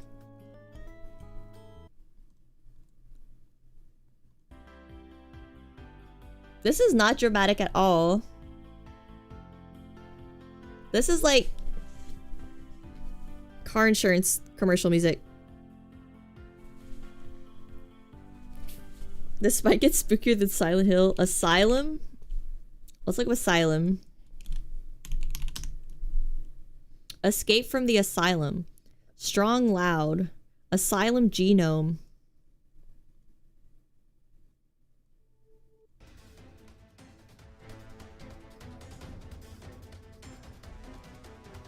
This music is not what I wanted. What about piano? Why is it so hard to find music? Sweet night piano, quiet sea noise, dive to ocean. Oh, there's more pages down here. Luminous time?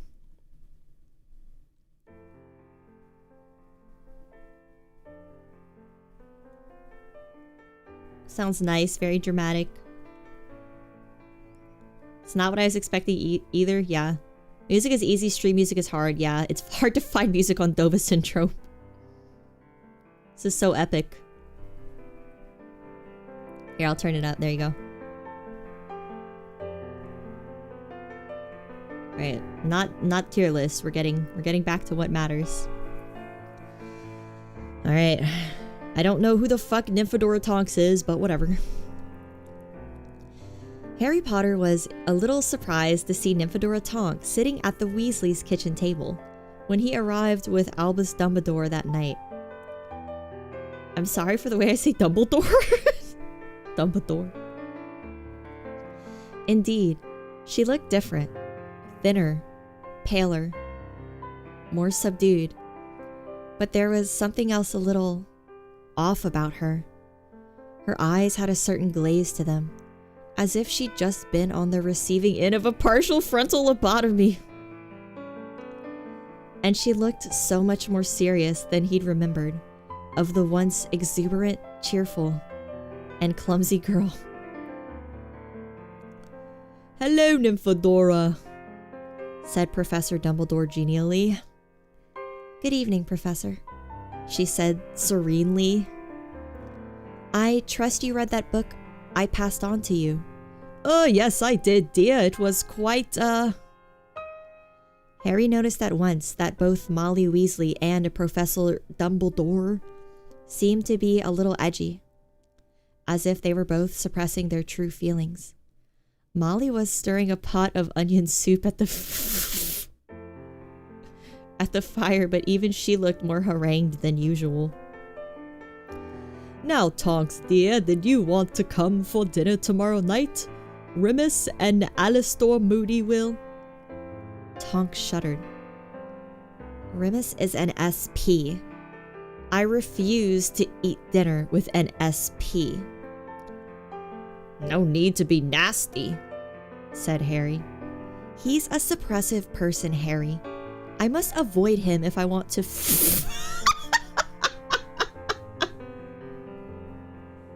I can't. I can't.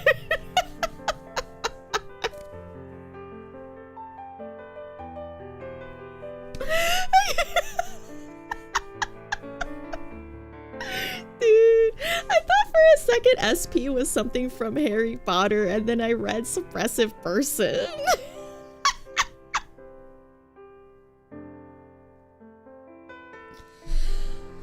I was holding it in so well. Yeah. But we must persevere. Alright. He's not clear, Harry. Do you know how much money I paid to become clear? Do you know how much college I could have gone to and how many degrees I could have had with all the money I gave to Elrond to become clear? That could literally be dialogue in this. Okay. Alright. He's a suppressive person, Harry. I must avoid him if I want to free my true mental potential. Right. Harry wondered if his suspicion about a Muggle doctor having performed a lobotomy on Tonks was more apt than most of his premonitions. Thanks for letting me stay here, Mrs. Weasley. You know we've been looking forward to having you, Harry. Well, I'd best be off, said Tonks. Now, Molly, you will remember what I told you about vitamins and exercise, right? You won't need calming potions. They ruin your brainwaves. Oh, of course, said Mrs. Weasley, in a tone that Harry could immediately tell was laced with insincerity. Well, bye, said Tonks, who wandered dreamily out of the house. Henry stared after her. It was as if Tonks was being replaced by a pod person, or a very convincing Inferius. I had best be off too, said Professor Dumbledore, straightening his robes. "I trust that if you have any further problems, Molly, you will let me know." Dumbledore leaned in close to Mrs. Weasley and whispered, "Did she make you read that rubbish as well?" "She even tried to audit me," said Mrs. Weasley. "This has got to stop," said Dumbledore sadly. "Well, good night, Molly. Harry." "Wow," said Harry, sitting at the kitchen table as Dumbledore closed the front door behind him. "Tonks is really different." "I don't want to talk about it," said Molly, furiously adding a handful of thyme to her onion soup. What is up with the fucking onion soup? Why do they keep mentioning the onion soup? What's in the onion soup? You're an SP. Why? What is up with the onion soup? But why are we keep bringing up the onions? Why do they keep bringing up the onions? What does it mean? I don't understand. It's so mysterious. That's the most mysterious part. Onions have layers. Just like Tonks. It's actually really deep. It's actually really deep. I'm sorry for insulting this art. They wanted to set the scene and now they can't drop it.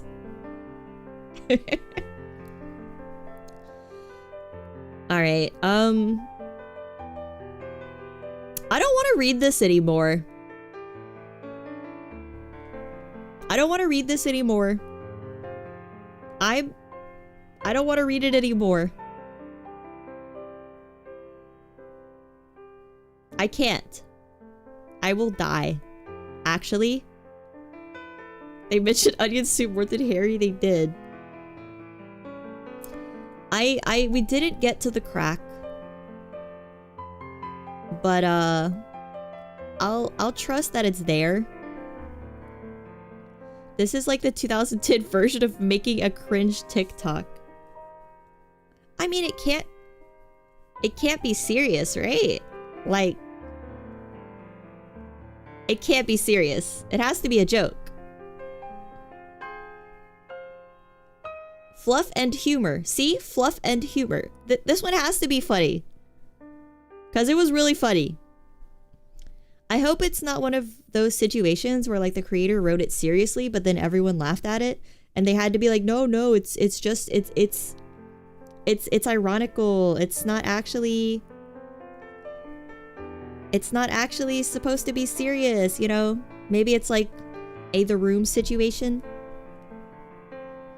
What are the comments? There's only one comment. Laughed hard at this one. Oh, this is by The Great Shinigami from May 2015. Laughed hard at this one. Fuck the Cylons.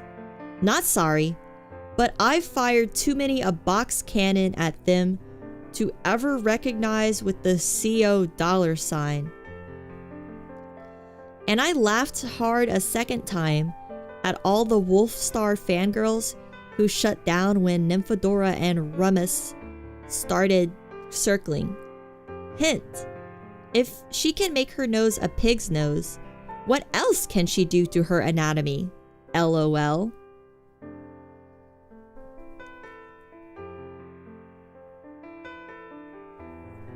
What did the Great Shinigami mean by this? What? Spoilers? I didn't understand any of it.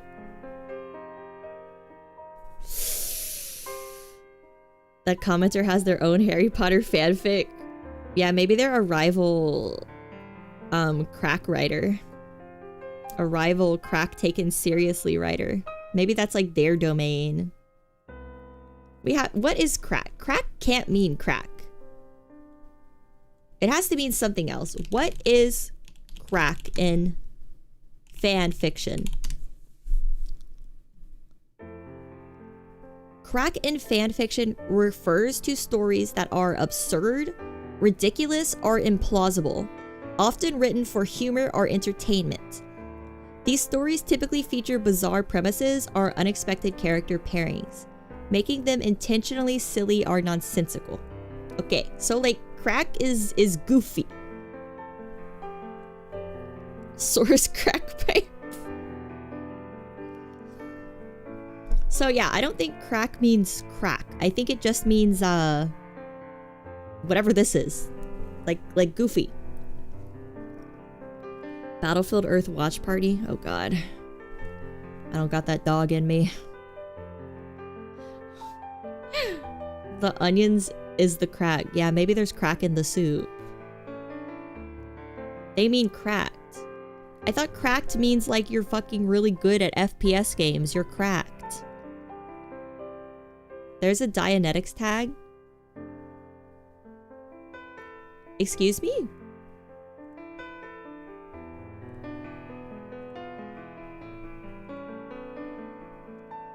Oh my god.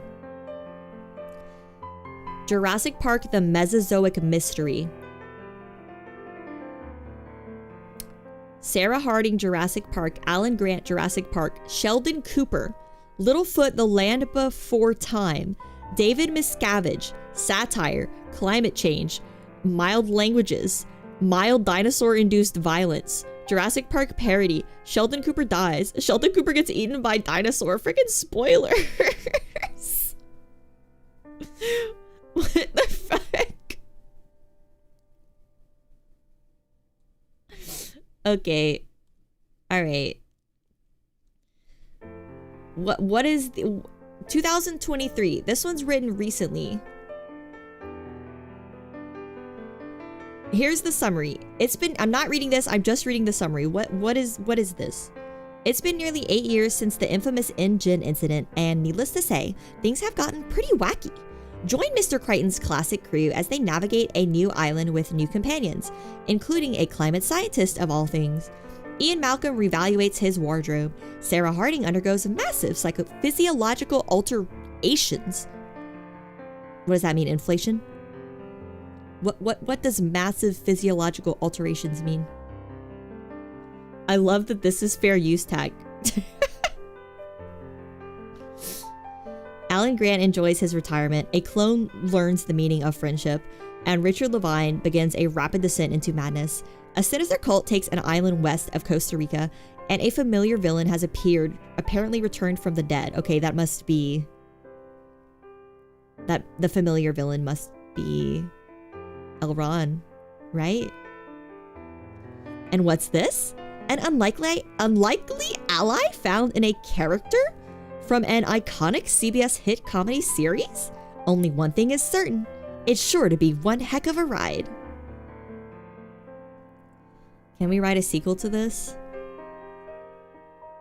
This is just like... obviously a joke. But... you know... it's a 17,000 word joke. It's a committed joke. There's what in Japanese? No. Alright, I'm gonna be totally honest. I am really hungry. My stomach is rumbling like Zuko's from that other fanfiction.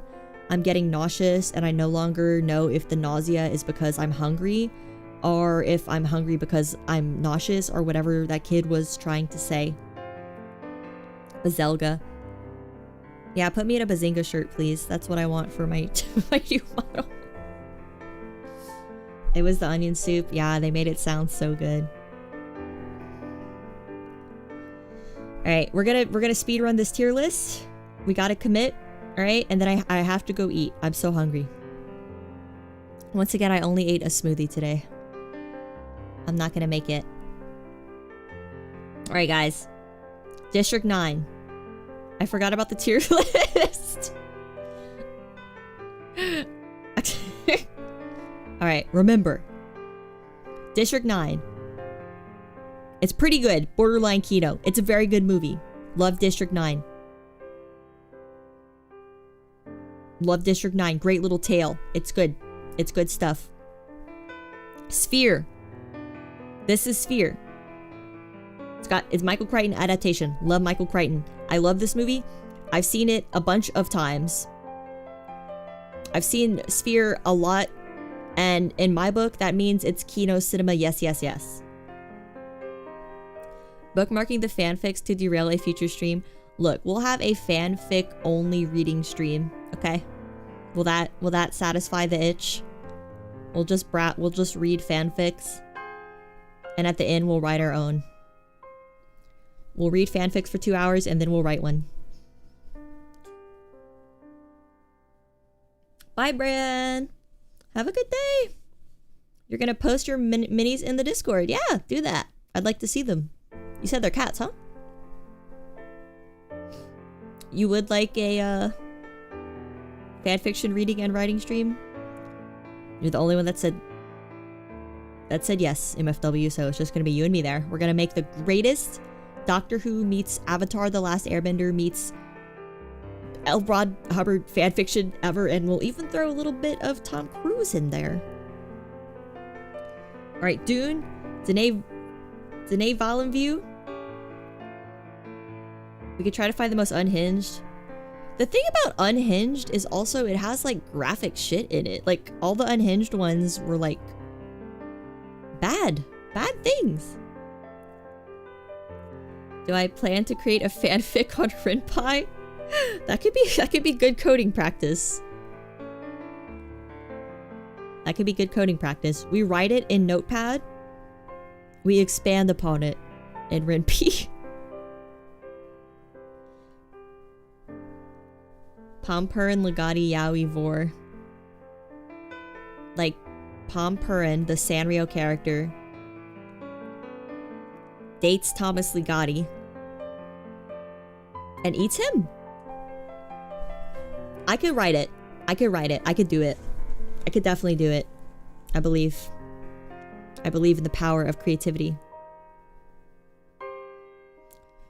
Eat onion soup or call Harry an SP. I will exclusively make horrible things with my Python knowledge. Alright, Denis Villeneuve's Dune. It's objectively a good movie. When I went watch it in theaters, I saw multiple people pretend to sandwalk on the parking lot out of the theater. So I'm gonna say based on that alone, it's pretty good borderline Kino. It really evoked a lot of emotions in people. It was a good movie. Zendaya was good. Timothée Chalamet was good. Oscar Isaac was good. Aquaman was fine. It's a good movie. It's pretty good, borderline Kino. But I wouldn't watch it again. So like it's not gonna go in Kino cinema. Yes, yes, yes. You didn't watch Dune, you only read them. You're crazy. You're the only person ever who's read but not watched. Well, I guess if you've read Dune like a long time ago, then you probably haven't watched the Denis Villeneuve one. But I recommend the new one and the David Lynch one. It's not even picking up my cursor this whole time, and no one said anything. Should kill you guys. There should be a murder. The later books go insane. Yeah, that's what I've heard. But I read the first one. I don't know if I should reread it or go straight to the second one. I thought you hit it on purpose. No. No, I didn't. It's just not showing. Even though I told it to show, but it's being an asshole, so I don't know. I haven't had water this whole time. I'm gonna die. You was afraid they will butcher it? I read the first book and then I watched both movies and they both have their merits. I liked them. The first book is a classic hero's journey, then he gets into the real politics. See, I don't give a shit about politics, but I like all the psychedelic stuff with the worms that I heard happens later. PKD core. It sounds PKD core.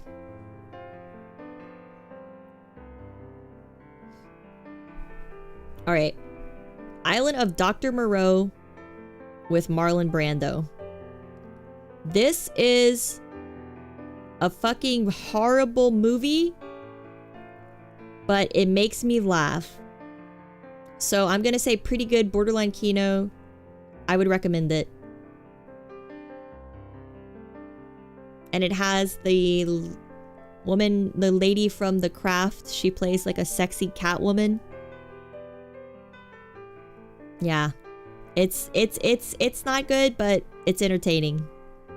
Watch The Island of Dr. Moreau with Marlon Brando. Alright, Westworld. I have not seen... Has anyone seen Westworld lately? I have not seen Westworld in like a long ass fucking time. Probably since I was a teenager. But I remember liking it. But I can't put it at the same tier as The Island of Dr. Moreau. So I'm gonna lower The Island of Dr. Moreau to it's a movie you can watch it. You've seen Westworld recently. Does it hold up? Because I watched it as a teenager and I was like, oh, it's good. Fifth Element is amazing. What? Yes, but unfortunately for the Fifth Element, it puts me to sleep. And that doesn't mean it's a bad movie. It means it just personally puts me to sleep. But that doesn't mean it's bad.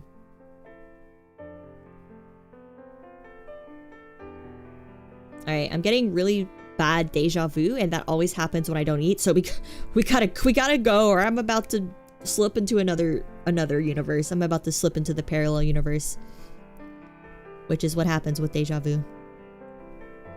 Hackers is good. Oh yeah, Hackers is Kino Cinema yes yes yes for me. I love Hackers. It's one of my favorite goofy movies that I rewatch all the time. So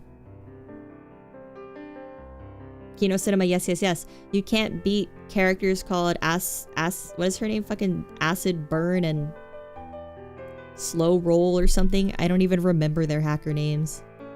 It has Angelina Jolie. It has Shaggy from Scooby-Doo. It's good. It's a movie of its time. I like it. We can do a part 2 later. No. We're committed. We're finishing this. Where's the charcuterie board? It's downstairs.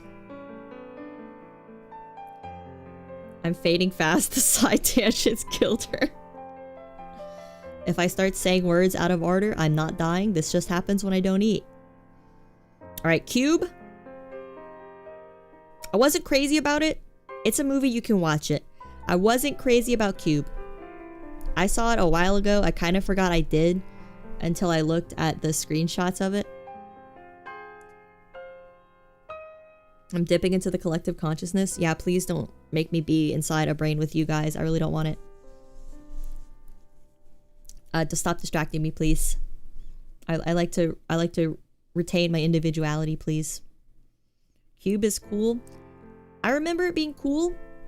I remember it looking cool.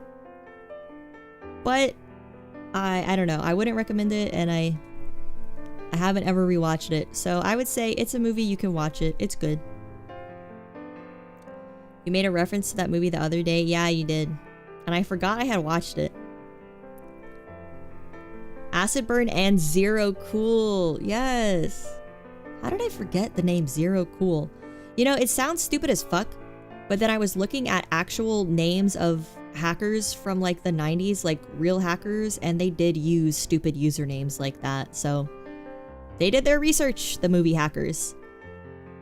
Of course, they made Angelina Jolie a hacker, which is highly inaccurate to the physical appearance of all hackers I've ever seen, but it's fine. It's a movie. It's fantasy. Alright, High Life. This is a deep cut.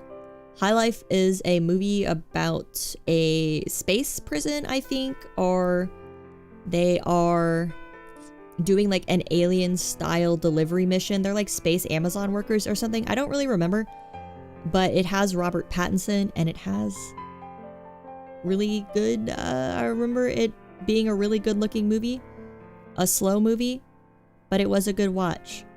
So I would recommend this as pretty good borderline Kino, judging on the fact that I would recommend it to people to watch. It was pretty good, but I probably wouldn't rewatch it.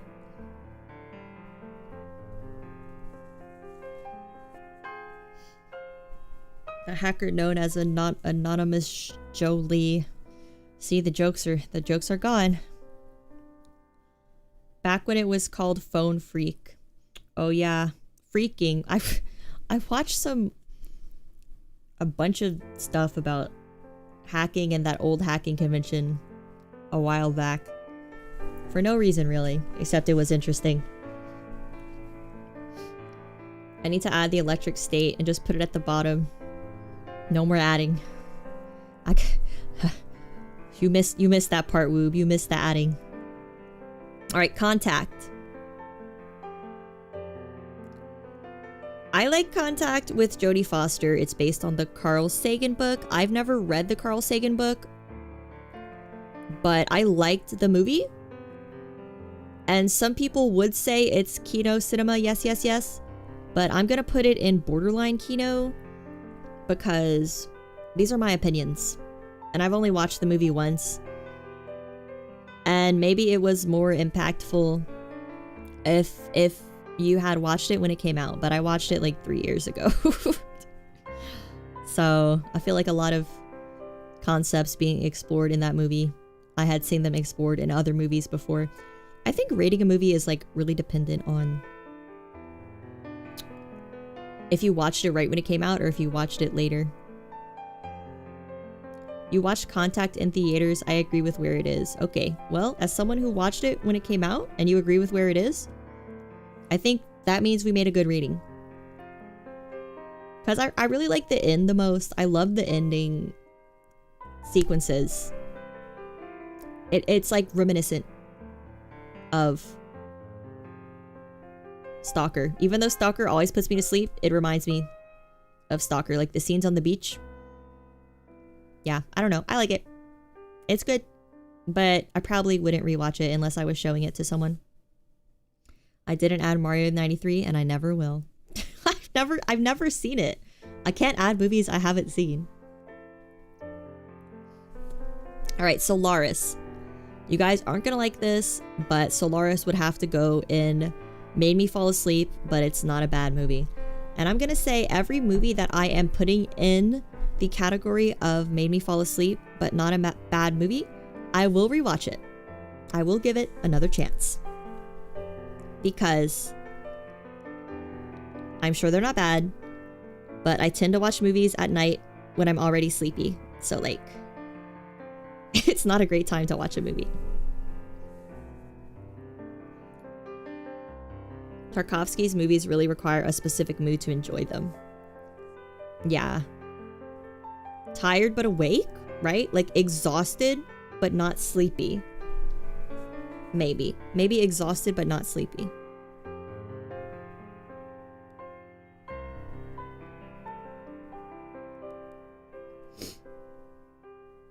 What other movies? I don't know. I'll try. You know what? I actually might watch Stalker again tonight. Might try to watch it again tonight since I just finished Roadside Picnic. Alright. We're gonna go with... What is this? This is Aliens. These are cut off, but... I know for next time... Maybe it's just use a pre-made tier list, because every image I'm using is cut off, because I just, like, copied all these images from frickin', Letterboxd. Aliens would be the best alien movie if the first movie didn't exist. Yeah. And it's not very sci-fi, it's more action. But I remember liking it. It's a cool story. It's got Ridley Scott again. She saves a little girl, you know, it's good stuff. And it's better than like freaking Alien Romulus, which I did put in here. And you know, let's rate Alien Romulus right now. Alien Romulus started off really good and it got really stupid. I really like the android in Alien Romulus, and that's about it. It has a bunch of like unnecessary callbacks to the first movie. It's just like stupid nostalgia bait. That almost had a good story, but it went full nostalgia bait and it kind of ruined it. So I'm gonna put Alien Romulus under it's a movie, you can watch it. Snowpiercer is also good. Yes, Snowpiercer is Kino Cinema, yes, yes, yes. I watched Snowpiercer a few times. I really like it. It's a fun movie, it's a good looking movie. It's got a good story, it's got a good mystery, it's compelling. Both Alien movies are S tier. It's an opinion woob. And I like Alien 1 much more than the sequel. So this is still A tier. Aliens is still A tier, so that's not bad. Tried watching the Alien series last month, couldn't bear it. Yeah, Resurrection is really funny. If you skipped Resurrection, watch Resurrection. It's fucking stupid and funny. And I like Prometheus. And that's probably it. Alien, Aliens, Prometheus, and Resurrection. Bug-based protein blocks? Yes. Snowpiercer is in Kino Cinema, yes, yes, yes. Solely based on the fact that I would eat the bug-based protein blocks. I would eat the bug-based protein box. No problem. You like the Alien vs. Predator? Yeah, I like that movie too. Is it cinema? I don't know. It's fun though. You like Alien and Aliens. Two different genres. Alien is more of a horror movie and Aliens is straight up an action film. Yeah, they're very different. Some would even argue they're neither are sci-fi, but fuck them. Bug block cooking stream. I mean, I could grind silkworms up, which you can get at the Asian market, and put them in like a little gelatin block. I would love it. I just like the idea of bug protein blocks because I have trouble eating sometimes, and I just eat smoothies, which are basically bug protein blocks, because it's a bunch of nutrients that are easy to consume. You would watch that? I cannot possibly bring my whole computer downstairs and set it up in the kitchen. It's not a possibility. Maybe if no one was home. The cats are gonna fuck with it. My dad's gonna fuck with it. It's not possible. MRE stream's the only thing that's possible because it only requires hot water, which I could just bring to my room. Laptop? I don't have like anything set up on my laptop, but it would be possible one day. Maybe. Maybe. A giant space complex that only costs $1 million is Aliens. That is straight up fiction. A giant space complex only costs $1 million in Aliens. Oh, yeah. They didn't really take into account future money inflation. MREs don't even need hot water. It heats the water. Oh, wow. All I hear is excuses. You don't want the bug block. Don't manipulate me. One day, okay? One day we'll make the Snowpiercer bug block.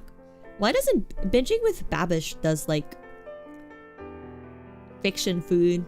Has he made the bug block, or is that not, like, aesthetic enough for him? Is it not cute enough? Most MREs have a chemical pack that will make the water boil. You just need the water. Oh, well, yeah. I will just eat the MREs in my room, then. Does it smell like anything?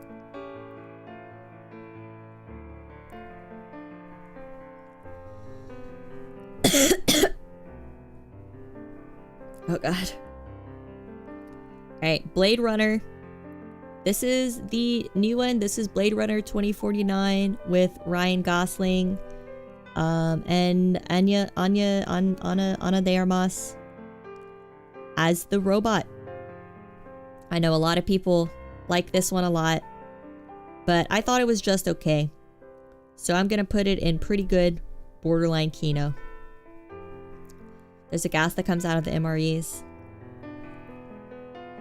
I'm sure if we YouTube roach protein powder, It'll come up. Dune 84 and anything but garbage is an insult to David Lynch. Hey, David Lynch doesn't like it, but I like it. And Death of the Artist or whatever, I like it, so he can't say shit.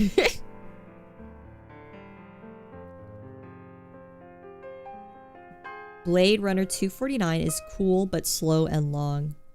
Yeah, I mean, that's how the first movie is, too. So, Denis Villeneuve didn't miss. He didn't stray away from, like, the tone of the original, but I like the original Blade Runner more.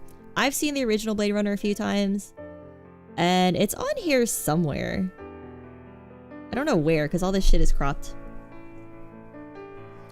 It might not be on here at all, but I give the original Blade Runner Kino Cinema yes, yes, yes.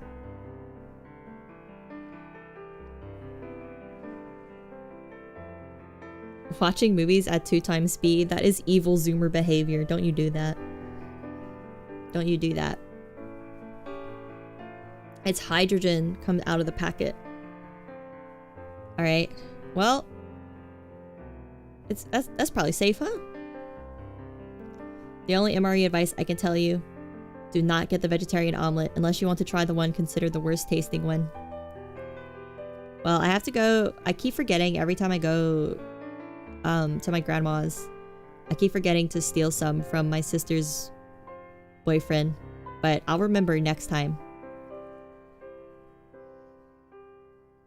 You found a roach block, but they just used protein powder and gelatin. Doesn't seem legit. It would be pretty easy to just buy silkworms and put them in a blender, though.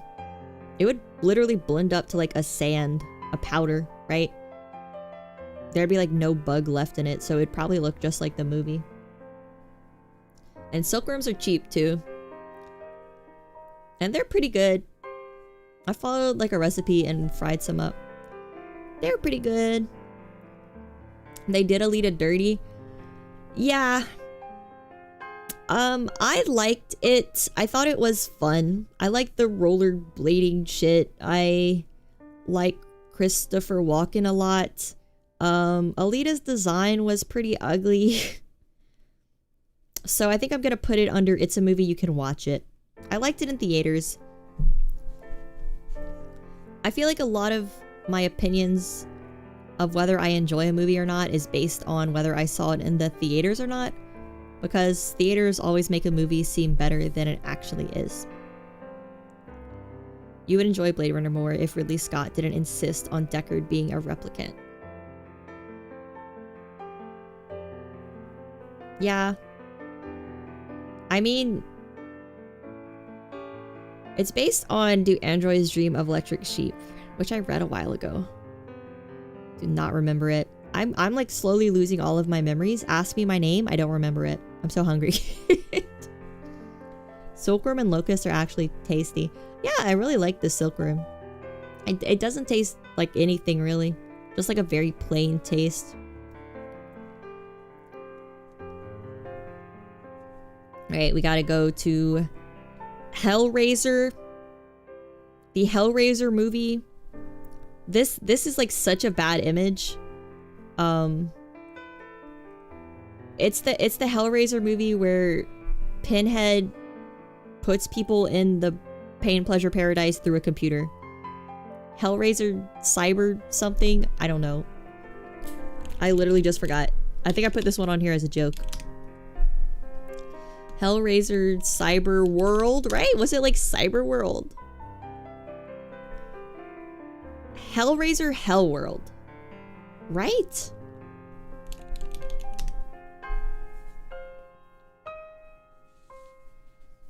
Which cut of Blade Runner are we talking about? I don't know, the one on the Blu-ray. I have the Blu-ray. Hellraiser Hell World. Fucking horrible. It's a horrible movie. It's not even funny. It just sucks. I don't know why I even put it on here. My name is Helg and I need to wake up. Ugh. Wake up from what, man?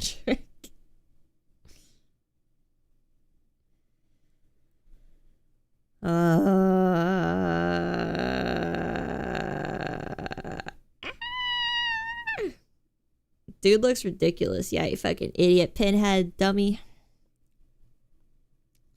Acupuncture? Yeah, but it's like... It's like... pain, pleasure, acupuncture. It's like acupuncture that hurts good. I didn't know the creators... I think it's like Clive Barker doesn't like that he's called Pinhead or something. Since he wrote the original book. But I don't give a fuck what Clive Barker wants because he wrote the Cold Heart Canyon and I read the entirety of it and I wish I hadn't, so curses on you, Clive Barker. Alright, They Live. Kino Cinema, yes, yes, yes. That's pretty objective. They Live. Good movie. Nothing else to say about it, really.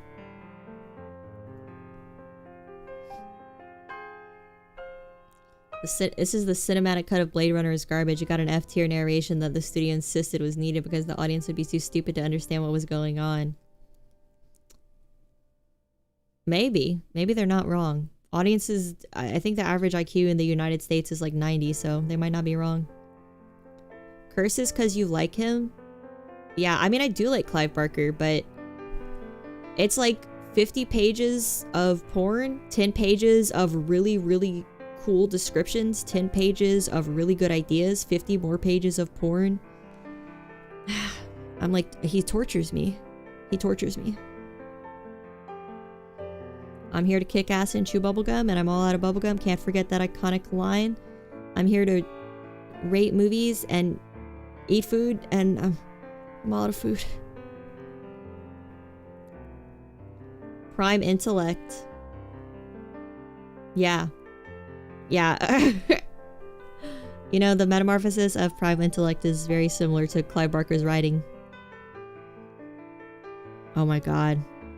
I just started skipping all the porn at the end of prime intellect. I was like, you know what? I get it.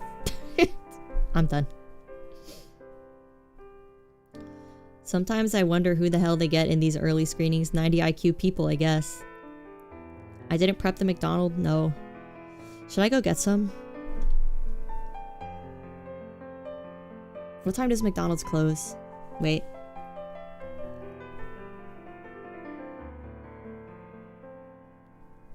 Wait.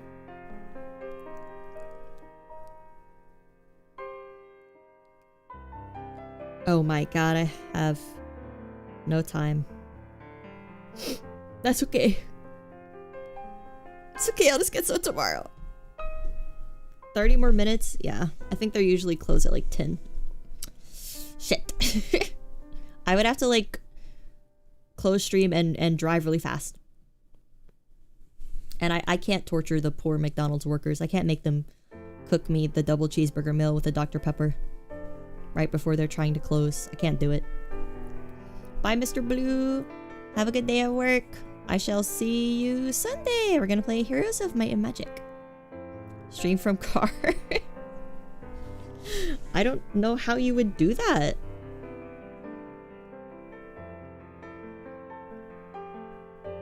I don't think I could. I guess you could. Yeah, I don't know. No, that's okay. Yeah, I love the double cheeseburger meal because it's like cheap and it's about as much food as I can eat. I don't know how people eat those big ass fucking meals. I can't eat that much. And then you can save, like, what I usually do is I eat a cheeseburger. I eat one of the cheeseburgers and then I put the other one in the fridge and then I eat it a few hours later and it's like 2 meals. But you have to eat the fries. You can't rewarm McDonald's fries. They're not good. Double cheeseburger and a McChicken. See, I'd have to be really hungry to be able to eat all that. But my friggin' stomach hurts easily, so...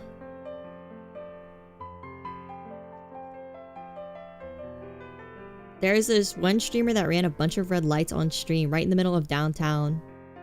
Don't stream from your car. That's just stupid. That should be illegal. That's really not safe to other people. The fries reheat all right in an air fryer. I'll try that next time I have leftover fries. But I usually just put it in the microwave, then I'm disappointed. You get hungry again a few hours after eating McDonald's because it's barely edible. You got that dumb European McDonald's or whatever. American McDonald's is delicious. You don't know what you're missing. Wasn't there a streamer that crashed a car full of people while going over 100 miles per hour recently? What the fuck? Like, did he kill them? Probably. It was 100 miles per hour. Air fryer is better. Air fryer is always better, but like, we have the air fryer in the cabinet and I have to move around a bunch of stuff to get to it. Hate that McDonald's doesn't do real food until 11. Yeah, McDonald's breakfast sucks. The spicy chicken sandwich breakfast is good, but like, you shouldn't eat a spicy chicken sandwich first thing in the morning. That's a good way to like fuck your stomach up for the rest of the day. Work over? Congratulations, Jintai. Happy to hear it. Fries are overrated. Need to hit a Culver's and get cheese curds. I don't know what a Culver's is.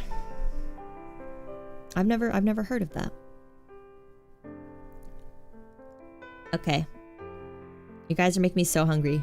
What movie is this? I can't even tell. It's so small. Does anyone know what movie this could be? It is cropped. Is it RoboCop? I think it's RoboCop. Is this RoboCop?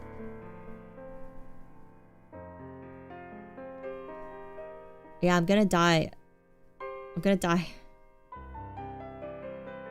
That is RoboCop. Kino Cinema, yes, yes, yes. Gotta give it up to our boy Paul Verhoeven.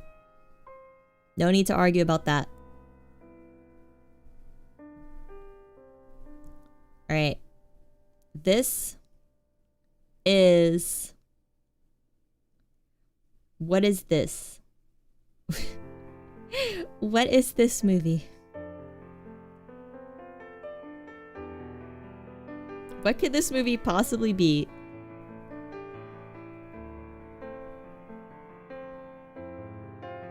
It's like a spaceship.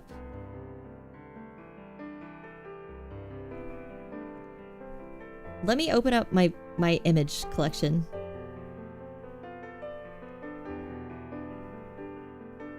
Let me open up my image collection. It is Event Horizon.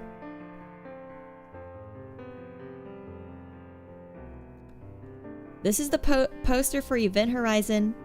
I love Event Horizon.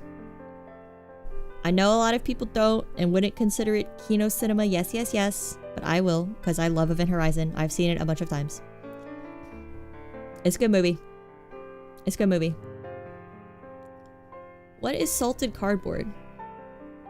I'm literally probably going to end up eating a little Red Baron pizza and then feeling bad. Alright, A Scanner Darkly. I love Philip K. Dick. I don't love this movie. It puts me to sleep. I'm sorry. I'll give it a rewatch. I'll give it a rewatch. Well, you guys are lucky because I can't eat McDonald's because it's closed. It's about to be closed. Red Baron is alright. Yeah, it's just like not that filling, I guess. If you haven't seen 50% of them, well, now's the perfect opportunity. If you watch a movie a night, you'll finish in like I don't know. A month? 2 months? Time Crimes is... I think it's also by the Cube director? Time Crimes, I haven't watched it since I was a teenager, but I remember it being pretty good. Time travel movie. I love a good time travel movie. I love some time travel paradoxes being explored. The Matrix. I think everyone can agree The Matrix is Kino Cinema. Yes, yes, yes. No need to argue about that. It is a good movie. It is a good, yep. Yeah, it is a good movie. But, the sequels are not good. A classic, no notes. It's great, yes. So cool, wish it got a sequel. Actually the latest one with, the latest one was actually okay. Compared to the others. The latest one where like Neo is now a game developer, it was pretty good. The Animatrix was also good. I have not seen that. I'll have to watch the Animatrix because it looks really cool. Yeah, the new Matrix is good. I don't remember. I've watched all of the other sequels. I remember nothing about them except there's like a big rave orgy scene. Yeah.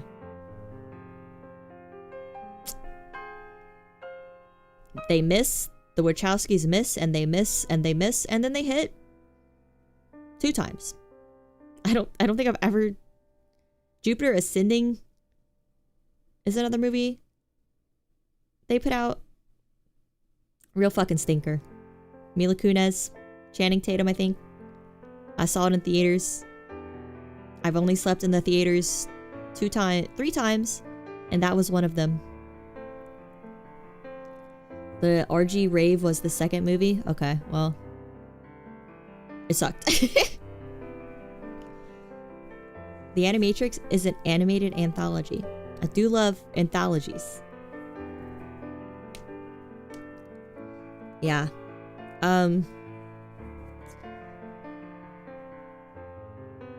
Okay, brain turning off. We gotta...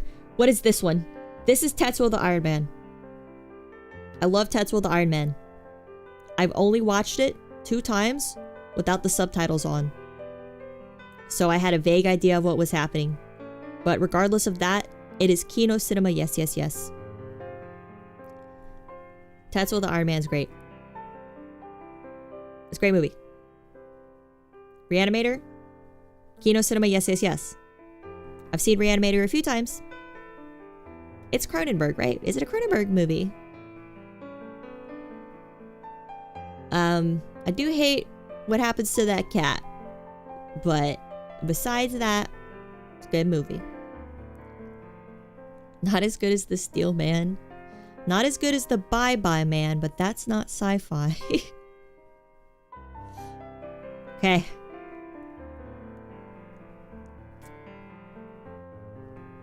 I gotta know who the director is of Reanimator, because I don't remember. Stuart Gordon. Oh. The, Lawnmower Man guy, right? No.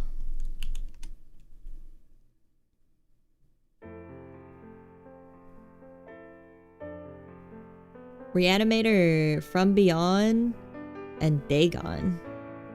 He exclusively makes H.P. Lovecraft adaptations.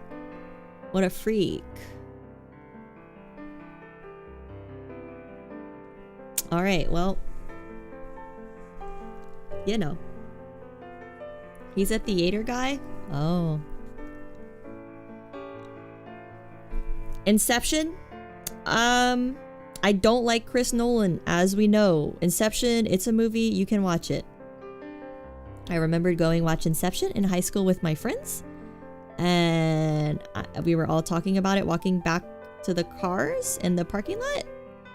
And I was like, it was fine. And the consensus was for them, either I don't get it, or it's the greatest thing I've ever seen.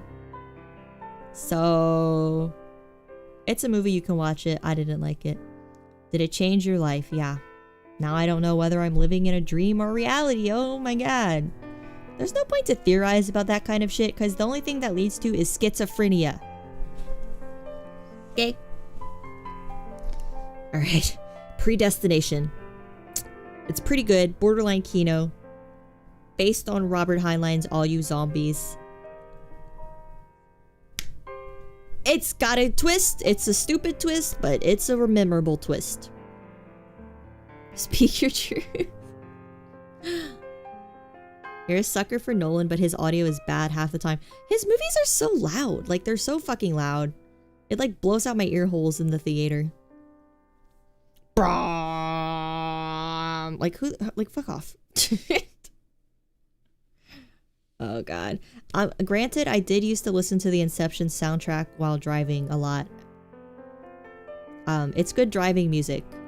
I'll say that. The Thing is the thing. The shit even. Yeah, The Thing is obviously Kino Cinema. Everyone knows this. Some of these I wasn't even sure if I wanted to put it on the options because like it's pretty objective that the movie is really good. For example, like They Live, The Matrix, Reanimator, The Thing, Starship Troopers. Like those are, everyone likes those. You wear wireless earphones to save the headaches.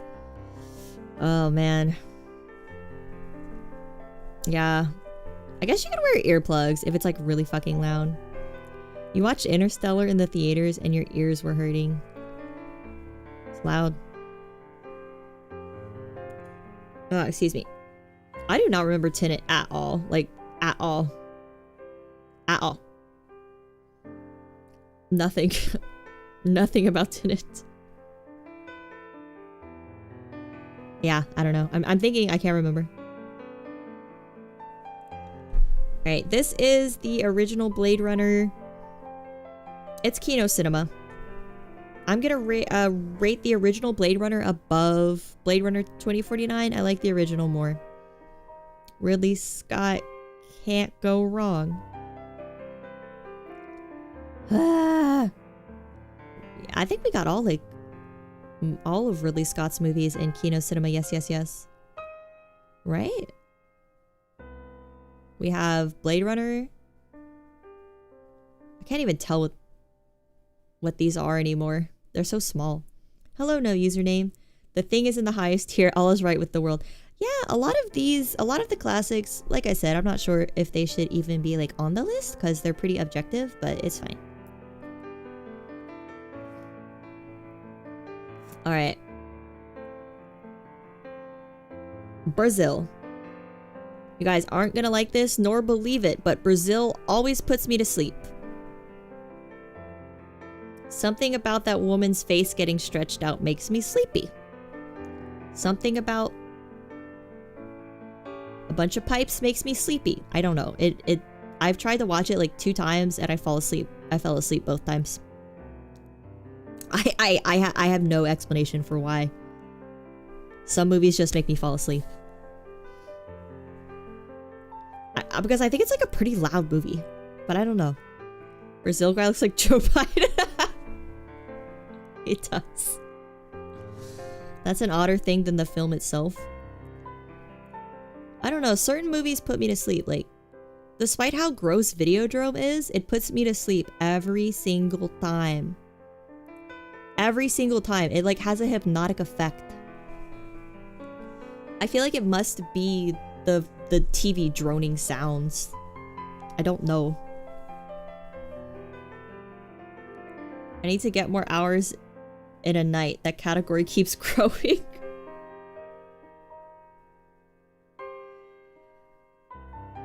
Yeah. It's just like the time I watch movies. I watch movies at night, so I'm like tired. I don't know. Alright, we got 2 left. This is... What is this? This is... You guys cannot see it. It is so small. But this is The Edge of Tomorrow. With Tom Cruise. I really like this movie. I've even rewatched it a few times. And I have the Blu-ray. But I feel like I've only rewatched it a few times because I like the light novel a lot. And it's fairly accurate to the light novel.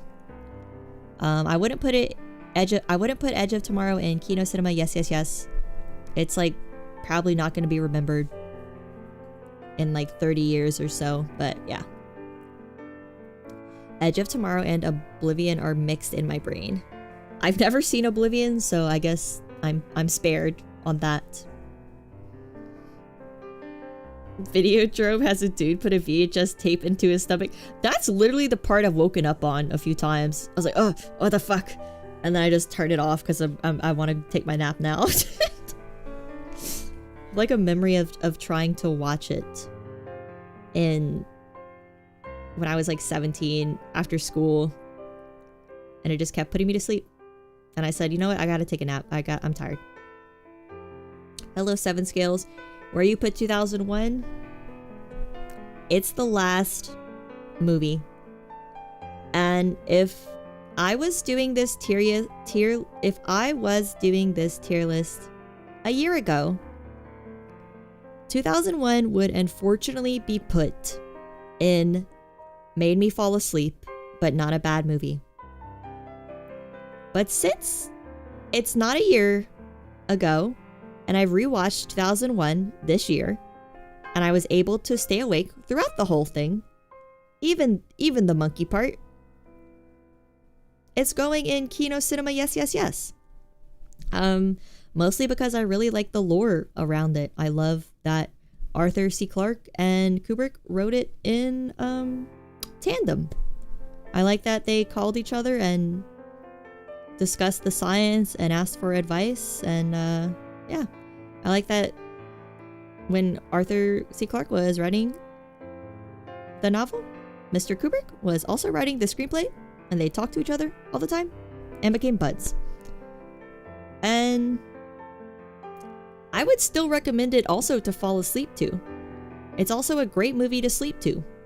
Until the end, when it gets really loud. But yeah. The monkey screaming will wake you up. The loud droning towards the end will wake you up. The opera music that starts playing when he gets in the spaceship and he's like, the lady's floating around, will wake you up. But yeah. You have fallen asleep to 2001. 2001 is an S tier, made me fall asleep movie. Yes. It's good to watch. It's good to sleep to. Me and the homies writing a novel together, just bro activities. Men used to just literally do that. They would just smoke cigar, drink brandy, sleep at each other's houses, and write novels all week. I guess they didn't have to work or something. I don't know how the fuck they did that. But I always read stories of authors doing that shit. Share a bed. Kiss. Hold hands. Grab ass occasionally. Go out in a tent together on the range. Be cowboys. When boys were boys, men were men. Writers back in the day were just nepo babies or broke as hell. Yeah, I guess a lot of writers were rich or just bummed. Couch surfed and bummed. The Cowboys like Brokeback Mountain? Exactly. Now, Brokeback Mountain is a fall asleep movie. Every time I try to watch it, I fall asleep and then I wake up to the wrestling. Yeah, it's not sci-fi though. It's a good movie, but it's like so sleep-inducing. Be incredibly depressed like Hunter S. Thompson. Yeah, what is that? The beatnik era of writing, man write. He loved to write. I remember I tried to read Naked Lunch when I was like 14. And I was like, what the fuck? I feel like I should try to read it now that I have a fully developed brain. No Galaxy Quest? I've never seen it. I can't put movies I haven't seen. You remember people getting mad about Brokeback Mountain? I don't know why they got mad about it. I think it was people getting mad that hadn't seen it because the movie's really chill. It's like really, really chill. It's a really chill movie. It's super chill. So chill, I fall asleep to Brokeback Mountain sometimes. Until they wrestle, then it wakes me up. When they do that a lot. They punch each other a lot. That wakes me up. I wish they'd be more quiet. I need like a quiet cut of Brokeback Mountain to sleep to. Was Hitchhiker's Guide to the Galaxy on here? Oh man, I did not think of that. But that would be... Hitchhiker's Guide would be Kino Cinema yes, yes, yes. The movie's great and the book's great. And I love my little hobbit. I love my little hobbit. Hello, Jamshi. Happy Thursday. Well, Thursday's probably over for most of people. It's almost over for me. Hitchhikers is fun. Yeah, I love Hitchhikers. Good stuff. I need to read the sequel. Has anyone read the sequel? Like, Computer at the End of the World or some shit? Cafe at the End of the World? I don't fucking know. My brain's dying. You assume people were getting upset about Brokeback Mountain because gay. Yeah, probably, but like, it was like chill. It was chill. They loved each other. It was chill. My little hobbit friend, big feet. I love when a little man has big feet. He could put me on his shoulders and we could walk through the mountains. I'm so hungry. I'm so hungry. All right, I think we did it. I think this is the definitive. This is definitive. Like, this is objective truth. There's no such thing as opinions. This is objective truth. And if you feel any way other than the way these are ranked, it's wrong. Because there's no such thing as opinions. Yeah, okay. It's food time. I had lots of fun. Sorry it took like 5 hours and we went on many tangents, but hopefully the tangents were fun too. I think we'll also do, maybe we'll do a fan fiction reading stream next week. That could be fun. Yeah, I'm gonna go eat. I gotta eat.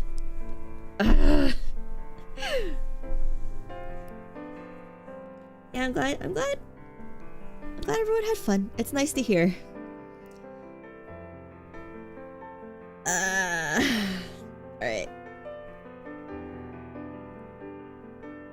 You'll try to find some fanfiction that isn't offensively bad. Maybe we should just read like the highest rated ones. Because they're probably at least interesting. And well written. Alright. Good night, everyone. Thank you for hanging out. Keep your sci-fi. And watch out for big aliens that bleed acid. And cubes that send you to other dimensions. And Megan Fox as a robot. Yes. Yes, these are all things I have said. Food. Good night.